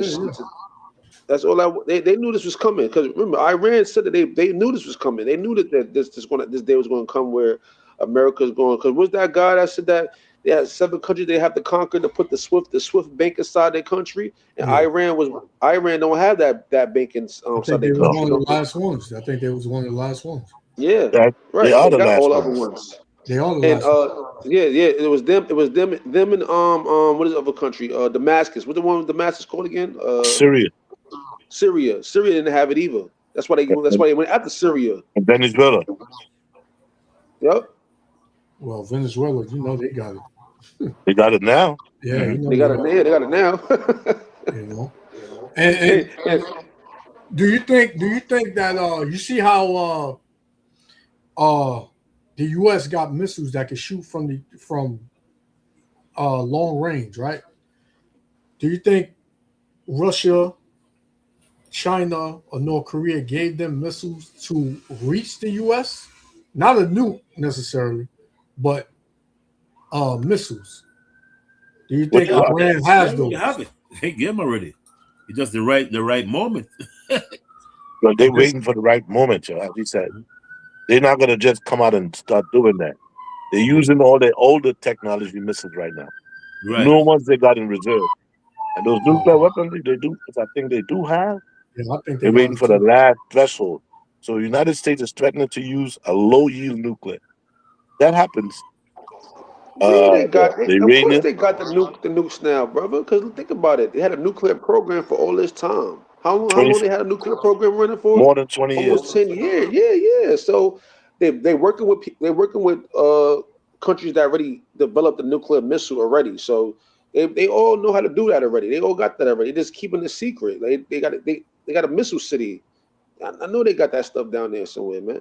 And one thing the elder had brought out, that was even more important than the missiles. It was the technology that Russia and China was giving Iran to pinpoint certain targets and certain uh, facilities in the Middle East, even the ones that were hidden, that they was getting this technology, Iran, and was blowing them off the map. Yeah, all them bases are hidden. Them bases they hidden, those bases not public information. You feel me? Like them Those bases is bases, hidden.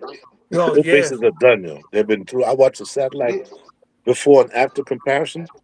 Their Yeah. bases are totally destroyed. Oh, they finished. They finished, but they I'm saying they was hidden though. You didn't know where they was at. You know what I'm saying? Yeah, They used the yeah, technology that Russia and China had to pinpoint them and hit them missiles over there. Even the what was it? It was a I think it was $1 billion satellite got destroyed by a $30,000 drone. Yeah, that was in Bahrain. Yeah, yeah. No, what that was a multiple purpose satellite. Yeah. So what they would do with that, they were using HARP. So they were stealing water from the Iranians. They would push the jet stream into places like Qatar and Kuwait. So the Iranians wasn't getting no water. So the Chinese and the Russians said, "Listen, you got to destroy that. You got to destroy that satellite system there, man." That's what they did. Now all the rains came back. So it was a multi-purpose system that they had there. Yeah. God. And we looking at, these other countries on how they view America and what they ultimately want to do with America, but it's going to be a even just as big uprising in America amongst the citizens because everybody is pretty much tired of this government and the leadership, and Esau gonna be the one to kick it off, right? These devils they already gearing up for war, man, and they saying pretty much we got to take our country back, so it's gonna be a huge revolt and uprising real soon in this country, man. Mm-hmm. And they're gonna get tactical with it. They're gonna know what places to hit. The same way these other countries is gathering intel and all that is the same way these people in America is gathering intel on what we need to hit and who we need to capture and what we need to do and all that, man. Like we always said, we're not gonna do none of that. All we were sent to preach the word and warn our people. That's it. We're not out here to start no violence or nothing like that. It ain't gonna be us. Just about us keeping the laws, statutes, and commandments, and teaching this word out. Nothing else. Yep. And the Lord said, "Wait upon Him." You know what I mean? Right. Yep. The Even Lord's though we gonna do do, everything, even right? though we do have the people, but He said, "Wait upon Him, man." That's it. That's all we gotta do. Yep. And then He will give us the powers to go and wreck them. You know what I'm saying? So, yeah. But there ain't that time. The time is keep preaching and keep doing what we gotta do, man. And you could tell that over in that country, they're so used to it that even they bombing, the cars are still driving. You know what I'm saying? They Like, it's don't another care, day of man. bombing. They know what it feels like. Yeah, but when 9/11 hit, you know what I'm saying? When the towers came down, man, people was just like, "Yo, what the hell's going on?" So imagine when bombs come in just in every direction, major cities and things like that, man. It's gonna be chaos, man. A missile siren. They're not even gonna know what that is, man. Nah, nope, not at all. The only sirens people know is I think the West Coast doing tsunamis. That tsunami. But that missile joint, they don't know what they think. Like, what the hell is that? That's man. Nah. And then when you start hearing, hey, go to your nearest bomb shelters. This is not a drill. This is and this is people gonna feel like panic. The first thing Jake gotta do is drop that damn hot dog and start running. What the hell? He gonna drop that blunt. He gonna drop that blunt. He gonna drop that Hennessy out, man. He might still have the Hennessy because he got superpowers when he drink the Hennessy, man. Yeah, that's Jake gotta say, "You hear that, my nigga? You hear that, my nigga? Drop this shit." Shit. It's gonna get serious. One lady was telling me, Yeah, She they said say that we dude going now, well, go do out with a not. bang. Hell with it. Yeah, what you say, Ralph? One lady on 9/11, she said after 9/11, for the next like 9 months, she couldn't get a seat in her church. It was completely full. It's crazy, man. People running to Christ, huh? Yeah, people started running to that church she said, no day you go, you can get a seat. Oh See, and man. that's what Jay think she gonna get saved at in the damn church, man. Oh yeah, I'm gonna get saved in here. Has to make a lot of money that day, brother. Come on in, come on in, come on in. Remember when that white guy went and let them in the church that time when they had like a hurricane or something like that out there in Texas, that mega church? Kill all them people. Yeah, man. Yeah, you Oh, can't come in here. Close the doors, man.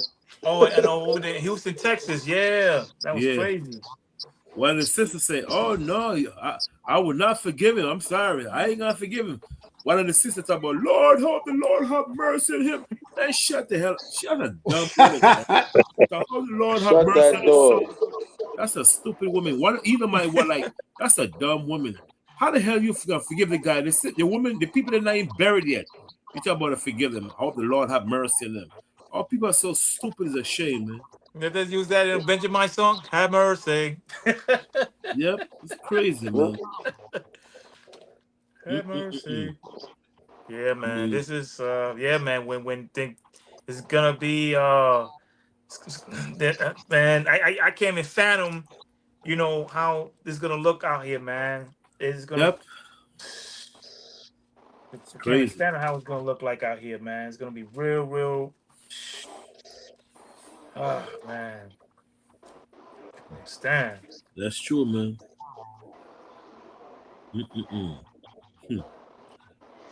That's sad, boy. What time is that? 4:30. Salakia. Yeah. Huh? Yeah. We can wrap it up. Yeah. Let me some sleep now. Con. I want to give one last scripture. Okay. And close out with this. This is 1 Peter chapter 4, verse 7. It says, "But the end of all things is at hand. Be ye therefore sober and watch unto prayer." So continue to pray, continue to watch, right? Because we at the end of all things, man. There's no turning back now. Yeah, we get on and we do these lessons. We do these lessons to warn our people, man, because it's gonna get ugly real soon. It's gonna get very, very ugly in this country. We are dwelling in the virgin daughter of Babylon, man. And soon she ain't gonna be a virgin no more. And she gonna get hit with some missiles, man. And you people ain't ready for that, man. We don't. It'll be the first for us, but we know it's coming. So we preparing ourselves spiritually. Yep. To receive these things, man, because the Lord told us it's gonna come. And hopefully us brothers, man, we looking down on the destruction instead of looking up. The Exactly. coming down on us, man. Exactly.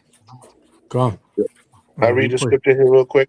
Yeah, you got it. This is Ecclesiastes 12, right? And 13. It says, "Let us hear the conclusion of the whole matter. Fear Jehovah, keep his commandments, but this is the whole duty of man. Right. For Jehovah shall bring every work into judgment, into judgment, with every secret thing, whether it be good or whether it be evil." That's right. So you're gonna be This judged is it, for bro. everything, man. Everything you'll be judged for. Huh? That's right. And the Lord said, it's gonna come a time. Salaki, I know I said that was my last one. You got something, Elder? I get it after. No, bring that up. No, I ain't got none. Okay, come. Let me get it. This is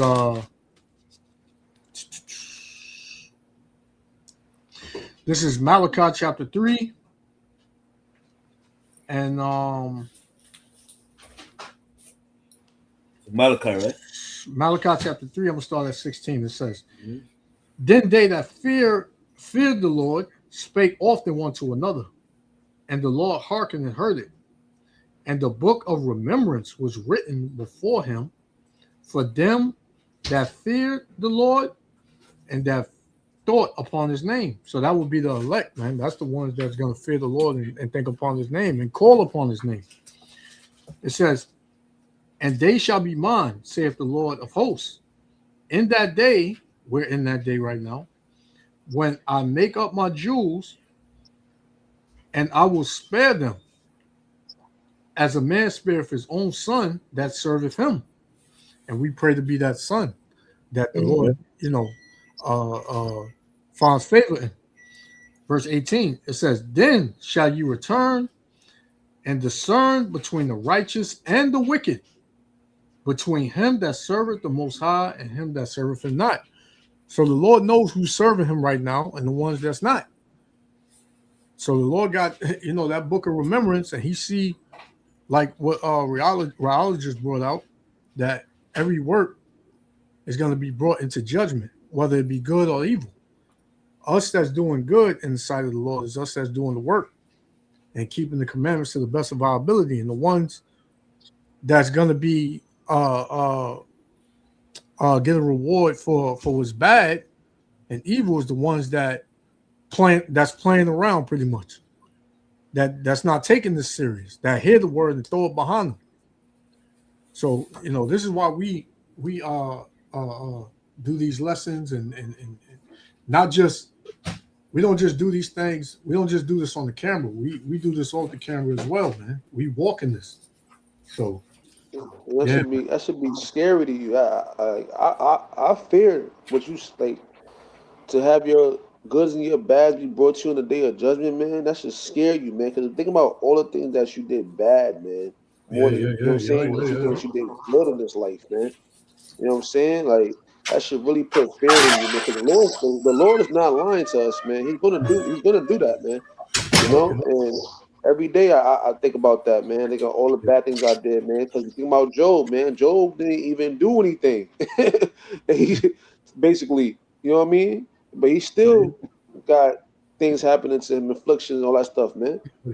So, and then even when it came to Moses, when the Lord told him to speak to the rock, right? And not strike the rock, right? And he stroked the rock, and then the Lord was like, nah, you can't even come to promised land no more, man. Off that one thing. And Moses did everything, was doing everything right in the Lord's eyes, man. Sure. You know what I'm saying? So, like, imagine us, man. Like we did so many things, man. Worthy of death, So exactly, like, and we can continue to do things if we don't, watch what we do, man, and stay in the spirit, man. We can continue to do things that offend the Lord, man. So, it's scary to me, man. It's scary, man. Yep, very scary. Yep, 100%. Same here, brother. Sometimes I be thinking, I'm like, oh, I done wrong, Lord. Lord, forgive me, and it just, it's, we just gotta just keep striving and do it to the end, man. Keep and fighting. do it to the end, fight to the end. I know some of us gonna have to be put to death because of this truth, and we're gonna have to go through it. Someone's gonna be in prison, in concentration camps for this truth. We gotta go through it. I have this type of anxiety, like this claustrophobia, and but I know when that time comes, the Most High's gonna test me, like, hey, this is it. I don't care about no anxiety or none of that, man. You gotta deal with it. You want to try to make it to the kingdom? This is what you gotta do. This is what you gotta go through. You know what I mean? Because when Hamashiach Yahawashi went through it, you know what I'm saying, and we're not better than him, we're gonna go through it, man. Exactly. We don't even come closer to the Mashiach, man. We don't come close to him. Whatsoever. Not whatsoever. He didn't commit a sin, man. That's why he was he's the blameless, man. That's what it tells you in the New Testament. You gotta be blameless in this thing, man. Yep, 100%. Yep. Con, what you got, Elder? I don't got no. Good teaching, guys. Con. Like I say, guys, it's got continued prayer. Very good, praying very important, man. That's one thing I gotta say with them so-called Christians. Agree with them. They pray almost every day. I mean, those that are really faithful in ignorance. You know what I'm saying? Mm-hmm. They might not know their nationality, but one thing they do, they pray all the time, man. A lot of them Christians, they have heavy, pray a lot. We gotta be just like them also. Sing song to the Most High, spiritual song. Because remember, David sings song to the Heavenly Father in the temple, have the Israelites children of Israel singing spiritual song to the Most High, man. So I'm not talking about like what these Christians jump up down, hallelujah. I ain't talking about that. You know what I'm saying? Big spiritual song, give glory to the Most High, man. Nothing wrong with that. You know what I'm saying? But David did that. We could do the same thing. Yeah. And, blessing. I learned more to forcefully myself now to start praying like 3 times a day, man, facing the east. Yep. Because the more trouble coming, the more we're supposed to be upgrade within ourselves, man. Become more spiritual. We're not gonna be perfect, but at the same time, man, we just gotta pray more, man. Leave affliction come upon us. We don't try to pull off and then come back and we gotta fight fight the good fight. We gotta be like a soldier going for a war. We gotta fight until the end, until death, man. So that's what we gotta be like. You know what I'm saying? Remember that movie, Book of Eli? Huh? So what you saying? Remind me of that book on the movie Book of Eli when you saying they gotta be praying, because I remember in that movie, Denzel was always praying. Like he always is praying. You know what I'm saying? In the movie, even though he was, what I'm saying, he didn't the book. He had the book, but he wasn't even reading the book, because the book didn't have nothing in it. It was all in the spirit, man. Yeah. Good. Yeah. That's what we gotta do, brother. Cause that time is coming, man. That hell is about to arise, Yeah. Soon we ain't gonna be able to gather like this. Exactly. We ain't gonna be able to do live feeds. Think about that every day. We ain't gonna be able to do live feeds, man. Think about that every day, man. We're not even going. We're not going to be able to do lessons on YouTube. We're not going to be able to do lives. We're not going to be able to gather soon, man. No. Or even contact each other. None of that. Once they said that's why they with the satellites, man. They're gonna shut and they know who we are. They're gonna shut like, oh no contact. Shut them off. And shut them off. Cut them off. Shut them off. Yep. That's Yashua, why you gotta. one more before you go, Yashua. Can you look That's up? why you gotta eat all this Canada food now, put a bill passed saying that they banned the Bible out there, banned teaching, but it didn't come into effect yet. I just know it's coming soon. You talking about in Canada? Yeah, Canada. Yeah. Oh Do you know yeah, the that's right. date? Yeah, in Canada. Yep. The exact date. I know it's coming up. It's coming up though. It passed already, but once they pass the law, it's a certain date that the law is supposed to be implemented. You know what I'm saying? But I'm not sure of the date. But I know they passed that law already out there. Because you can't teach the Bible on the street. You can't say nothing offensive about the Bible to people. You can't basically condemn people with the scriptures. You can't say anything offensive to the LGBT community about the scriptures. You can't you can't go on the internet and say anything about the scriptures. It's a law now they put out there. So I know after that, once they implement that, and you see that with the outcome of out, how they're gonna use the police to get people arrested. That's coming to America, man. Right after that, man, it's right there. Yep. The bill is called C9. Right? C9. That's the name of the bill. Right here, go a little video. Check it out. You can see it. Go on. Okay. Canada just passed a controversial new hate speech law, and critics say it could have major consequences for religious freedoms. Some are even warning that long-standing biblical teachings could come under attack. So what's actually in the law, and is the Bible about to be banned in Canada? Let's get into it.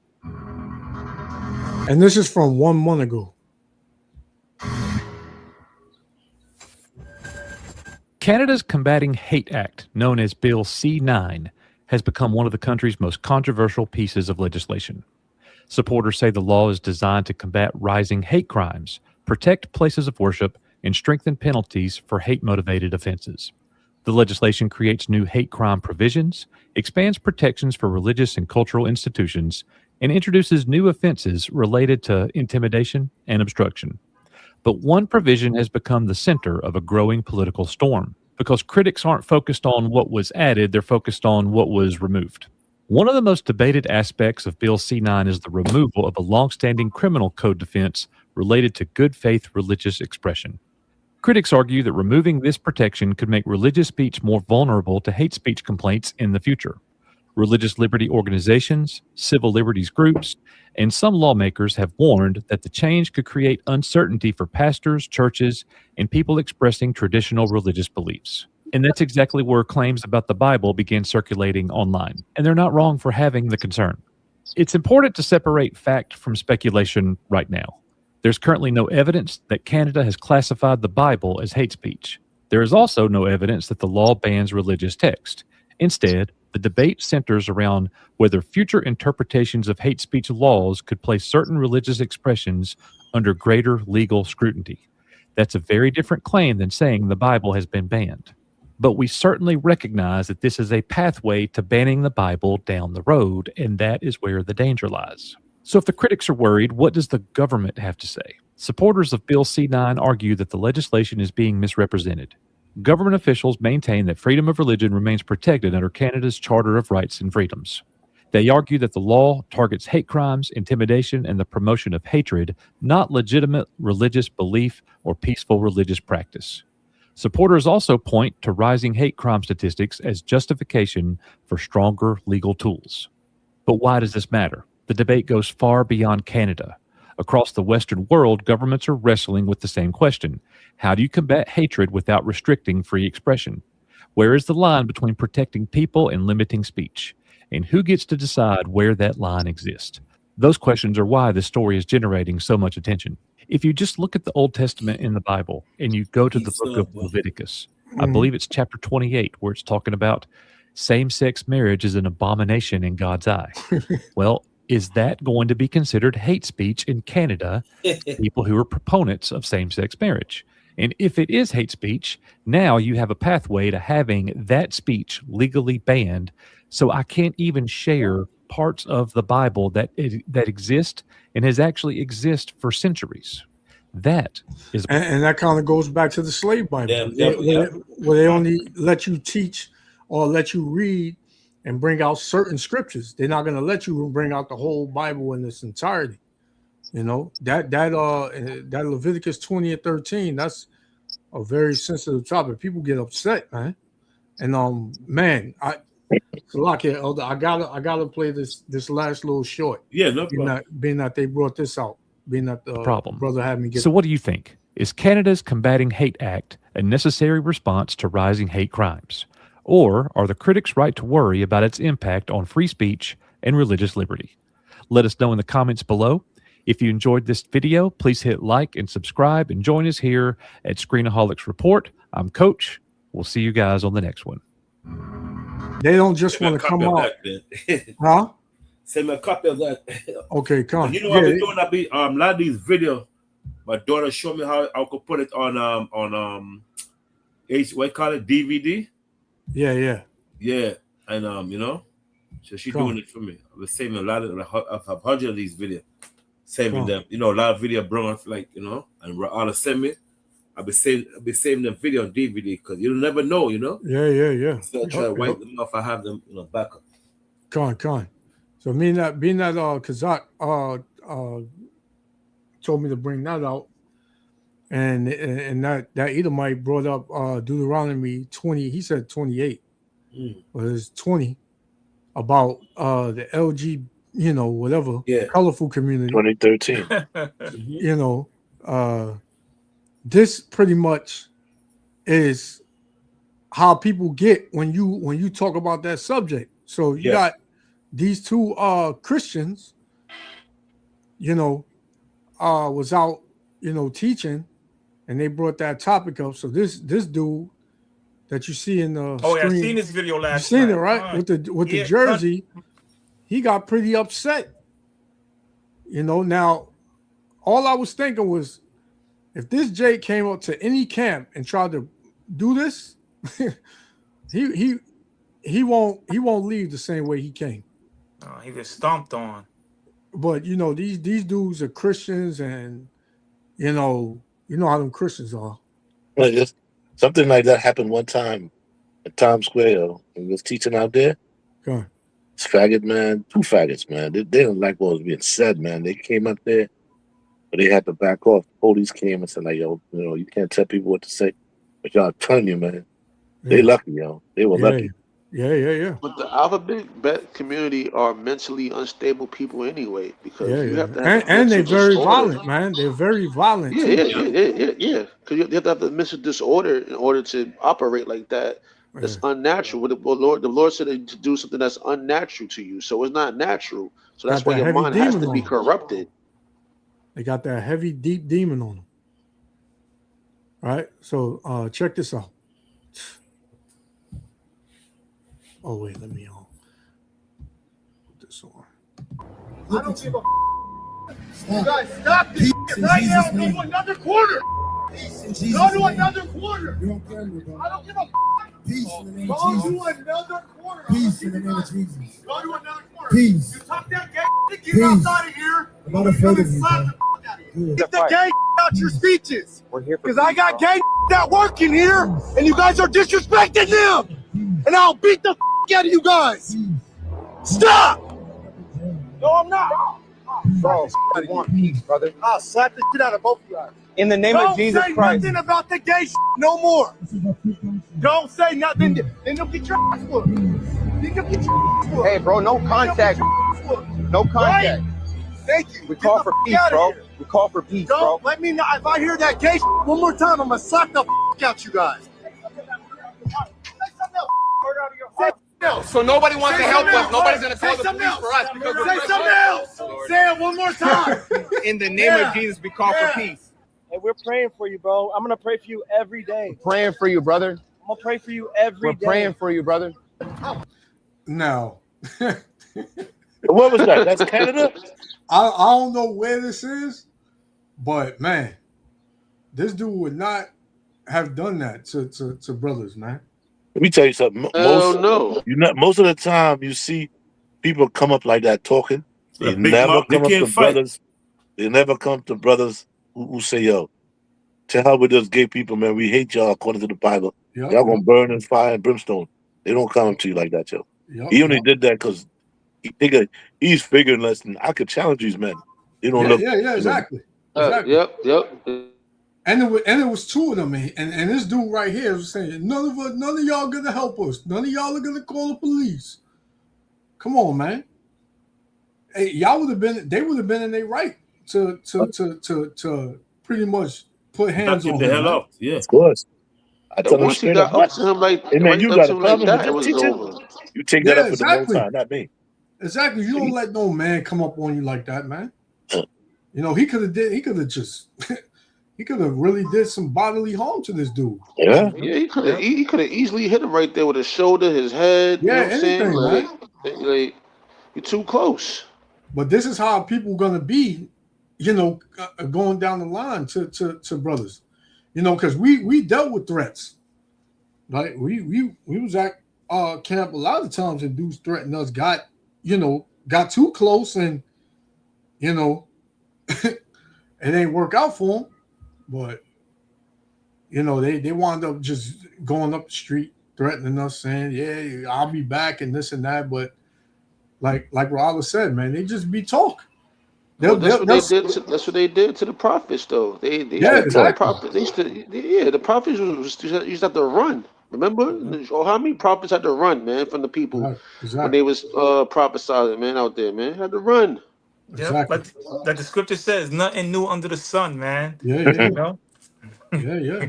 Nothing. They did it. Now now we're in modern times that we're gonna be chased with guns. Or I remember one time when I used to preach by myself in Columbus Circle, and my brother he used to get off work because he worked at a school next to there, and I would challenge Hamites and they would get crazy. My brother had to wait sometimes till I finished.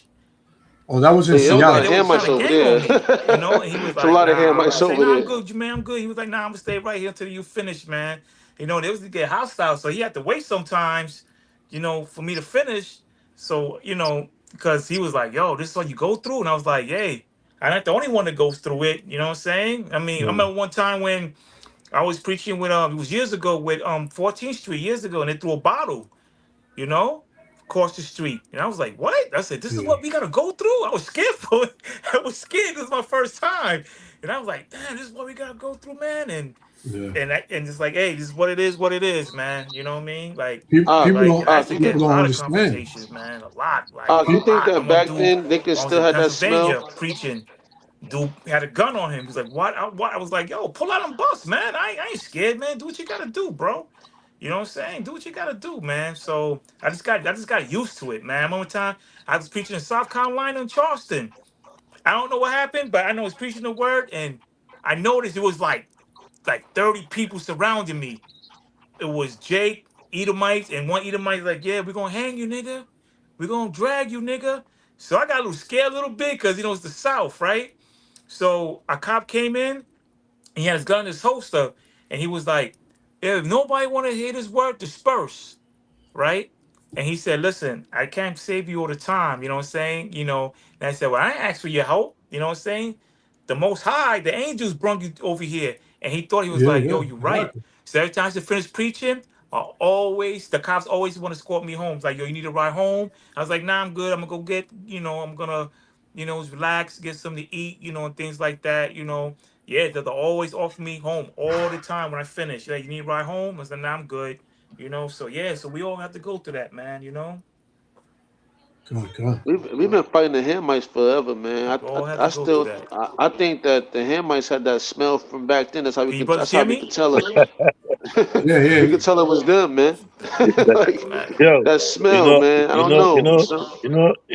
A lot of Hamites are undercover gays too. Yup. Yeah. So what? Say again? A lot of Hamites are undercover gays. What's that? Gay, like they gay, but undercover, like they. Oh, yeah, no, but I think they started that. Yeah, no, they undercover gays. I saw a I guy think was they telling started me that.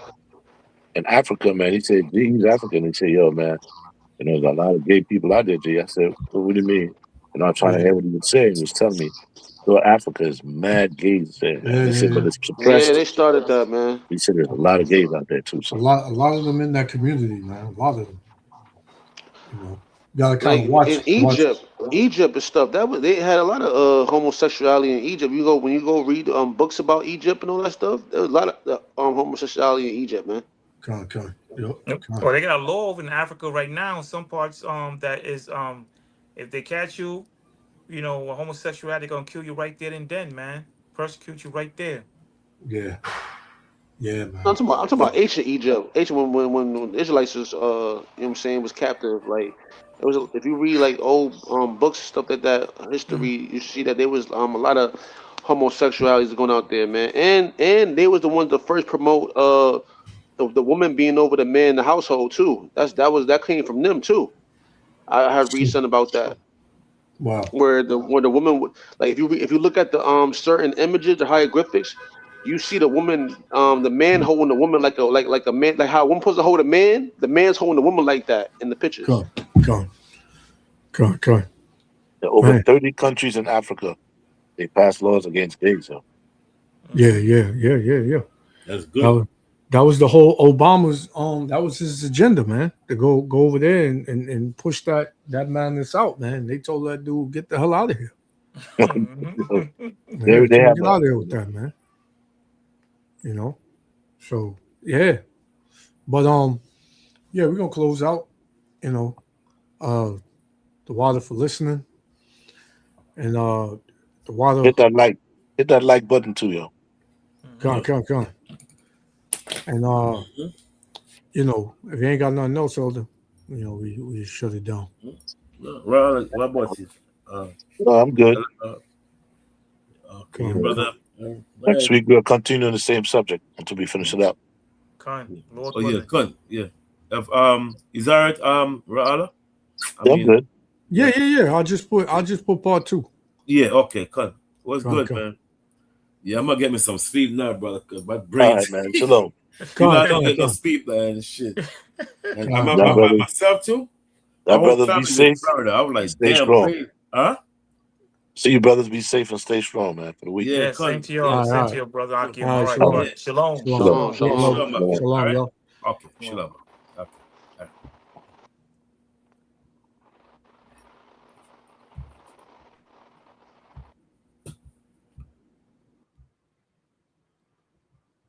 So yeah, I want to give all praises, honor, and glory to Yahawah, Bahashem, Yahweh Shah.